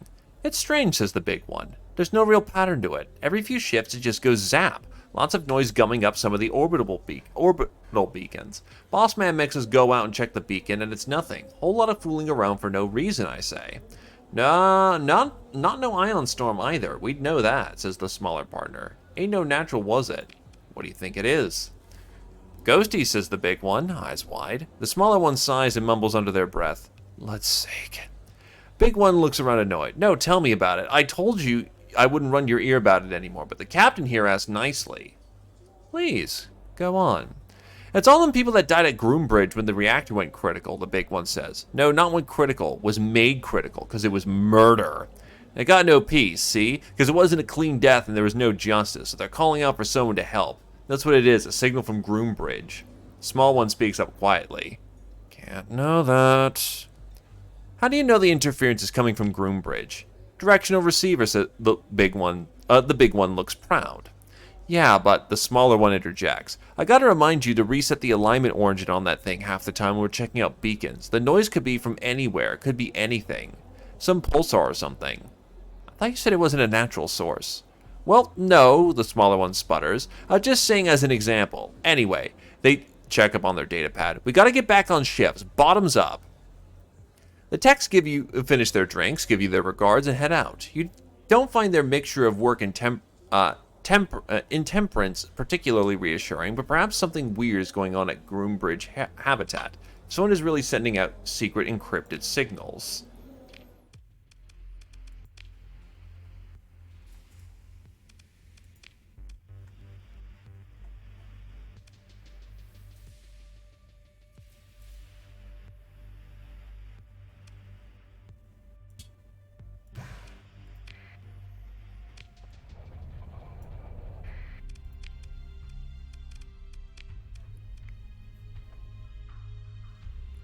Who is calling me?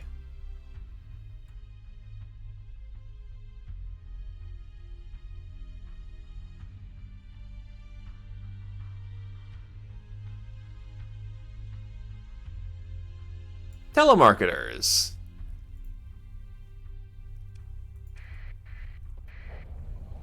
I don't envy their work. I sympathize because I had to do it once. And it is miserable. The station's primary reactor has become stuck in the dirtiest possible failure mode. Considering standard safety mannerisms, this can only be the result of intentional sabotage. Your rad counter ticks away impatiently. Search the station for the source of the mysterious signals. You assemble your senior officers to discuss the matter of secret comm bursts directed at the Izariah system. A preliminary scan of Groombridge Habitat rotates slowly in the holoprojector's display. Why here? I mean, rhetorically speaking, your nav officer says. Because the only reason to relay signals from here to Lucille... Because the only reason to relay signals from here to Lucille is if your signals were coming from a hidden hypercomm relay. Your comm officer raises a hand and at your nod speaks. It's unconventional, but Groombridge is uninhabited, so no one would complain about the hyperwave wash. Your officer chief speaks next. The reactor shooting rads like it is, no one would look too close. No scavengers. There's a hypercomm relay here. How would we find it? Rad armored drones, your op chief says. One-way trip. If a relay's in there, they have a damn strong rad shield, so we know what to look for. Do it. At the turn of the next shift, the armored drones are prepared and your ops chief oversees their deployment. You follow their progress through the projection of the Gloombridge habitat, filling in fuzzy volumes, shielded from your scans or too radioactive to get a good read. With sharp details, an anomaly shielded mass is soon found enough of a damaged work bay in close proximity to the deadly core of the station.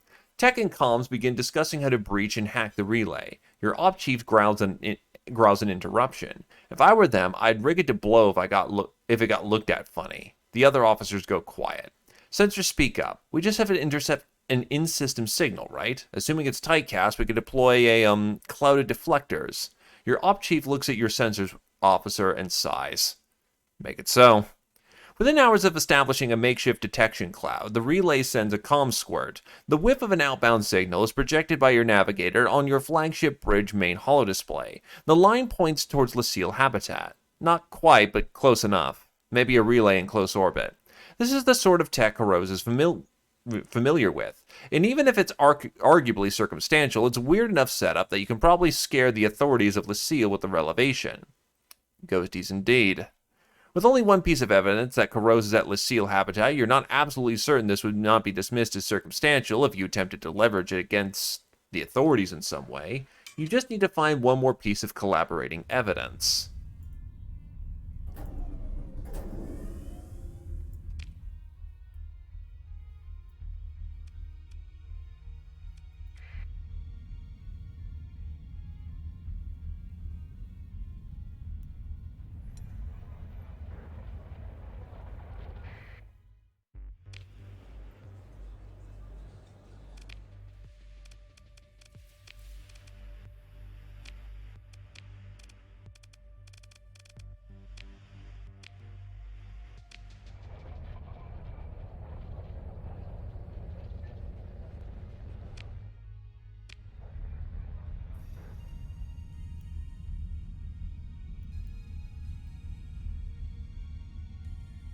Wonder if the pirates have any deeds.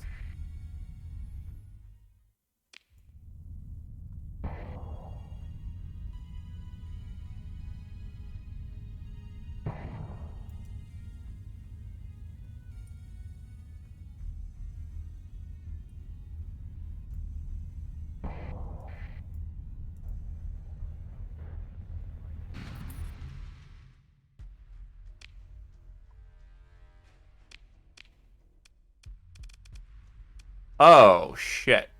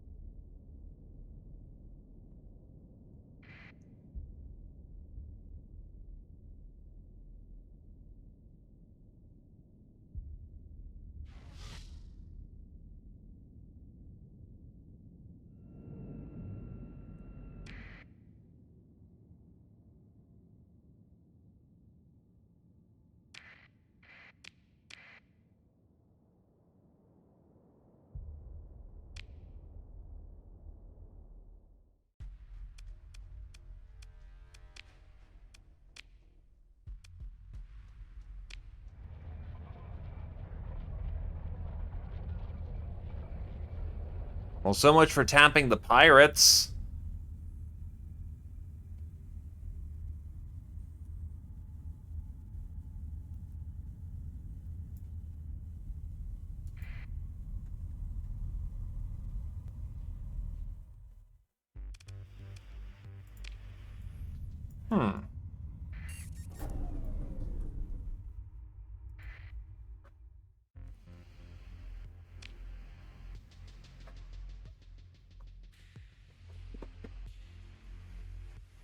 Let's hack this thing.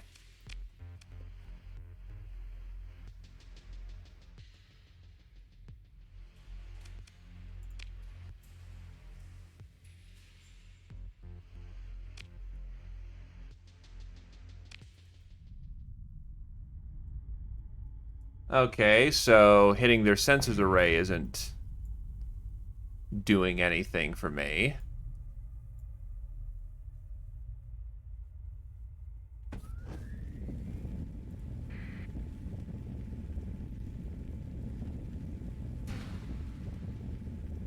I actually have illegals on me. Fuck!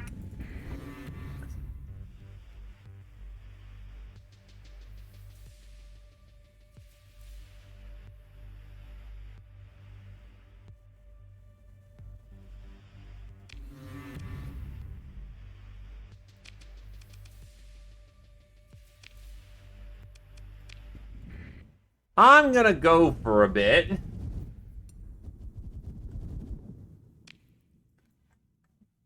Burn off some of the heat that I accidentally cooked on me.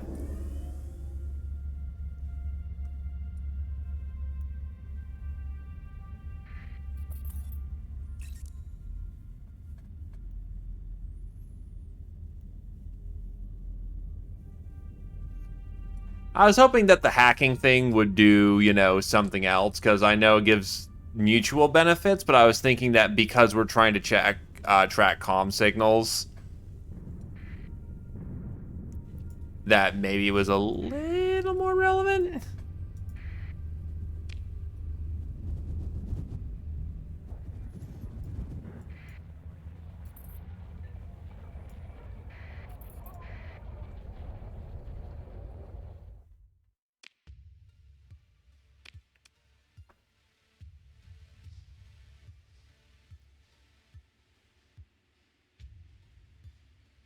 Syndra wants some goodies. Syndra wants some goodies.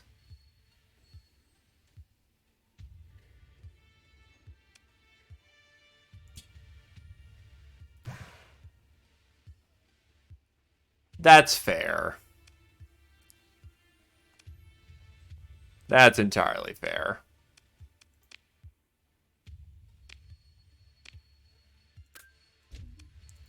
That's 100 grand.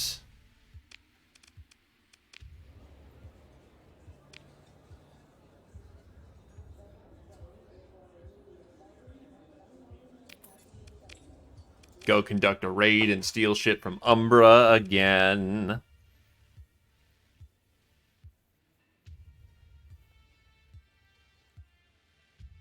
Shh. Um. Uh. Because I'm very good at identifying buildings, I swear. Oh, wow. There is a big fight going on over here.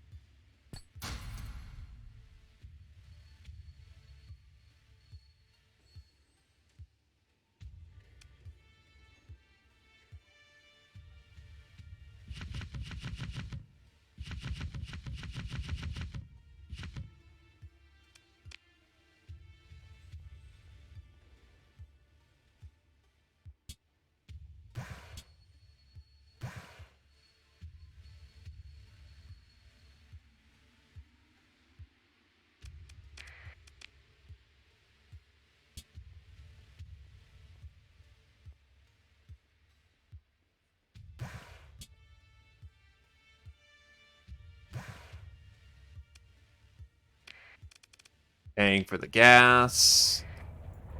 And they're busy dealing with their shit anyway.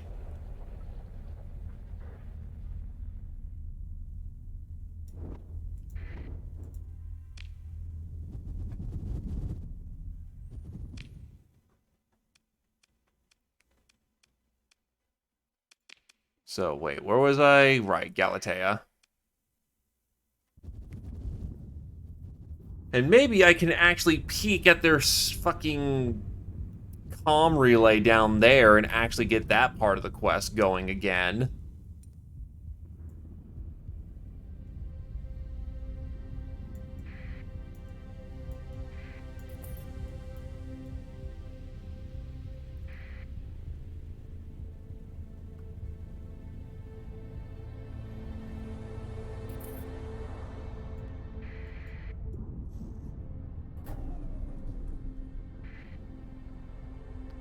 In either case, I will now accept the giant pile of money I'm about to get.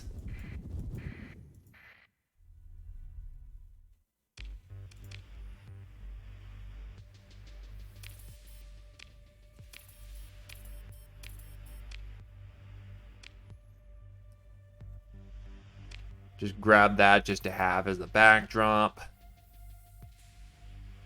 And deliver quite literally next door. That's fine.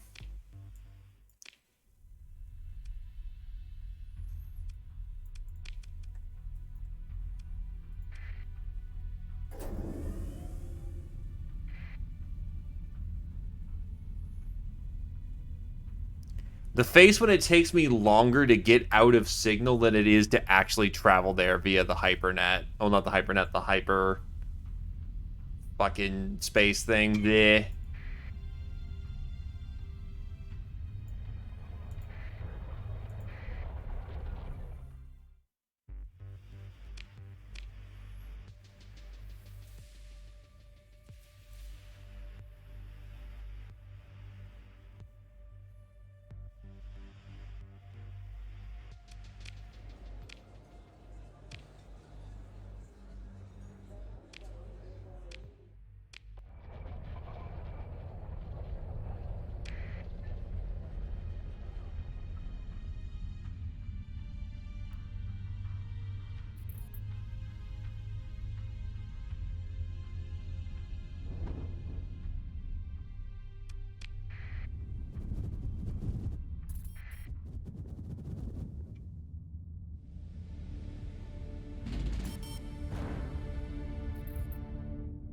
Incident averted by local security authorities on Kulan.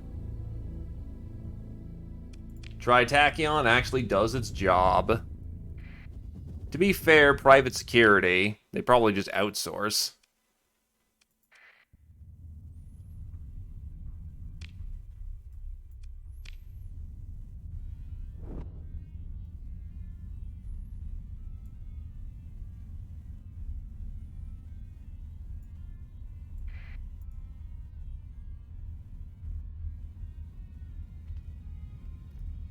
And here you go. Delivered.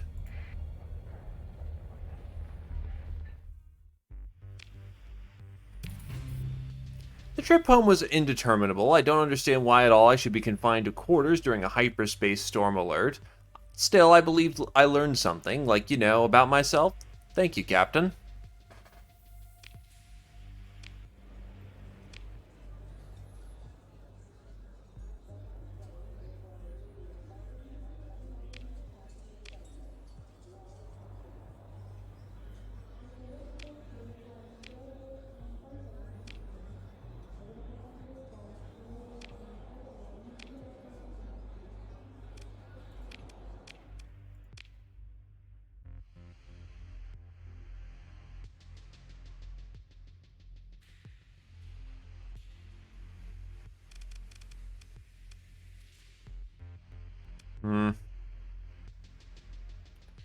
That is quite a bit of money she's offering me to go deliver food.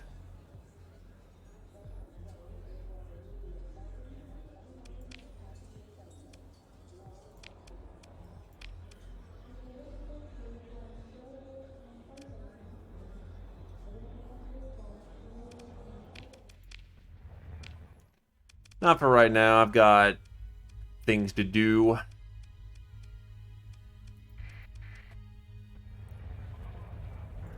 I will see if I can commando raid again, and if I can't,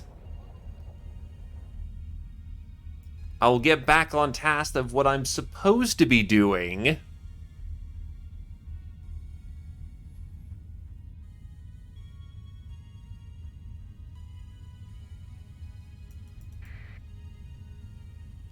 Also get some supplies while I'm at it.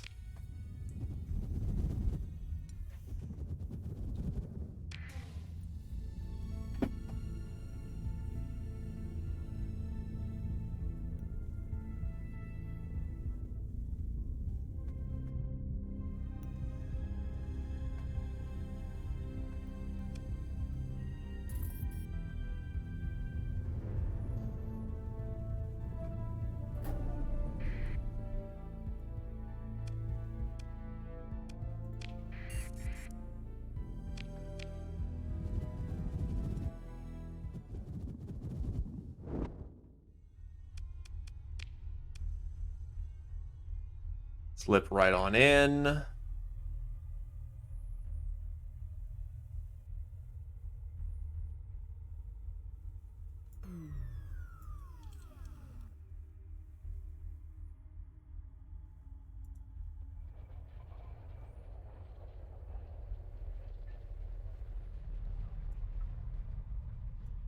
Forgot to run that dark, so I'm just an idiot.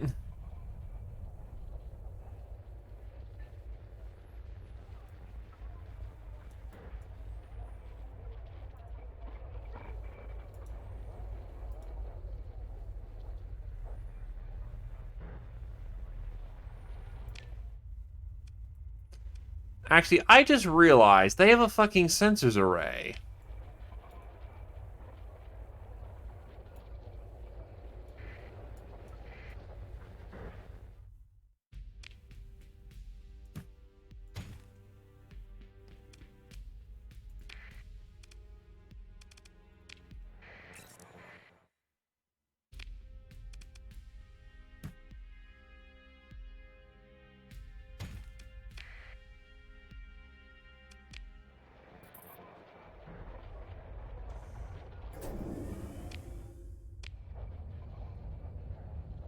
I could just fuck with their sensors array.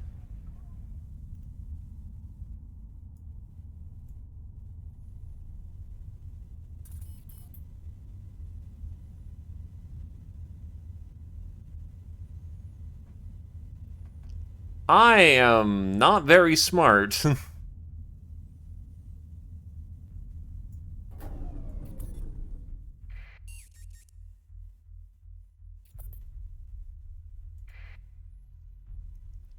Introduce false ratings into the data feed. Introducing false ratings into the outbound data feed is likely to distract patrols and similar fleets by making them chase what isn't actually there. Eventually, the firmware auto-calibration will cleanse out the corruption, but it takes at least a month. A quick scan of the maintenance shortware reveals several common vulnerabilities to choose from. Your comm officer uploads the virus, which you elect not to question the provenance of. And then we hack this thing.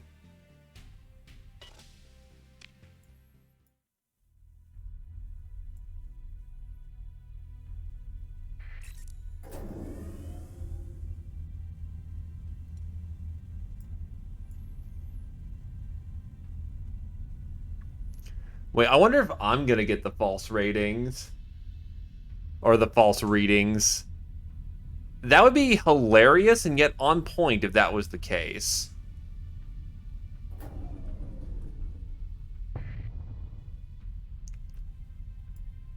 Hey, maybe one of these days, hey there, Righteous Bronner? Also, welcome, welcome, my dude.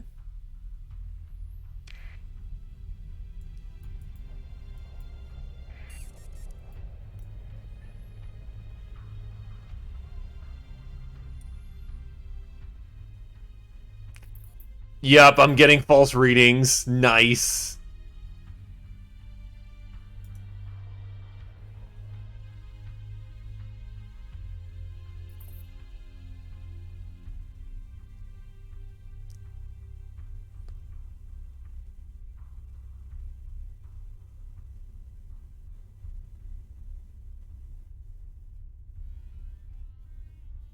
Hey, there are like 8 signals that just went your way. Fuck off, mate. Oh, wait, why am I not... That's the problem.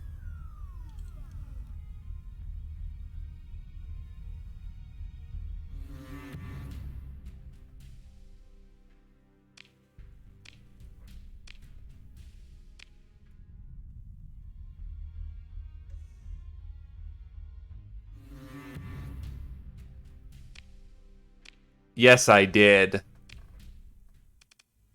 I forgot to run dark again. Because I'm an idiot. Don't worry. We're over fuel capacity. No, we're not.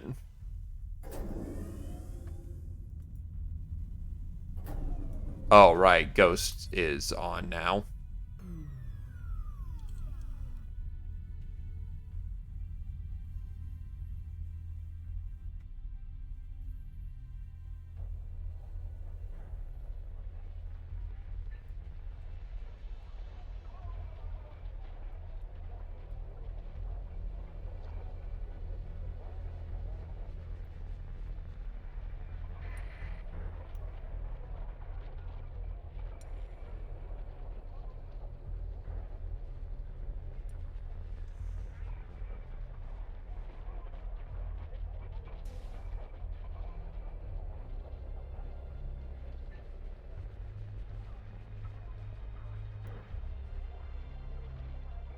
I do hope this actually helps rather than, them not doing anything.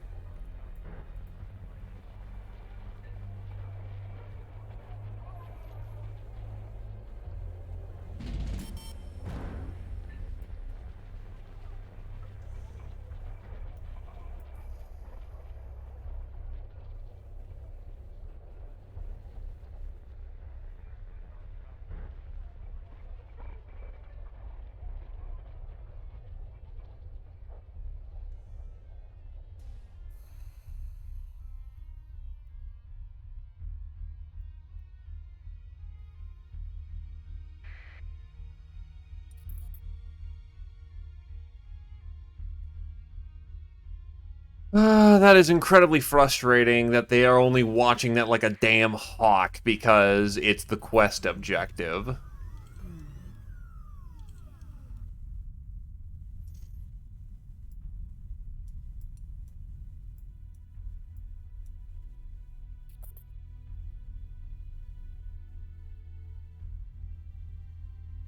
When I thought I was being clever.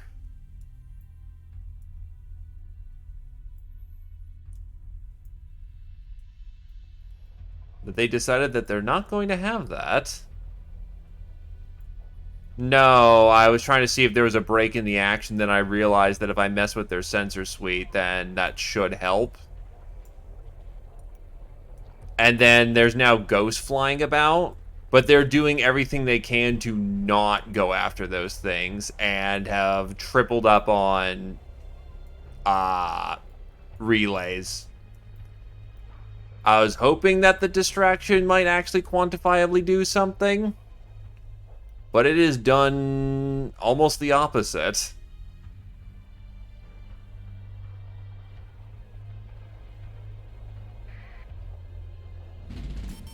To an absolutely silly degree.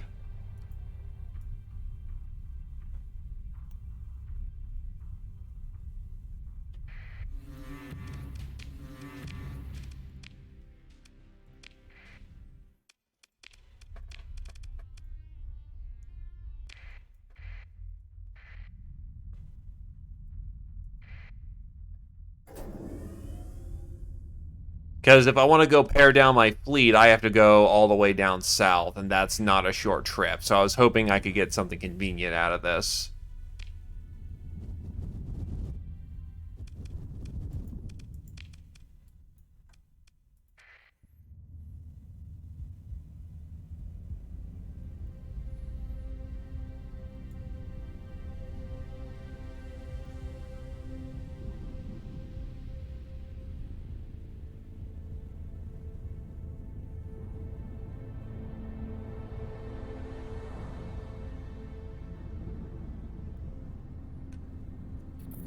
Hey there, Archaon. No, because if you set up a colony in the core worlds, if there's anyone else in a stone's throw reach, they will alpha the shit out of the colony.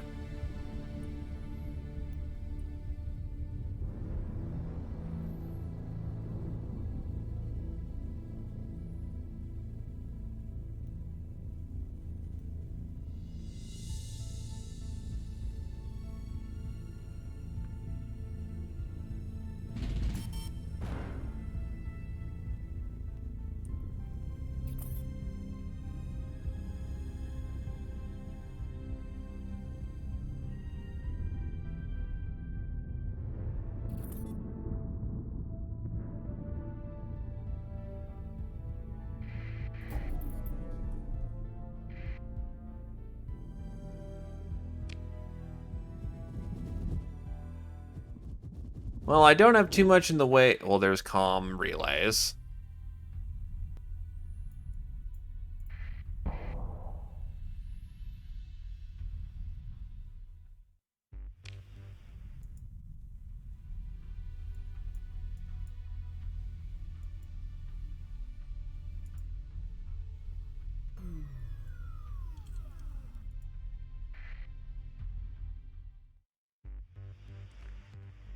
Oh yeah, there we go.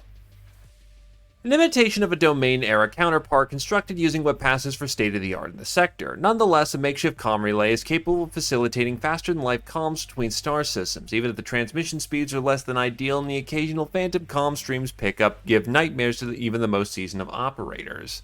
You could run a snoop algorithm through the message cache to find silica corurus and related keywords. Only recent message and unencrypted stores will be accessible, but they may be useful intel, and the process is non-destructive.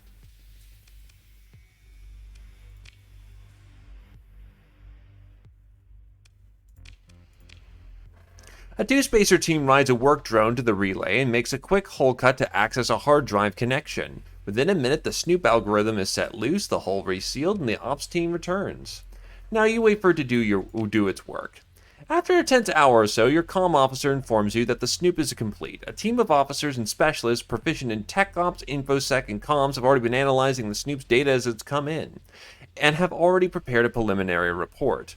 The team is still finishing the detail analysis and decrypting what we can, your comm officer reports. We got a pretty good idea of the big picture, which is, it looks like most major factions, a few freelancers, and underworld agents have been showing an anomalous level of activity in the Izariah system.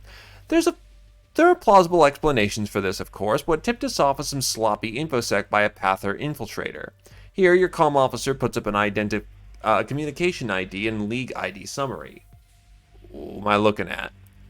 Jensen Galagos. All the signs of a Pather infiltrator. The ID doesn't hold up to scrutiny as far as you can see. Yes, Captain, the big picture. They flip through some irrelevant data logs and focus again on a series of messages sent as a text. They slipped up here, mentioning Korokuz by name, though they misspelled. That leads us to discover a simple code system used by what appears to be a cell of Pathers operating on Lucille habitat. The League ID of Not Jensen Gallows is joined by a handful of more IDs with annotated discrepancies and errors. Lots of communications, both text and hollow. They think Korokuz is on Lucille habitat, but they can't get close to her, and they don't think their identities will hold up to a security check. Which is correct. Your comm officer says with a touch of pride. It sounds like they're asking home base to call in some big guns, whatever that might be, or whoever. The full report will be completed within the shift, but you know that what you need to know. Lucille habitat. With two different pieces of evidence, you feel confident that you have sufficient leverage to confront the authorities at Lucille habitat about Silica Korokuz. Time to Kororuz. It's time to talk to the Archon of Lucille habitat.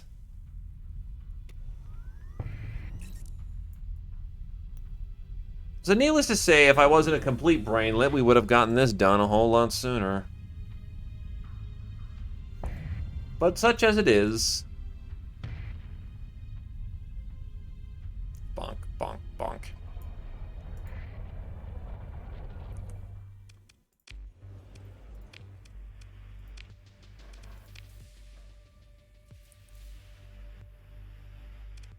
I know Korokuz is on the station. I can prove it. The Archon freezes up, stammering. Of course, Now it's time to drive it home. What inconvenient truth will you reveal to the Archon?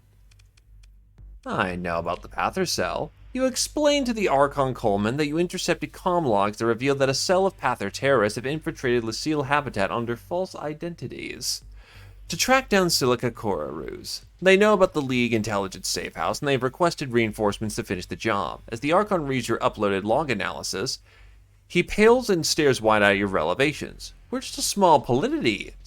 Silavong told me that no one would ever know, and now there are Pathers crawling within the Lud-cursed walls? Tell the Archon about the secret hypercomms relay on Groombridge Station.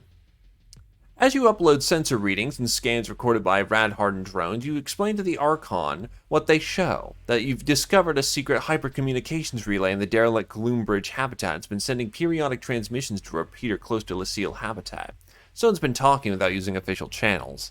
The Archon goes pale. I was told that it'd all be above board. If they're keeping secrets from me, there's no telling what they could be doing. You nod. The Archon shakes his head. How could this happen? They said there'd be no wild experiments. Let me see, Kororuz. You don't know the Persean League anything. I'm under strict orders to keep intelligent matters of Persean League policy secrets. Archon Coleman sounds defeated. Orders from Kazaron. I can see who really runs La Lucille.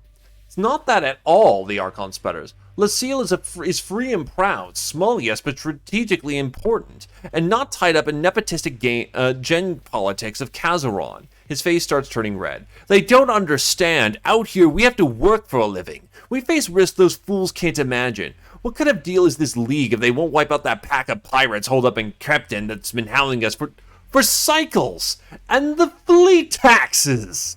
Archon Coleman closes his eyes and takes several deep breaths, and then meets your gaze with new determination. You know what? You're right. I am. The Archon's voice steadies with a cold rage that's been building for many cycles, it seems. Time to show them who Lucille belongs to, and it's not a bunch of Kazaron gen babies tracking dirt into our fine station. Captain, take a shuttle. Meet me at the executive docking ring. Let's go see this Silica Kororuz. The Archon doesn't await your reply before he pounds the comms disconnect. You're left staring at the spinning crest of Lucille's Habit Executive Council. Well, that worked. You step off your shuttle and meet the grim-faced Archon Coleman and his entourage. You are introduced to the other 6 members of the La Lucille Executive Council. The Archon assures you of their full support, though a surreptitious eye rolled one by one of the council members in the back suggests that the Archon's enthusiasm is not shared by all. Archon Coleman speaks of a quiet word into his comm band, and a small squad of diversely equipped Lucille militia appears. Captain, let's go see that safe house, he says, and turns to lead your party towards a station transport shaft. The safe house is a low-rank commercial warehouse in a medium security volume of the station's ring. The thin bulkheads leave you just within earshot of the thudding bass, the Twilight Entertainment concourse of a couple sections over. As a score of officials and station militia approach the entrance of the safe house, a standard cargo lock, a trio of lounging League agents leap to their feet. Watch what happens. The station Archon strides forward and, channeling the resentment you stoked, harangues the League agents for endangering the station, stomping on the rights of League citizenry and above all gross incompetence. The young Kazaronian agent in command wipes a drop of sweat from his forehead. Archon, we've got this. League security demands, no, you don't got this. This operation is riddled with leaks. The Archon glances briefly at you, and your meltdown of an operation is a direct threat to our security. La Lucille Habitat is exerting its sovereign rights in this matter as of now, with the full support of the Executive Council. The League agent lowers their wavering pistol, and at that, the flanking agents lose strength of their composure. The Archon takes the agent's pistol, checks the safety, then shoves the agent away, leading you to the airlock. The control panel gives away the executive override codes, and the Archon motions for you to pass through the armored doorway. A woman stands before you, holding a datapad, looking quizzically at the newcomers to this place. You look around the dark space, taking the shadowy equipment racks, humming machines and cargo crates. A small zero-G-style handpod in the corner must be your domestic space. Silica Kororuz, I presume? Yes, that's me, she says curiously. And Archon Coleman, what do I owe the honor? The Archon nods to you. The captain, who has a way of poking around other people's business, it's now your turn. I have a message for you. Archon Coleman eyes you, a non-verbal inquiry about whether he is intruding. I'll let you two speak privately. Citizen Kororuz, I am informing you that you are now under the direct protection of the Lucille Executive Council. We shall ensure your safety on this station and, he casts a glance back at the League agents, ensure your right to freedom of movement as per the Persean League Charter. As if remembering its existence, the Archon slips the League's agent pistol into his belt, nods, and steps towards the ongoing shouting match in the back of the airlock. Bard wants me back, doesn't she? Kororuz crosses her arms. Give her Bard's message on your tripad. You pass the datapad to Kororuz, and she takes it to a chair set at a workstation several meters away, activating a privacy field that dulls the sound and blurs her image. Look around. You turn to examine the workshop. Racks of sub-AI processing cores sleep in coolant cradles, festooned with wires. An A-Grav-equipped overhead winch holds a machine casing in safety, locks above a macroassembler with its modular components exposed. The workbench nearby holds several multi-purpose engineering arms hovering over some device. Its innards are arranged like some exploding engineering program. A couple of minutes later, the privacy field collapses and Karuz emerges. She looks tired. She hands the datapad back to you and says, "I'll come." "What did Bard say?" Karuz looks at you with eyes hardened and gives an ironic half smile. "Bard always gets her way. Didn't you know?" "Well, let's go then." "Okay, but I need..." Karuz looks over her workbenches, computing array, and projects in various states of completion. My things." You tell her that you have a special team that's well practiced in moving delicate scientific equipment. In fact, you'll introduce her to your ops chief to make the arrangements right now. Within the hour, with the full cooperation of Lucille Habitat Executive Council and the station quartermaster, you have Silka Karuz and her equipment packed and transported to your fleet. Next up, Galatea Academy Station. Bard always gets her way.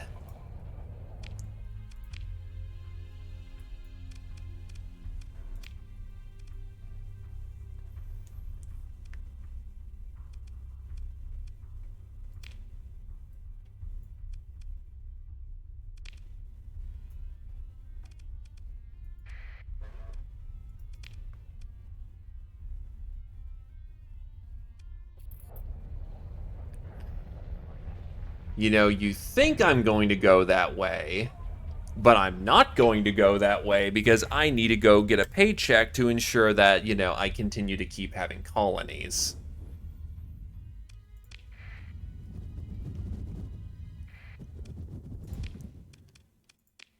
No, they are starting to... Why is my... Oh, because I've got I've got a battle station now. And that's probably costing a bitch and a half to fund.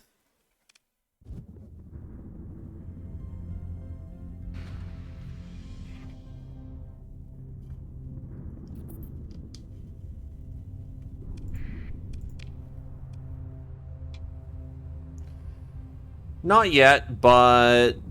Well, they were positive for a bit, but I also then just got them a battle station because, as it turns out, Tritachyon took offense to their existence.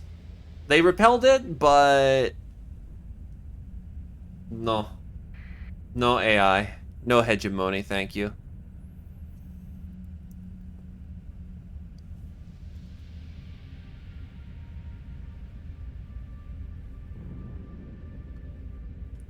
It was positive for a bit, though. Once I get heavy industry up and running...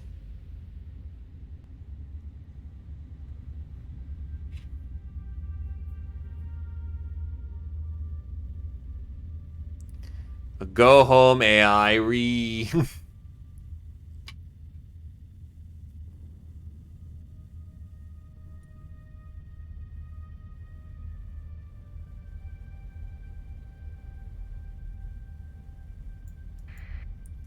I do not want to be left holding that bag when shit goes south involving AIs. There's our Pather base.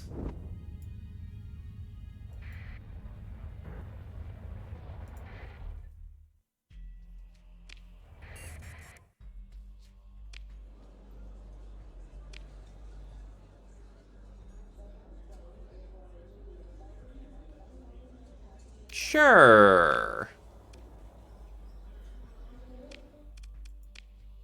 I'll indulge in a little economics.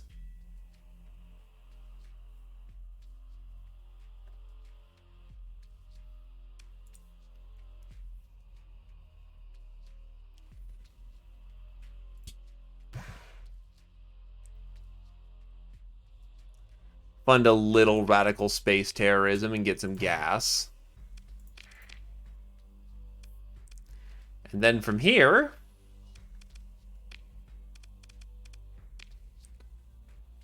Oh, these guys don't stand a chance in hell.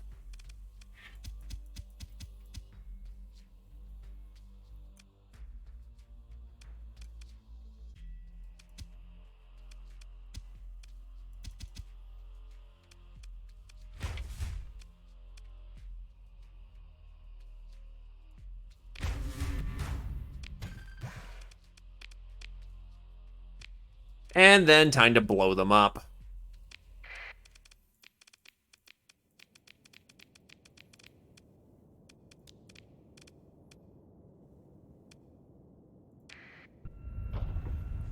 Big ground-pounding ships.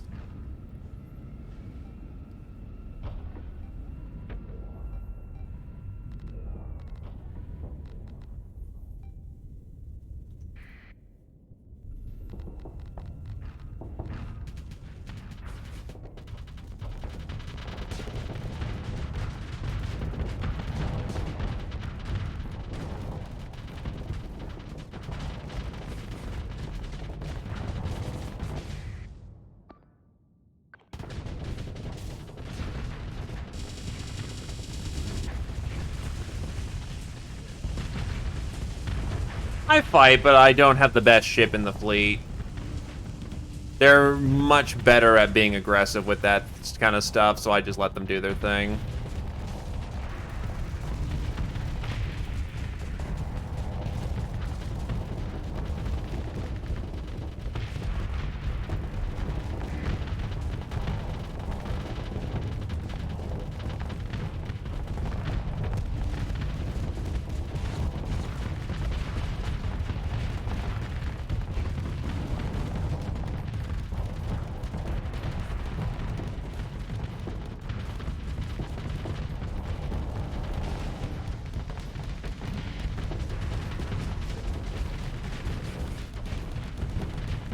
Oh, God damn it. Once again, someone was able to slip on something right underneath my wing.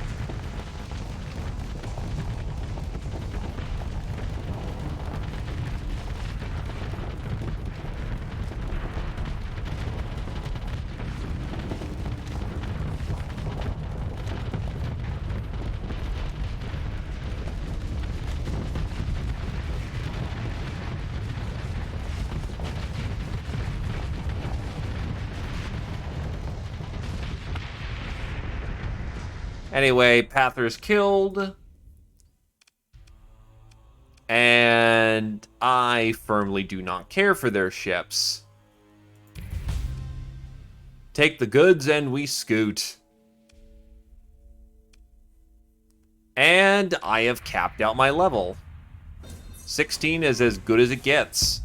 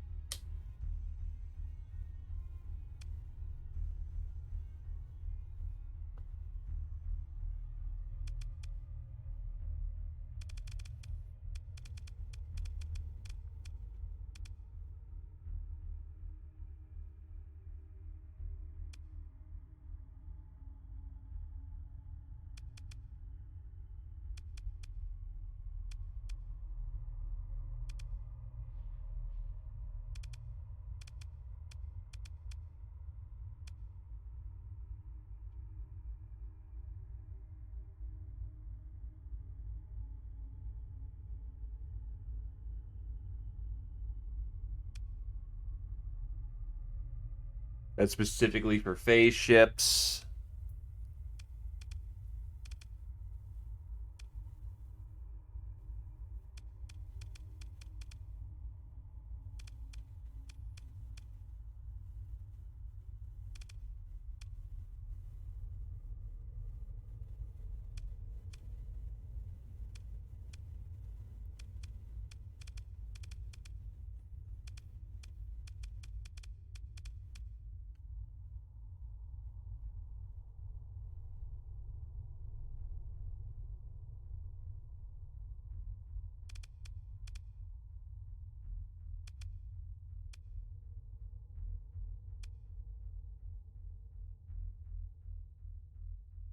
Eh, that sounds fine.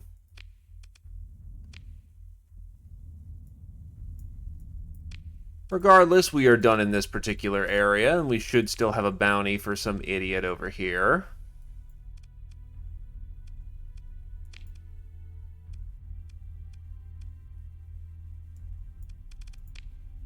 So we're now looking for a binary.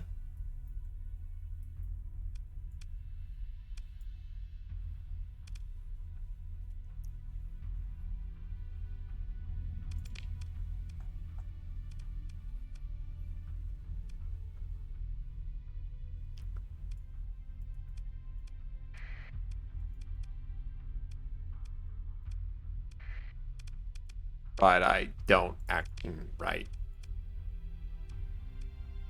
Probably right here then. Because that absolutely is a binary and fulfills all conditions. And away we go.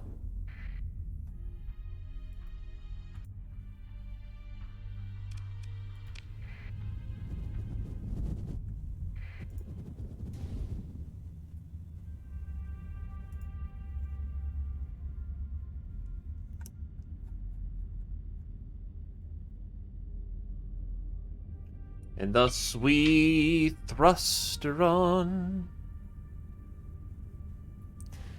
And then, with the amount of money that I'm going to have, I will actually return to the home colonies, dump off my ships for a while.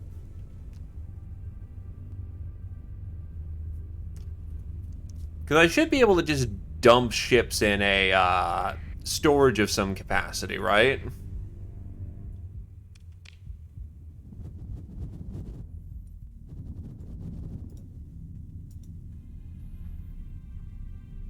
Those are probably our boys.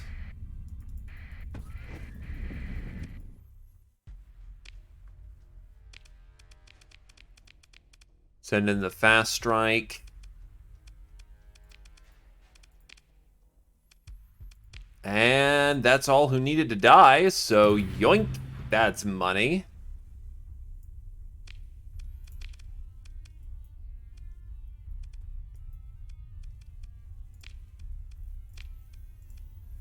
Okay, if y'all fuckers don't have... Okay, you've got some firepower, but you don't have firepower. That's within my realm of capability to handle.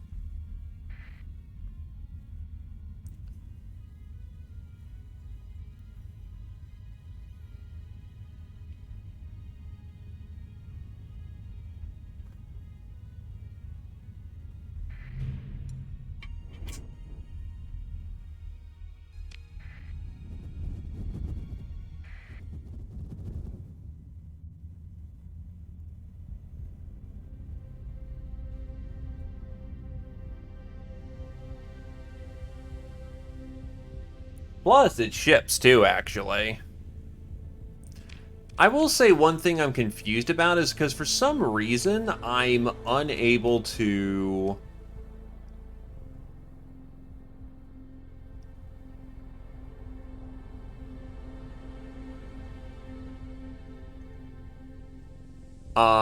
brain.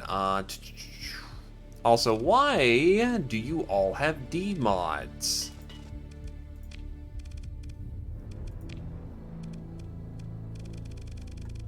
Can we not have D mods?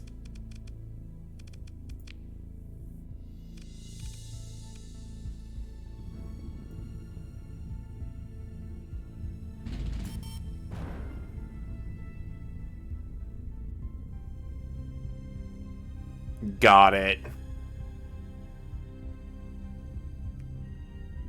Well, we are working on that one.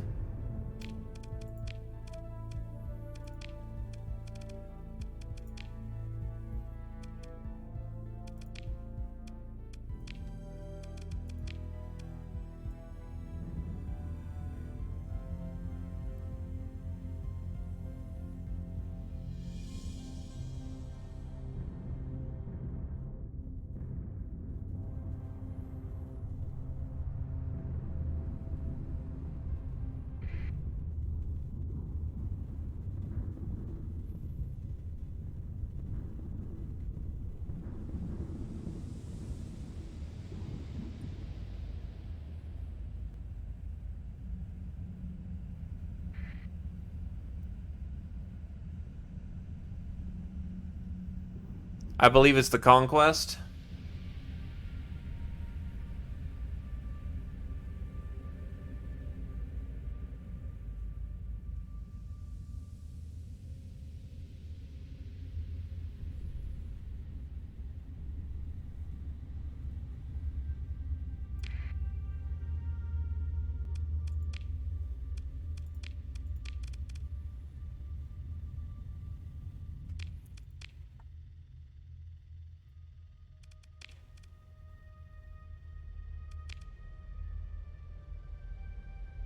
Barren world and a primary star.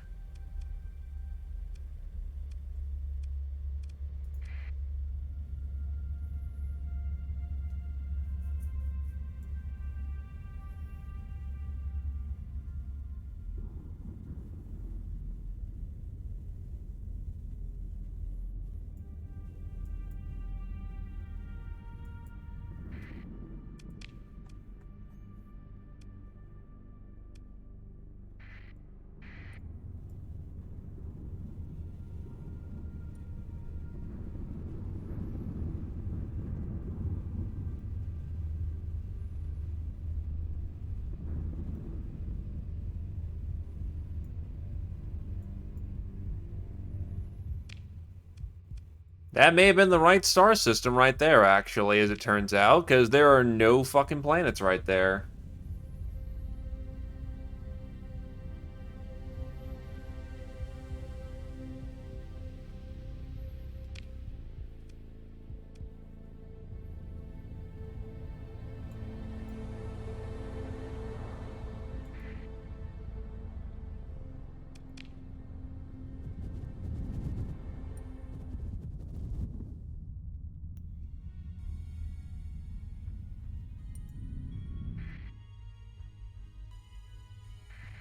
Okay, we are dealing with a griffin, a heron, a griffin, a falcon, an apogee is in the lineup, and a whole bunch of small things.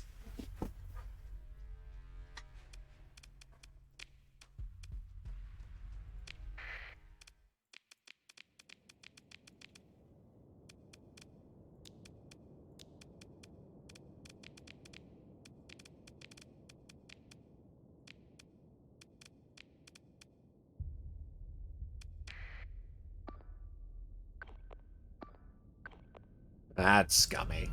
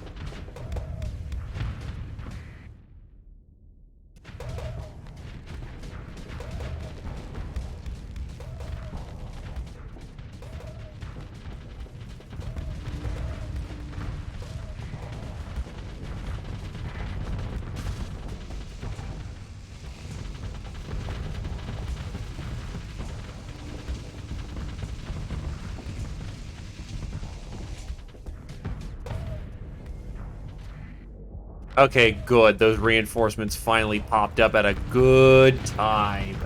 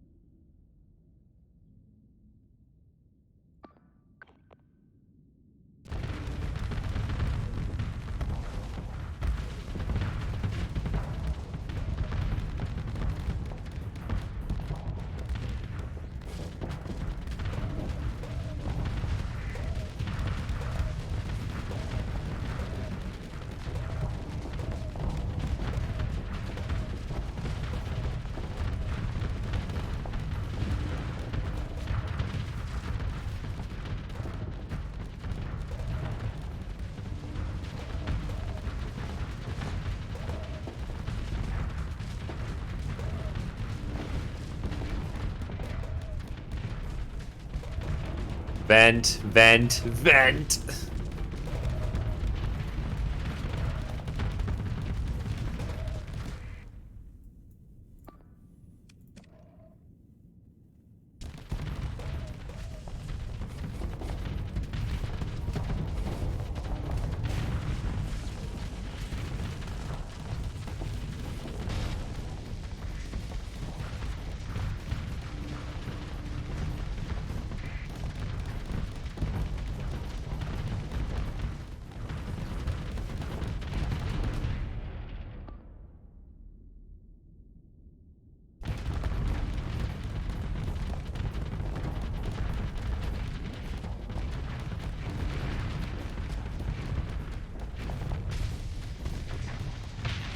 They're gone.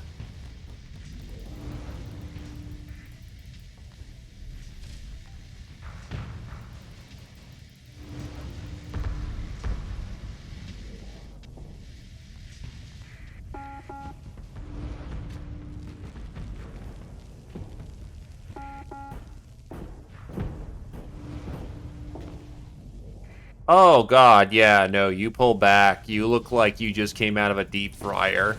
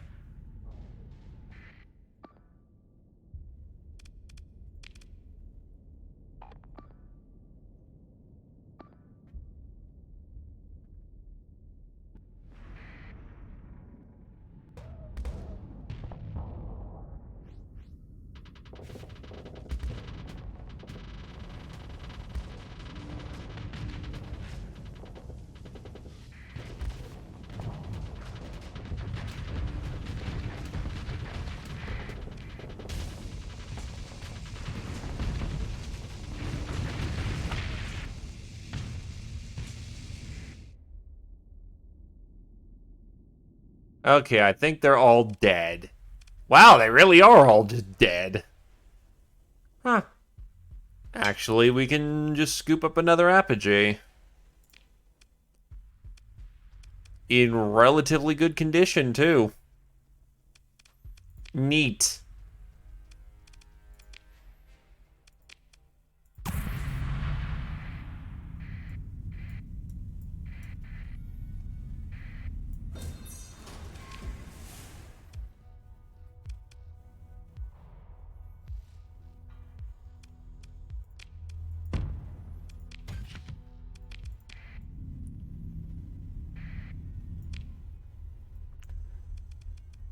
Okay, so the other bounty...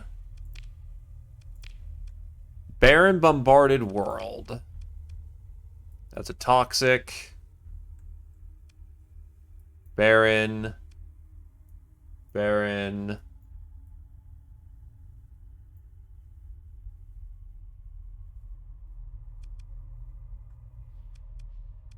There's Baron bombarded.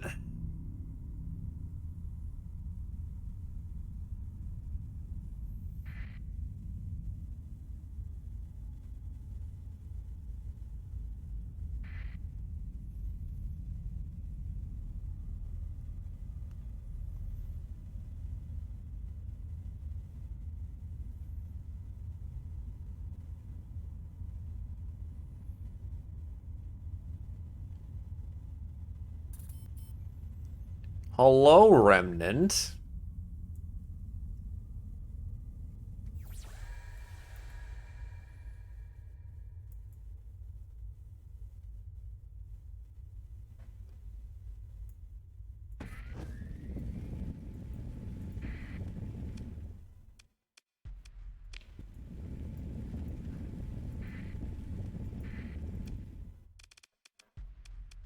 So he's got a Legion.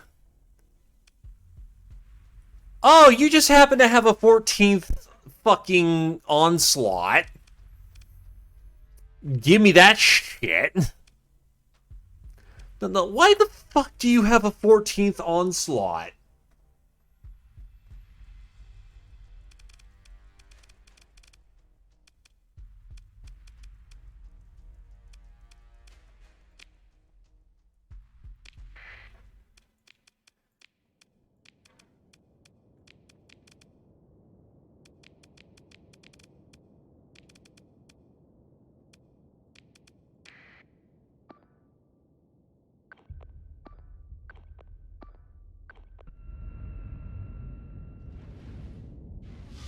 I mean, are we just tripping over those in the sector now? Like, where's Target for this shit at this point? Now, to be fair, I have no room to complain. Like, that's, as mentioned, exactly how I got my own, you know, nice toys.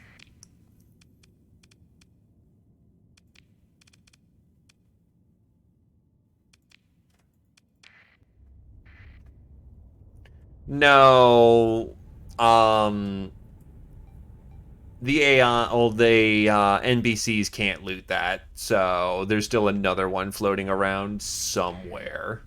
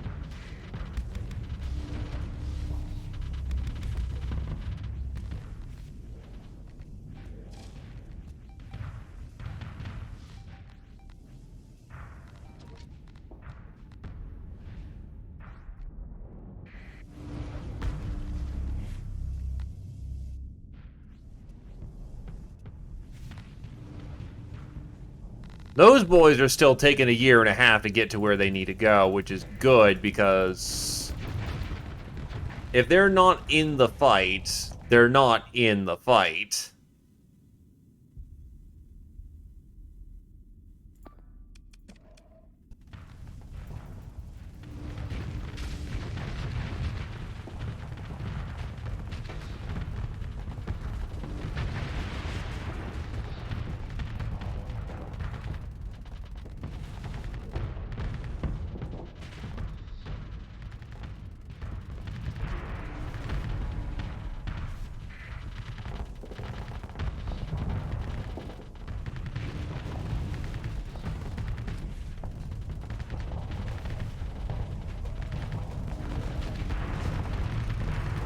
That's a flame out.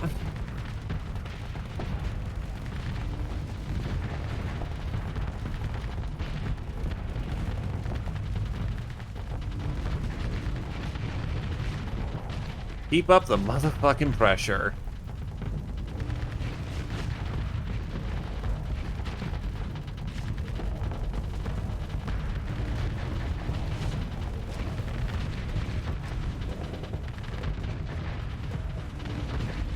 Oh, there's also a Falcon 14th here, too.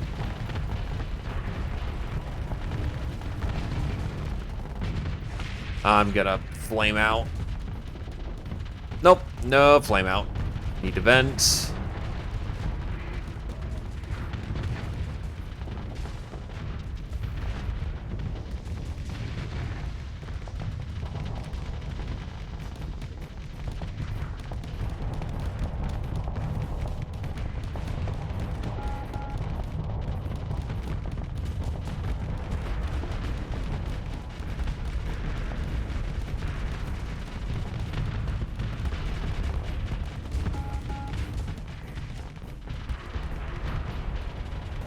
I'm pretty sure I'm out of Merv by this point.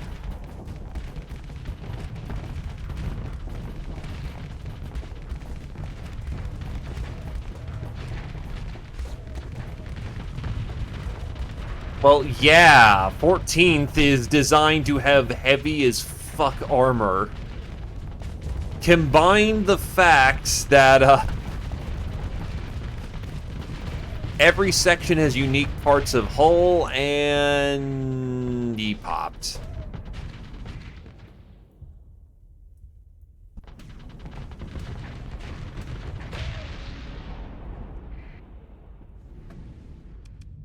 Well, let's see what we can get out of this.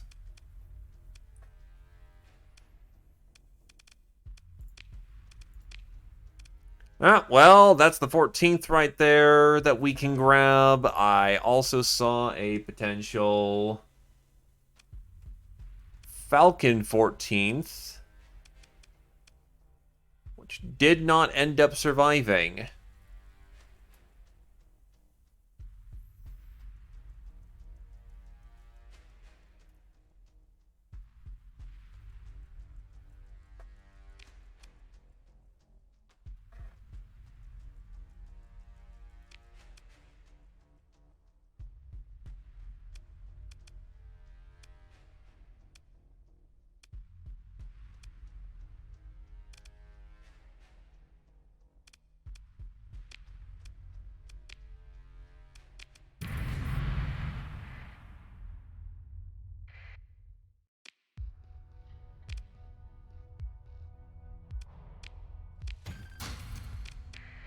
Grab that.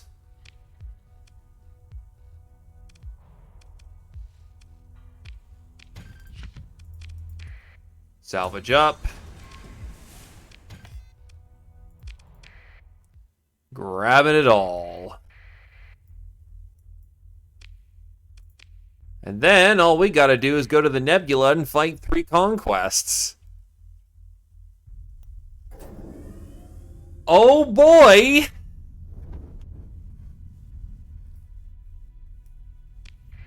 That ain't gonna be a rough show at all.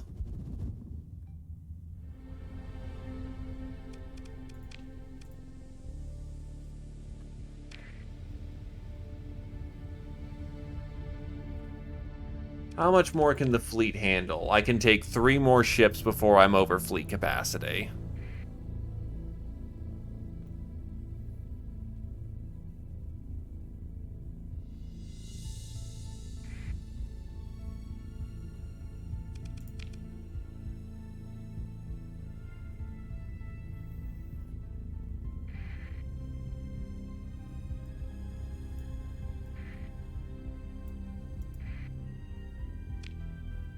And the best part about all this is that they're paying me $250,000 to get these jobs done.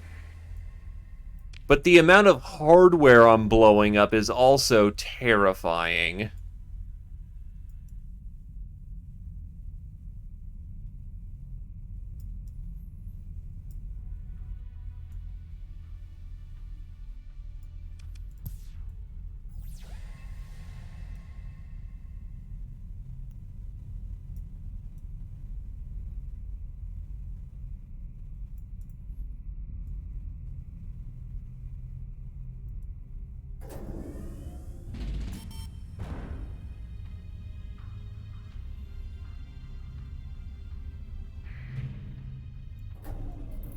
Oh, hey, it's a hammerhead.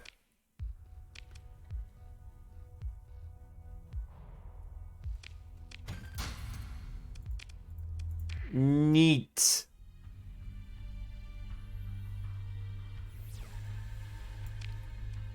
So supposedly he's around a frozen world.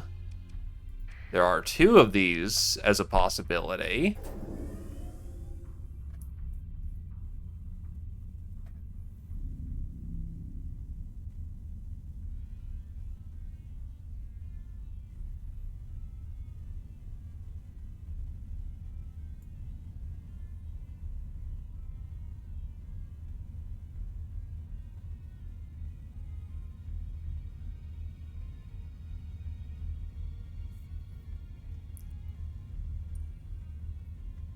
There's our signal. Okay, so 4 Falcons, 3 Overdriven Destroyers, a Fury, 3 Conquests. That's actually a pretty aggressive fleet.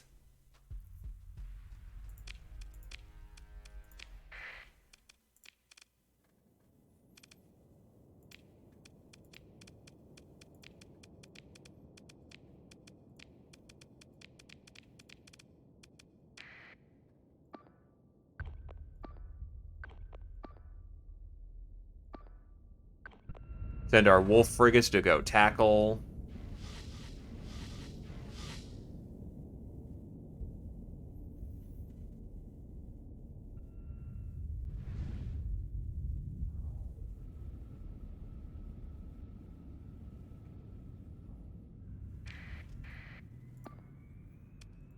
No longer need that secured.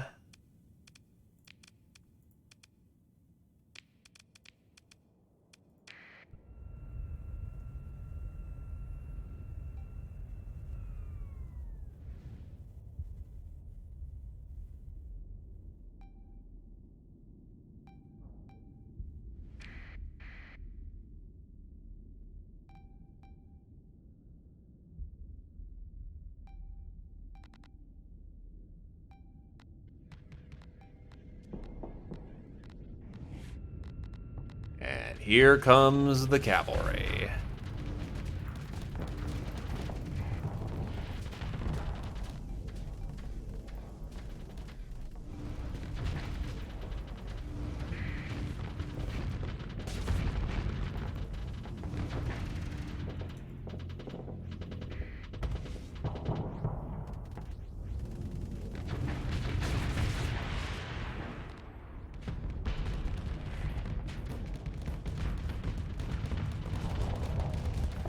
Now, to be fair, that is 3 capitals on the field, and those are not slow capitals, so they're going to need some support if they're going to win this fight.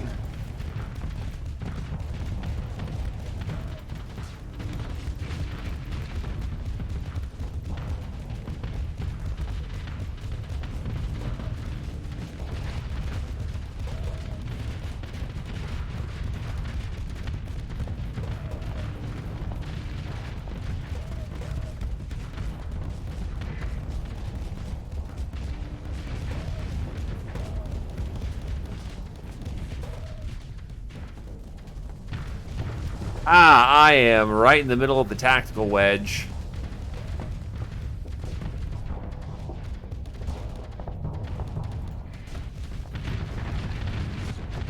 Not good. Not good at all.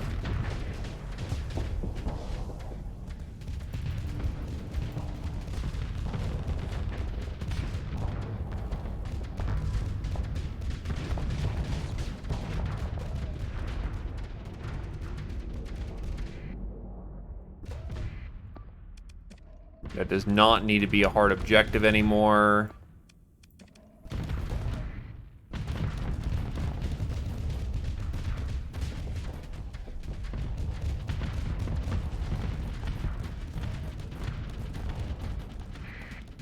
I will say, that is a weird-looking Falcon.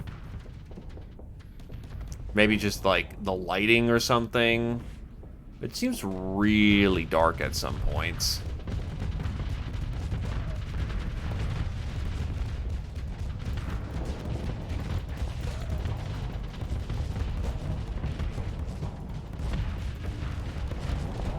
she's gonna get herself blown up. And nobody's fucking surprised.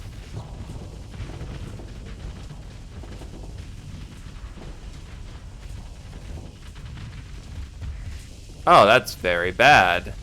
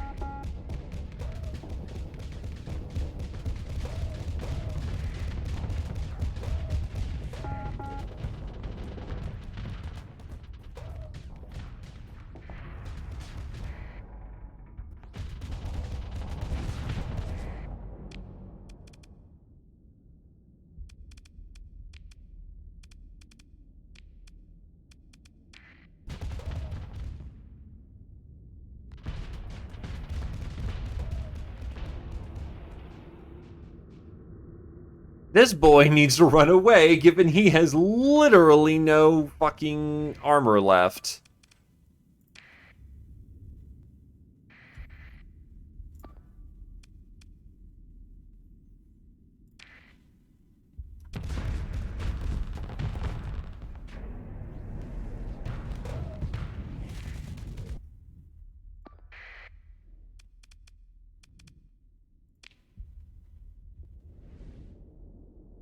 Transferring command.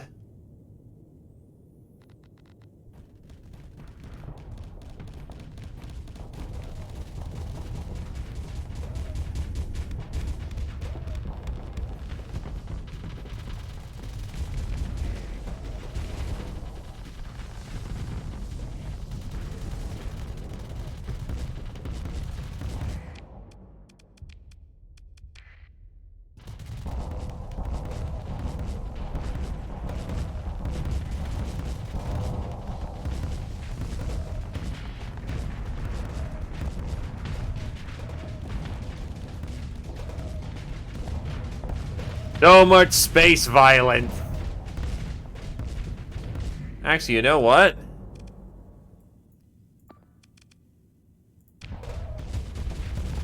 I just realized that no matter what I'm in, I'm going to be worse than my officers.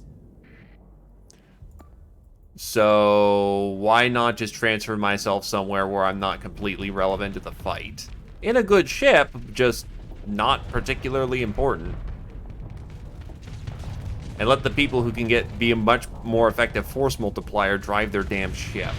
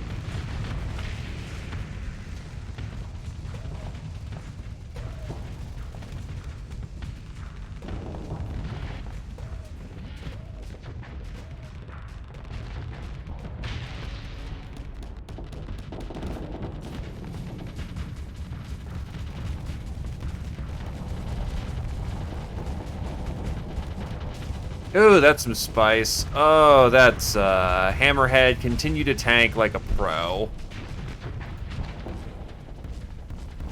I'd also really like to not be at the front.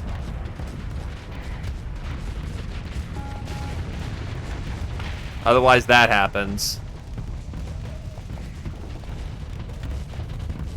Yeah, Armchair General's the best way to go.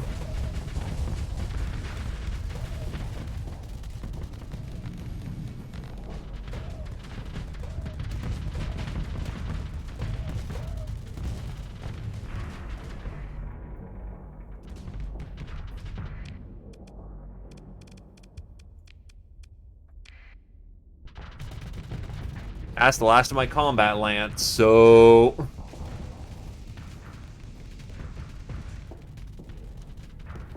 Also, welcome, purple purple milk.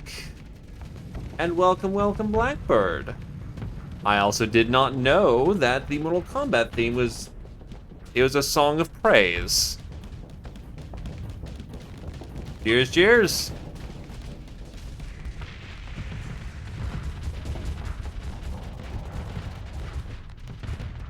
Do you know what specific one it was, or... Oh.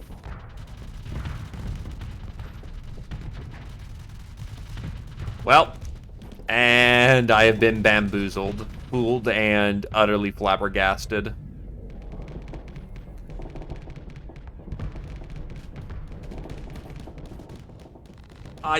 I just noticed the finish part of it. Fucking damn it. So not only was I bamboozled, I was punned on. A double combo of pantsing. You magnificent bastard.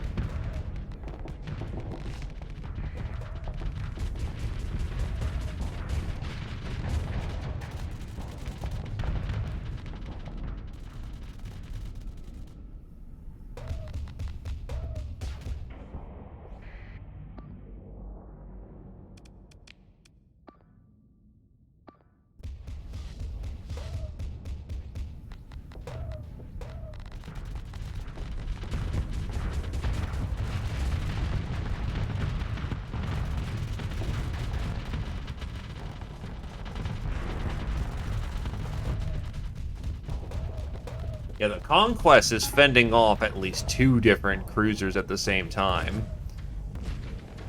That is pretty nutso.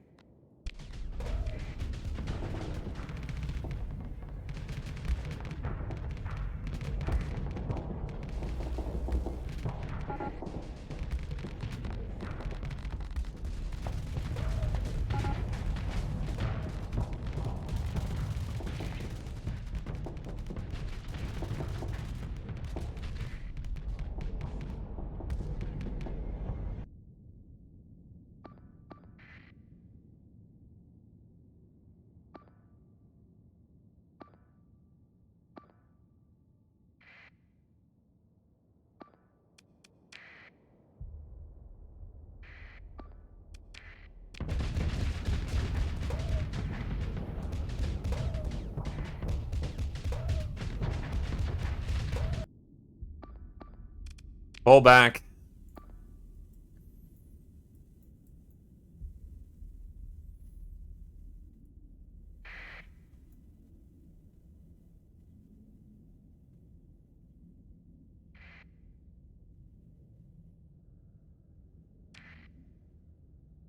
Ah, that's another friendly down.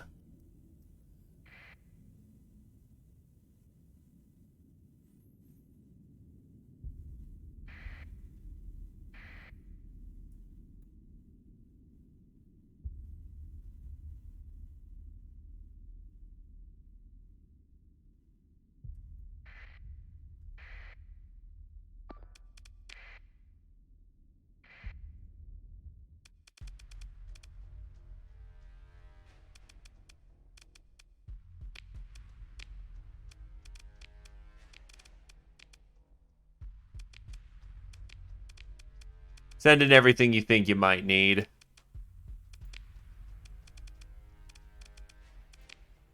Oh, Jesus. I lost a lot of ships in that series of engagements.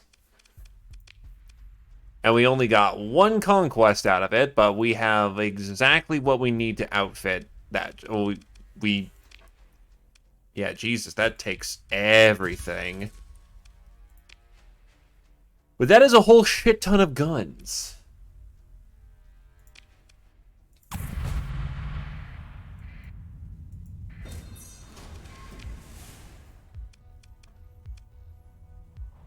Dominator, anti-CV cruiser, and a Wolf Point defense. Think I'm gonna just scuff them for now.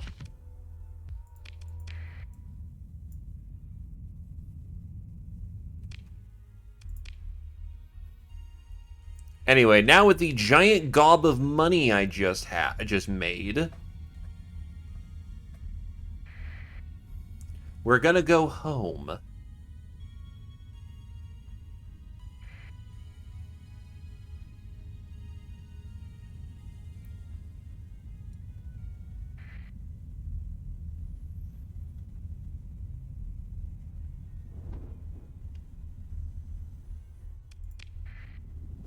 Also 93 fuel, holy shit. Probably the onslaught and the 14 that I just got is adding on to that weight.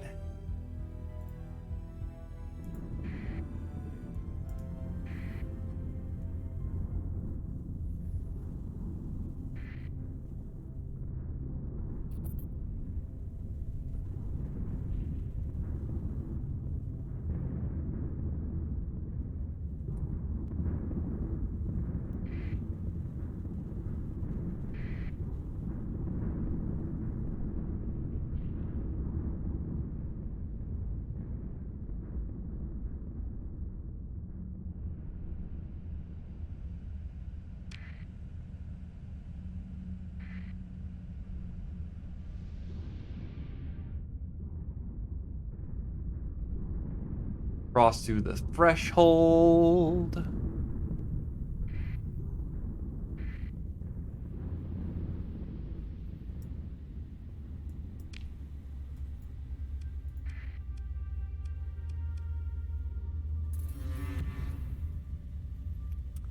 Oh yeah, shit, I did say I was going to do that, wasn't I?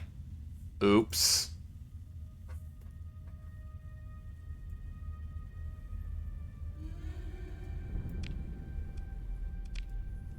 You should have rang that thing when I was not in the middle of this storm.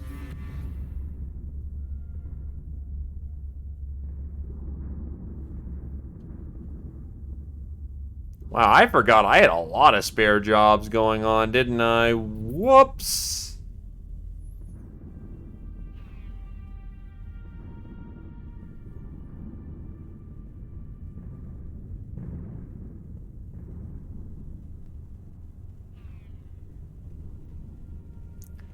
Look, other opportunities came up.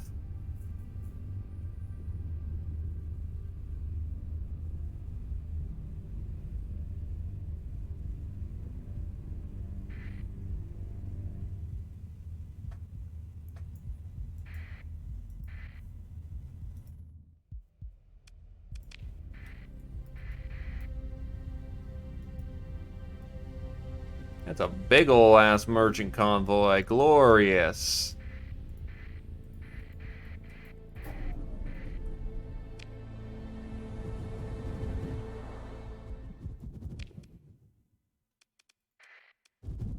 Jesus, these warp points only get further and further away. Yeah, speaking of, when is my colony going to expand again? Because I want that heavy industry. Any day now, thank God.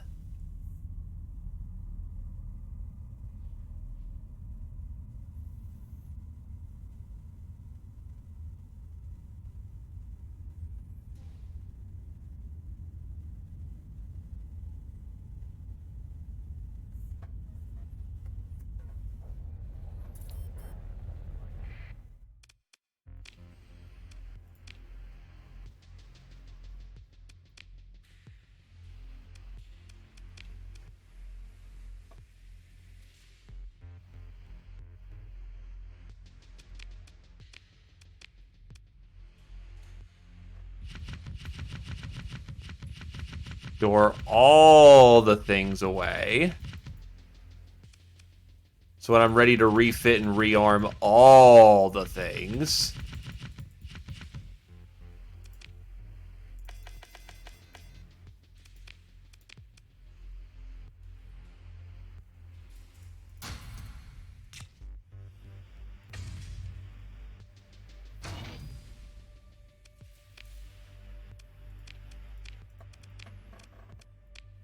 Okay, remind me how I stockpile ships. Oh, I can refit. I'm a fucking idiot. Okay.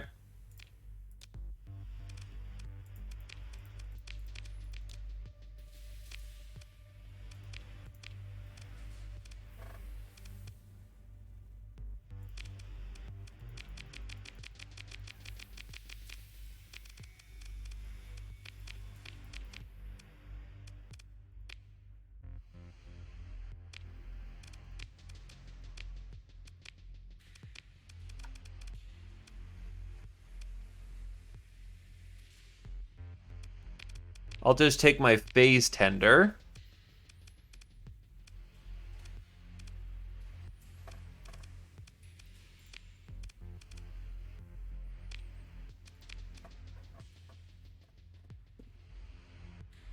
Alrighty.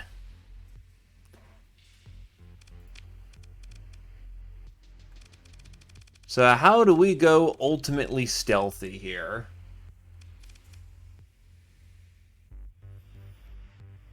Phase anchor, operations center.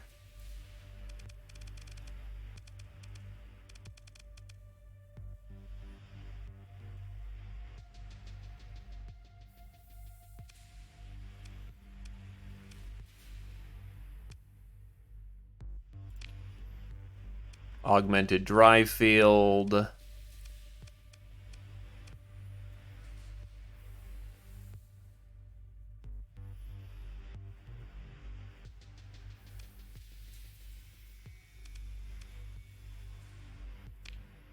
Efficiency overhaul.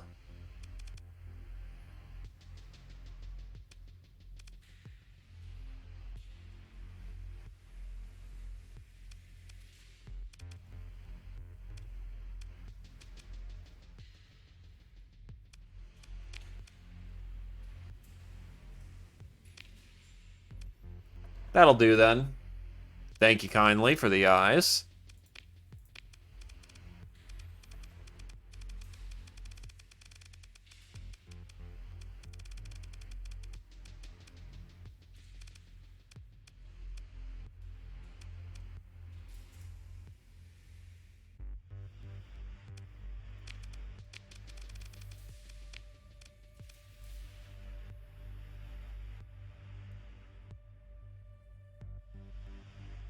That is an adorable little lobster.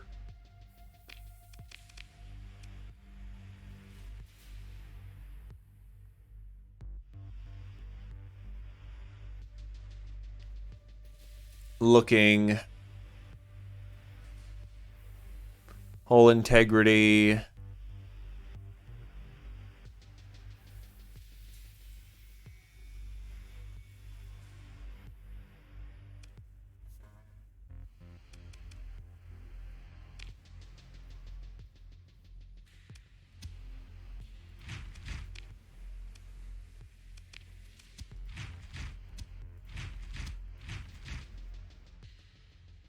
I really hope I don't lose the experience of my Marines for them just being on break for a while. So that would be incredibly shitty.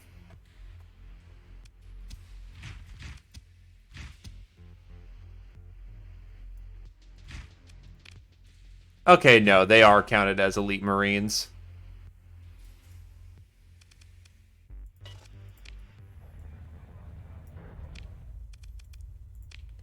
What is the maximum burn of these ships?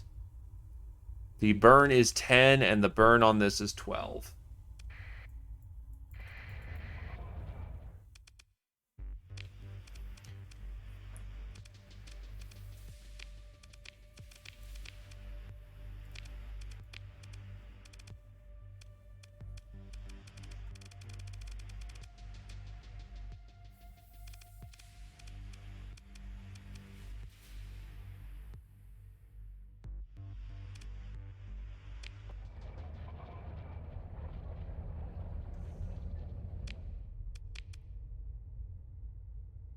Oh, Jesus. The power of my reach. It is wherever I wish it to be.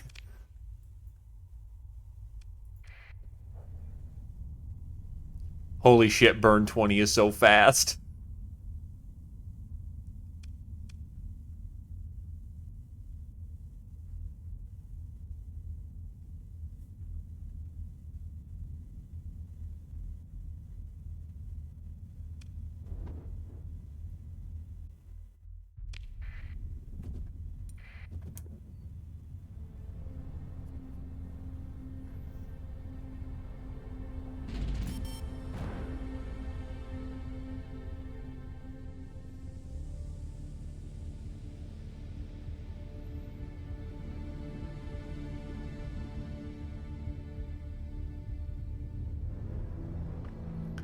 And to think,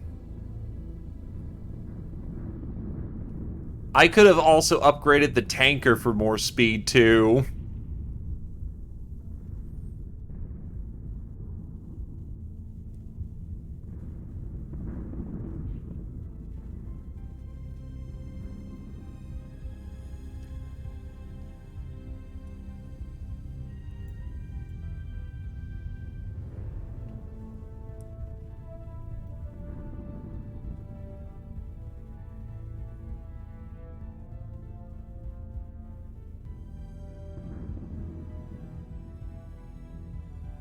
Consider, though, not being absolutely cheesy as shit, though.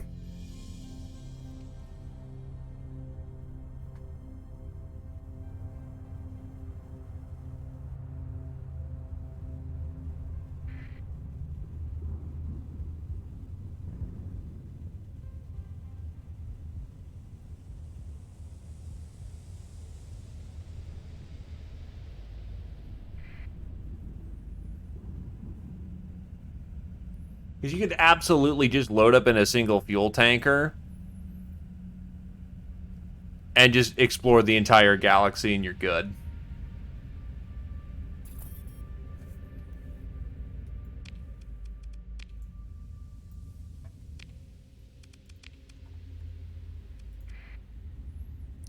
One wishes that was a joke.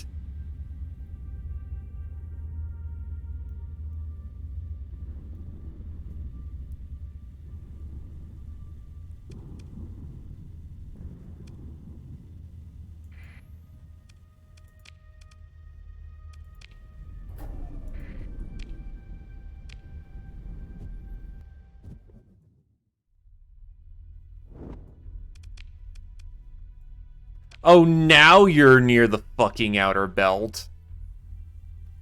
Okay. Finally win enough of a shift. Grumble, grumble, grumble.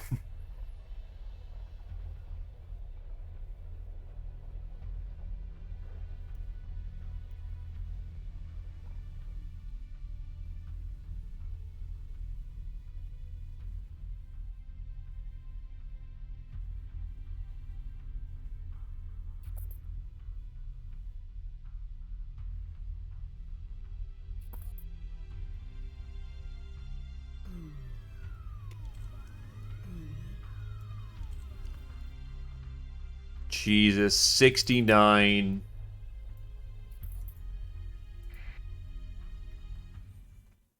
Hack device online. You give the go order to your ops chief, who starts speaking in a low voice to a hand-picked squad of veteran salvage techs that are already crossing the relay on a cargo drone. The entire operation is carried out swiftly and according to the drills. A few quick cuts of low EM tools, bulkhead section removed, gargoyle's device secured in place. Parasite microdrones in the chassis will finish attaching key connections. Captured fiber lines mostly. The bulkhead is sealed and the team withdraws with a few puffs of cold gas thrusters as silently as they approached. Shortly, your comms officer confirms that a short burst indicating the Gargoyle's device is operational. Despite Gargoyle's cavalier attitude towards the entire enterprise, your comms and tech officers speculate that a hack this intrusion will be discovered very quickly indeed. It would be best to make a hasty retreat while you remain undetected. You wonder too if the hegemony will trace the hack back to Gargoyle's hideout. A Tritachyon-controlled polity is unlikely to cooperate quickly with any hegemon investigation. But then the investigation might not be official, and less an investigation more than a Black Ops snitch squad. You should retrieve the archive from Gargoyle quickly. This is indeed the first time.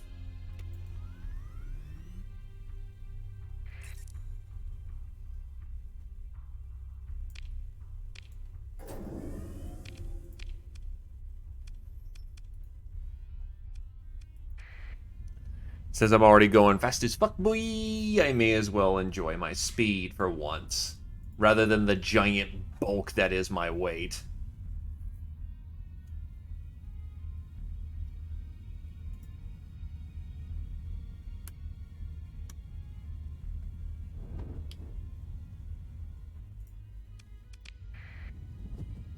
I will say, it's refreshing to be so lightweight again. Growth 99%.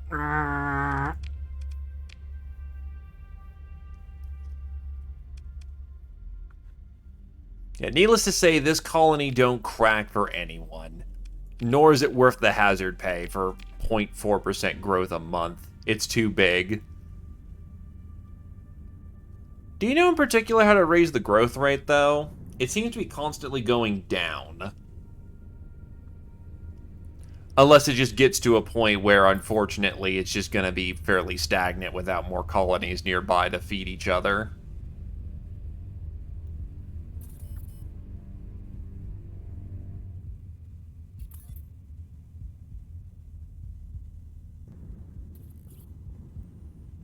That's Hell's Forge to 5. Which means, finally, they can get their forge industry going.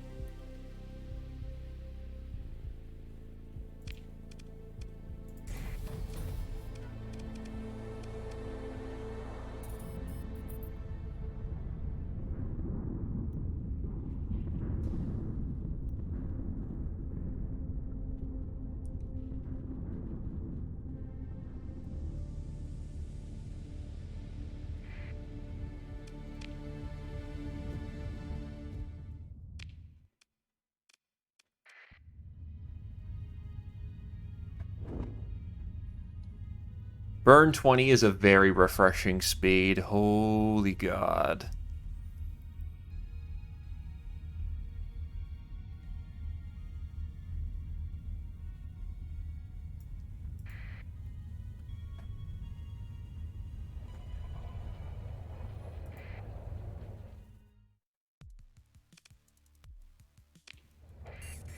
Right.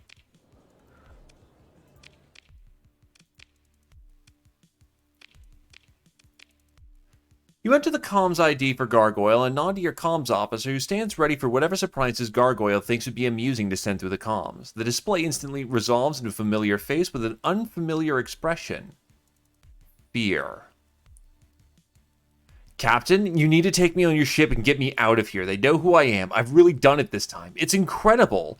Gargoyle lets out a nervous laugh. The greatest data heist since the second AI war. The hacker seems to realize the gravity of this statement. I think they're extremely, entirely unhappy this time. It's not safe. Take me to Galatea Academy?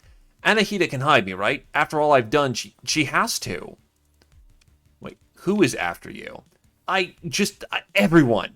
Let me count my new friends. Gargoyle starts ticking off fingers. The hegemony for starters, whoever Comset thinks to send. I expect an official expedition will cause a diplomatic incident, so probably shadowy gun fund goons will sneak in to try and murder me. Next, Tritachyon. At least once they've tipped off by the hegemony blundering response. And Pathers, can't forget them. The hegemony leaks like a sieve to all the little Luddites, and they're going to simply love everything about this.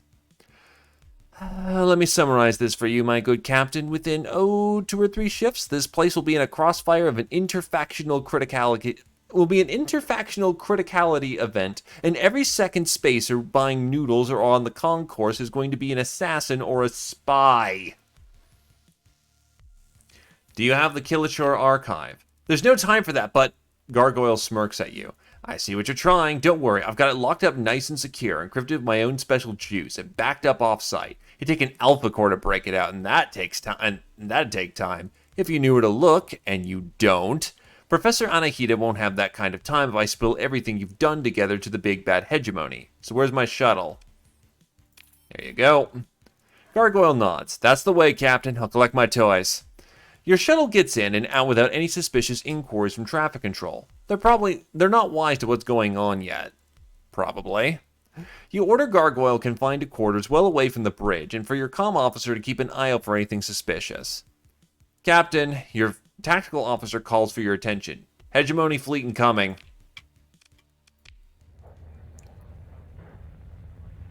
Nope.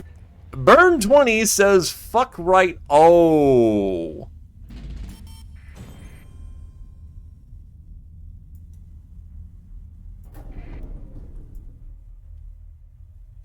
Also, it caps out at 6. That's good to know. Considering this is unmodded, it will never get above 6.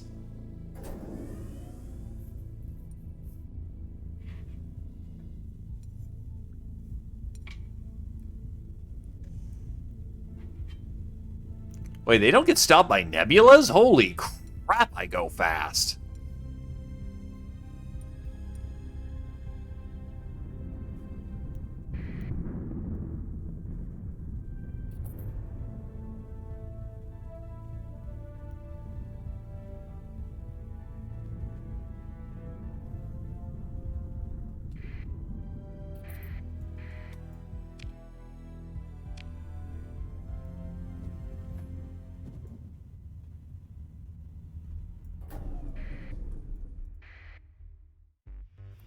Your fleet is interrupted in the middle of a standard approach sequence. Instead of the usual traffic control chatter, your flagship receives a comm request directly from the office of the Provost. Captain, reports your comm officer. She wants to speak directly to you. Open a channel. The image of Provost Anahita Bard appears. Captain, it's good to see you return. Finally, bring her by my shuttle, she says. Directly to this docking port. A chime signals the receipt of navigational instructions and docking codes. I'll meet you there. The comm line shuts off. You step off the shuttle, thrusters clicking as they cool, followed by Silica Korokhruz. The scientist has been very quiet on the brief shuttle ride, which has returned to Galatea Academy Station after her time in hiding. As promised, Provost Bard is waiting with a small group of masked guards and senior advisors. Academian Sebastian waves as your gaze drifts over to him. It's so good to have you back, Silica, says Bard. You know what? I'll wave back. Sebastian smiles widely as you wave back. Bard is intent on Korokhruz and makes no acknowledgement. Korokhruz nods to acknowledge the words, though occupies herself with examining the reception lounge. It hasn't changed much, she says. Something in this doesn't please the Provost, you think. Well, says Bard, I believe you'll find that quite a lot has changed. Academian Alvis Sebastian, please come forward. Thank you. I understand that you knew Silica back at his vigorous nod. She says, yes, of course. Sebastian begins to welcome Korokhruz, shaking her hand and asking about her trip. Korokhruz raises an eyebrow at the question, and Bard interrupts. There'll be time for that later, Alvis. Please show the newly reinstated academian Korokhruz to her quarters, and show her her new laboratory. Bard pauses, seemingly to examine Korokhruz for a response, but Silica simply nods in acknowledgement without meeting her eye. Silica, I hope you can thrive here again. Please go with Alvis and keep an open... Oh, I thought that was Sebastian. And keep an open mind. With a sigh, Bard turns from them to you. Captain, thank you for finding her and bringing her home. The Provost watches the two leave the receiving lounge. With a chat, a smile showing itself on Korokhruz finally. With Silica, it can all begin again. Bard holds up a hand to indicate the adjoining transport pod. Let us remove to a more suitable setting for the rest of our discussion. For the pod.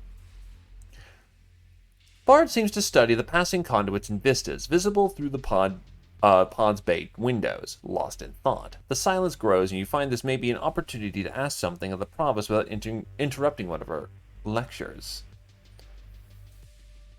I don't think the Persine League will be happy to lose... Oh. She doesn't like you, does she? Bard looks at you for a long moment. You think you see something new, something almost like emotional pain.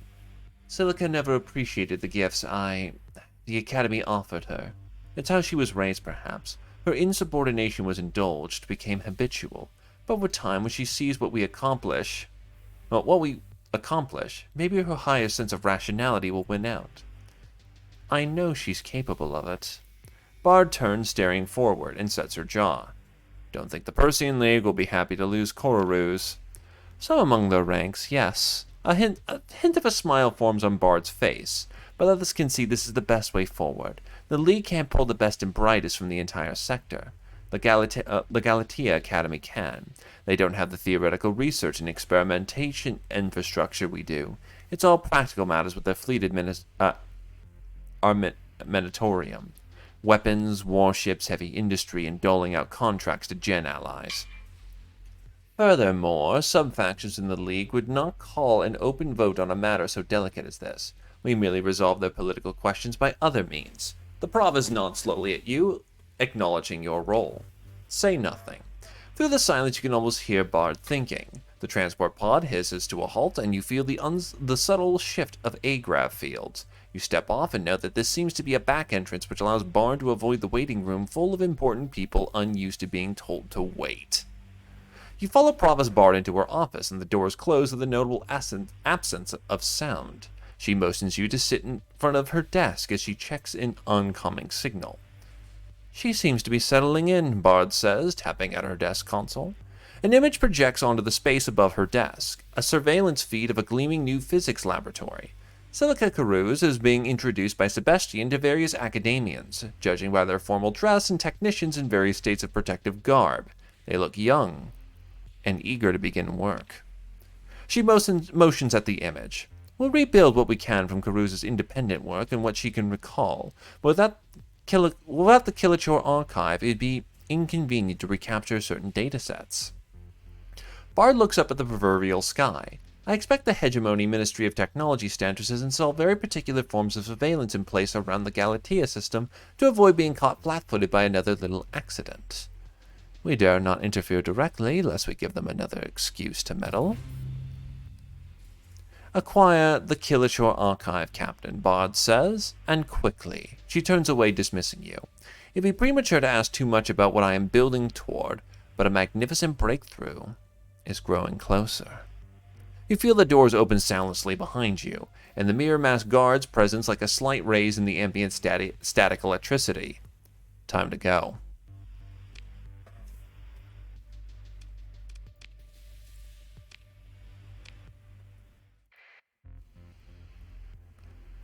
Alright. So, the image of Provost Anahita Bard appears. Bring your special cargo by shuttle, she says, directly to this docking port. A chime signals the receipt of the navigation instructions and docking codes. I shall be waiting. The comm line cuts off. You step off the shuttle, thrusters clicking as they cool, with Gargoyle in tow. The hacker's barrage of questions, suggestions, and handsness towards any control panel or gadget within reach has you at the limit of your patience after only a brief shuttle ride. As promised, Provost Bard is awaiting with a small group of masked guards and senior advisors. So, this is Gargoyle, she says. Anahita, we meet at last, Gargoyle bows grandly. I am honored to accept your invitation to teach at Galatea Academy. Then stands upright and smiles widely, looking around. What shall my curriculum be, Throwing parties, security theater? Perhaps a personal account of the salacious events leading up to the Third AI War? Bard smiles mirthlessly, then motions someone from her party forward. Gargoyle, meet Academian Alvis Sebastian, Bard says in a tone that would not be out of place on the bridge of a Hegemony warship. Alvis, please kindly show Gargoyle to the guest suite that we've prepared. Now, please. She turns from them to you, apparently confident that Sebastian will handle the situation. Captain, our guest complicates matters, but... She turns to watch the two leave the receiving lounge. Gargoyle seemingly choosing to cooperate with Sebastian's stammering appeals, the hacker seeming to be wholly occupied by discovering how to fluster the academian. It appears I have gained another valuable asset in addition to the Kalachor archive, she says. By virtue of your initiative, of course, Captain. I will not forget when the time comes, but... She takes in her surroundings and dismisses the guards and advisors with a wave. Bard holds up a hand to indicate an adjoining transport pod. Let us remove to a more suitable setting to complete our conversation. Bard seems to study the passing conduits and vistas visible through the pod bay windows. Lost in thought. The silence grows, and you find this may be an opportunity to ask something of the provost without interrupting one of her lectures. What will you do if the hegemony suspects you're behind the hack? Bard looks at you, then back at nothing. They suspect me already, of course. The Galicia Academy will appeal the original data seizure and demand the return of basic scientific research material, which is not illegal even under old domain law. This data breach only proves the danger of restricting basic research, as this situation enables unsavory parties to exploit discoveries without oversight from the Umequina? That's a new word to me. I appreciate the irony of my objection, of course, but this is war by public relations. There is no room for scruples. I will be exactly as cynical as they already believe me to be, and they'll believe the act because it is true. As Bard speaks, you find a note of satisfaction in her description of plot and counterplot. Behind that truth, of course, she continues, is what really happened, which will be a fait accompli once they discover it. So, what do you think of Gargoyle? Bard looks at you, raises an eyebrow, then back to nothing. Singularly charming, she says deadpan. I was a teacher for 20 cycles, Captain. I've had worse. Say nothing. Through the silence, you can almost hear Bard thinking. The transport pod hisses to a halt, and you feel the subtle shift of A-grab fields. You step off and note that this seems to be the back entrance, which allows Bard to avoid the waiting room full of important people unused to being asked to wait.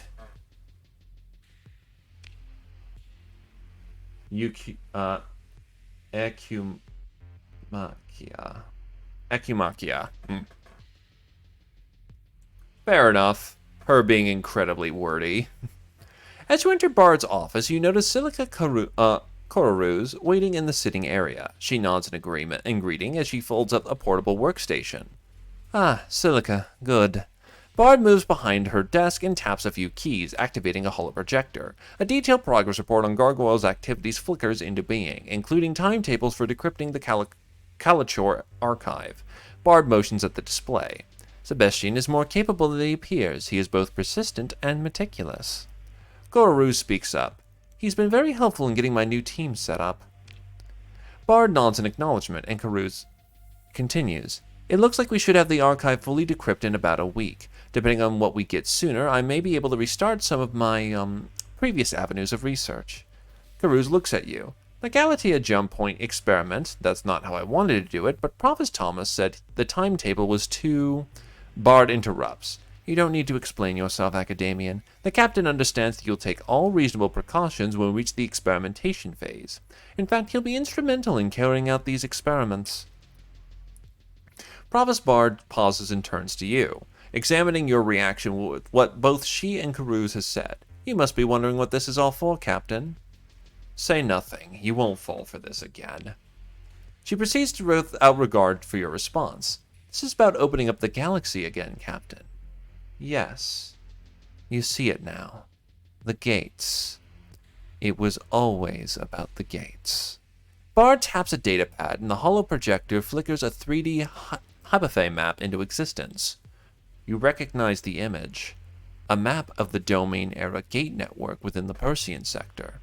A dense spot and one prominent lobe contains what you know as the core worlds. Or, more precisely, what the gates can do, Bard says.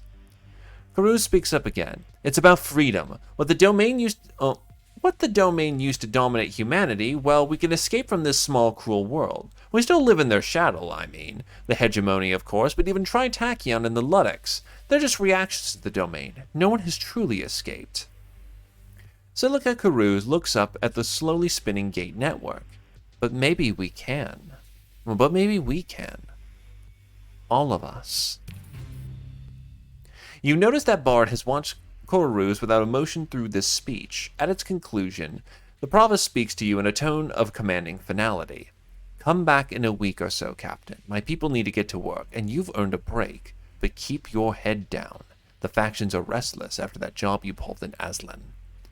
Bard turns to her desk console, expressions moving across her face as she appears to skim messages. That is all, Captain. Ansilica. I want to ask your intentions with this technology. Bard turns from her desk display and looks through you. There is no technology, Captain. Merely possibilities. And vast as those possibilities may be, there are yet more possibilities. She turns away, dismissing you. We will speak of this later. Kororuz gives you a sympathetic look as she packs up her portable workstation. You feel the doors open soundlessly behind you and the mirror masked guards present like a slight increase in static electricity.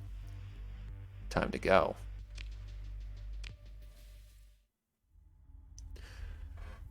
So I'm content to just wait here a moment and make that be the wrap-up for the day. Well, looks like it isn't a mod to get those gates up and kicking again.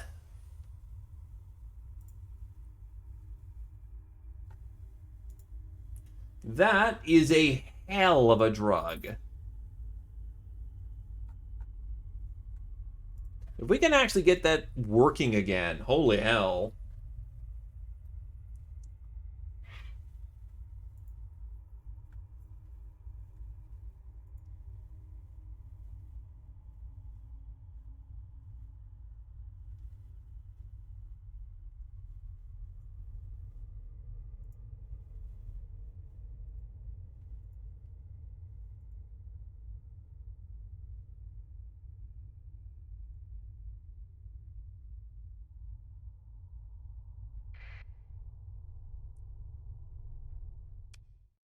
As your fleet flows into the automated instructions of local traffic control into a parking orbit, your comms officer calls for your attention.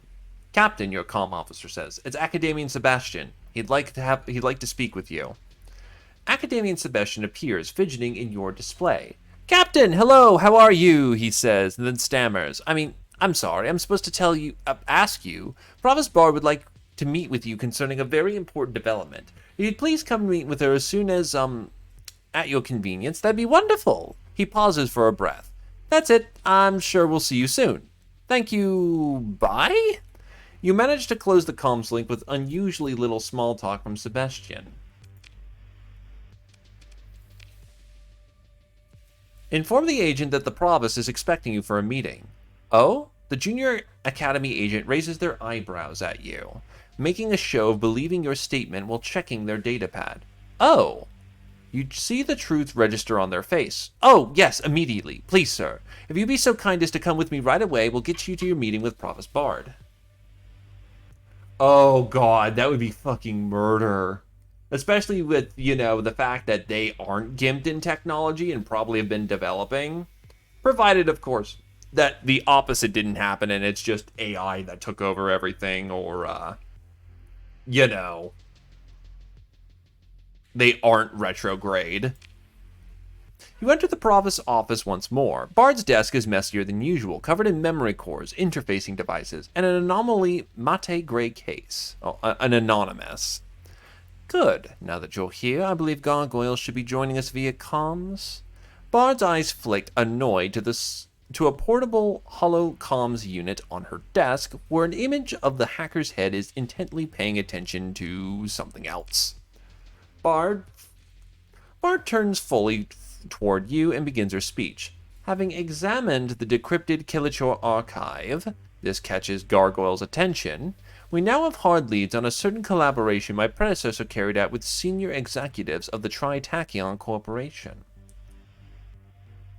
Tritachyon pursued research forbidden by the hegemony at a location outside the core world commonly referred to only by the codename Alpha Site. The archive communications have been algorithmically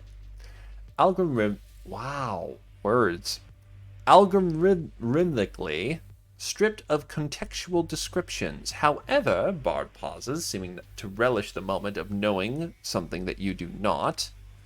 However, there are many signs that an individual with the surname Astraria is involved. What we are almost certain is, Gargoyle interrupts, Khalees Astraria, former weapons engineer employed at the Kulin Star Forge at the Habrasal Star System in Triatak. You know it's late when I can't pronounce words. Former weapons engineer employed at Kulon Starforge at Habrasal System by Tritak, and rather underpaid in light of how essential the suit seemed to have thought she was to the project. Bard sets her jaw. Thank you, Gargoyle, she says. Kindly elaborate for the captain here. The hacker grins. Love to. So TT fired Khalees over some incident, but if you look over her credit records, couple taps and a display fills with tables and numbers, there are reoccurring payments. We're talking massive credits, something to do with Project Ziggurat, whatever that is. And it sure makes up for her low salary at Kulin.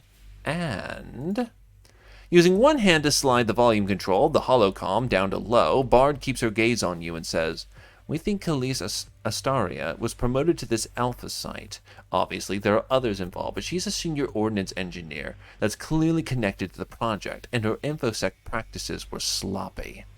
I want to know what Tritachyon is doing at this alpha site. Our best lead so far is this Khalees Astaria. Go to Habrasal and find out where she's disappeared to. Someone must know where she's gone, or some evidence of her intentions. Tritachyon watches everyone. Someone will be willing to sell you that information. Mar turns and stares through the shaded diamond matrix windows overlooking the annexes and concourses of the Academy. I'm sure that you can find her for me, Captain, just like you found Caruze. Do you have any other leads? For now, Bard says, no. Caruze's team is working on something else that turned up in the Kalachor archive, but Bard, back still turned, rubs her spectacles thoughtfully. It would be premature for you to speculate. I will let you know when it can be put to use, Captain. Do you have any idea what this research was for? I have a strong theory, says Provost Bard, but I don't want to bias your investigation. She gives you a look over her shoulder. Judging by the resources Tritachyon put into this project, it'll either be a groundbreaking discovery or a vast disappointment. Gargoyle, do you have any more information? The hacker appears to speak, but is muted. Gargoyle's head gives Bard an annoyed look. I'm sure you can contact Gargoyle on your own time, Captain, she says without looking at you or the holocom display. I've got everything I need. Then you should proceed, Captain, says the Provost. You feel the doors open behind you, a guard waiting to escort you from the office. You enter the ID, hand hovering over a glowing confirmed sigil. Your comm officer nods, ready to respond whatever surprises Gargoyles would think would be amusing to send through the link this time. The display resolves from a mesmerizing fractal battleground to a familiar face grinning impishly at you. Ah, Captain, are you back to find something interesting to do? I've got all sorts of wonderful ideas. Can you help me find Khalees Astaria? You asked! Oh, joys of joys! Gargoyle rocks back and forth as if in the throes of ecstasy. That's all it takes, asking nicely. You know, it's not everyone that can bring themselves to do that. Gargoyle smiles spitefully, then pauses, visibly calms down, and puts on a facade of professionalism. It's an honor to assist you with this mission, Captain. I will do my best I do my duty to my utmost. Good, so you can help? The officer act is dropped as the hacker picks up a datapad. This doesn't have to be difficult, it's Tritac. They'll sell anything, just ask my buddy Arroyo. He's a Tritac goon top to bottom. He'll know who to bribe. Gargoyle tosses the datapad onto the desk, looking satisfied. Glad I could help you, Captain. I'm sure I'll prove essential to your success. Just thank you. What were you saying about Project Ziggurat? The Provost doesn't think it's important to let me explain, Gargoyle scoffs. Maybe I should just fly off to Habrasal without knowing anything but the name of one crackpot weapons engineer. No, go ahead, I'll wait. Tell me how it goes. The silence draws out for nearly 3 seconds before Gargoyle begins ranting again. Imagine letting you con me into the data heist of a lifetime, set a nice fire under the High Hegemony's chair, didn't it? Then I decrypt the precious archive of the guy whose job she stole, not asking what I thought about the contents, which I read, mostly. Can you believe it? Typical. She still thinks I know everything. No, she still thinks she knows everything. The hacker slumps, sulking. Just wait. Silence. Gargoyle's hand starts tapping on a stray datapad. I value your expertise. Gargoyle sits up. Thank you, Captain. Project Ziggurat. Now that's a story. The logs were scrubbed pretty hard before Kelichor got to them. I mean, there are logs between the Tritac contacts and Kelichor, and there's a whole other set of internal Tritac comms. Must have had some good connections. Probably a Molar 3. Those execs would throw each other out the airlock in a second if they thought it might boost their own career. And it might. Anyway, Gargoyle leans in, speaking with quiet drama. Project Ziggurat scared them. If you read between the lines, the hacker makes a self-satisfied expression. The initial phase of the project utilized a handful of AI cores of various grades. Guess what? Self-deleted. Tritachyon thinks they're not supposed to be able to do that, but a wobbly hand gesture. Negotiable. Amazing what seemingly innocuous hardware can be made to do when you think outside the box. But what makes an AI delete itself? Gargoyle leans in closer. Whatever Project Ziggurat is, that's what. Spooky, right? You give me a lot to think about. You're welcome, Captain. Gargoyle leans back, grinning again, and flips through the floating holodisplays. That's all I needed. And there's your cliffhanger for the day. So, Project Ziggurat.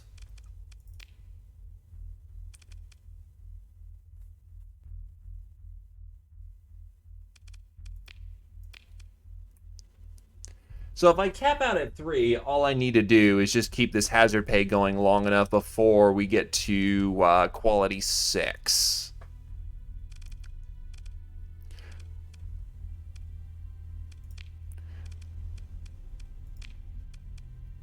And after that, I don't have volatile, so no fuel. Farming is useless.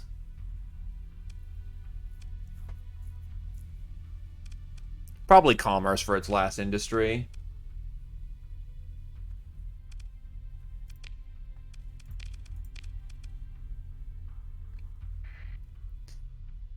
It does indeed sound like something nasty. Whatever it is, though, we will find out, rob Tritac blind, piss them off, and continue our little project here. Now, I will say I probably will not be doing Starsector on Monday, depending on what pans out, because there's quite a few new releases coming out. But I will do it definitely Wednesday, and we could probably wrap up the story then if it doesn't go on too much longer, or at least focus on getting the story done. Because we're either right in the middle of it, or we're getting right to the spicy bit. In either case, thanks for coming on down. A pleasure to have some new friends here as well. Welcome, welcome there, Purple Milk, and thank you for that follow. Alongside you, Mr. Trojan. And from here, well, first of all, does anyone have anyone that they want to raid? Figure I may as well pay the love forward.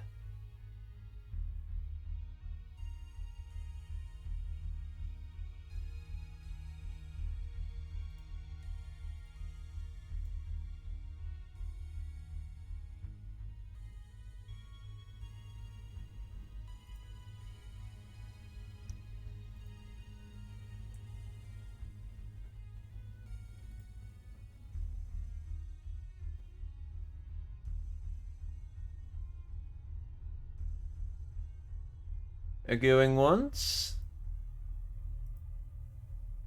A going twice.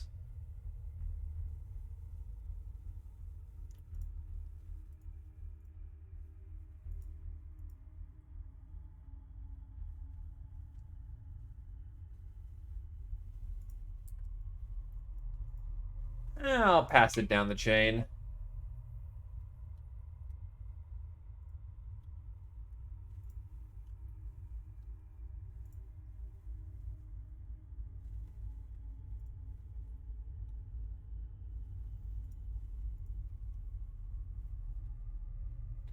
In either case, have yourself a good evening and happy Friday. That's another week y'all survived. Boy.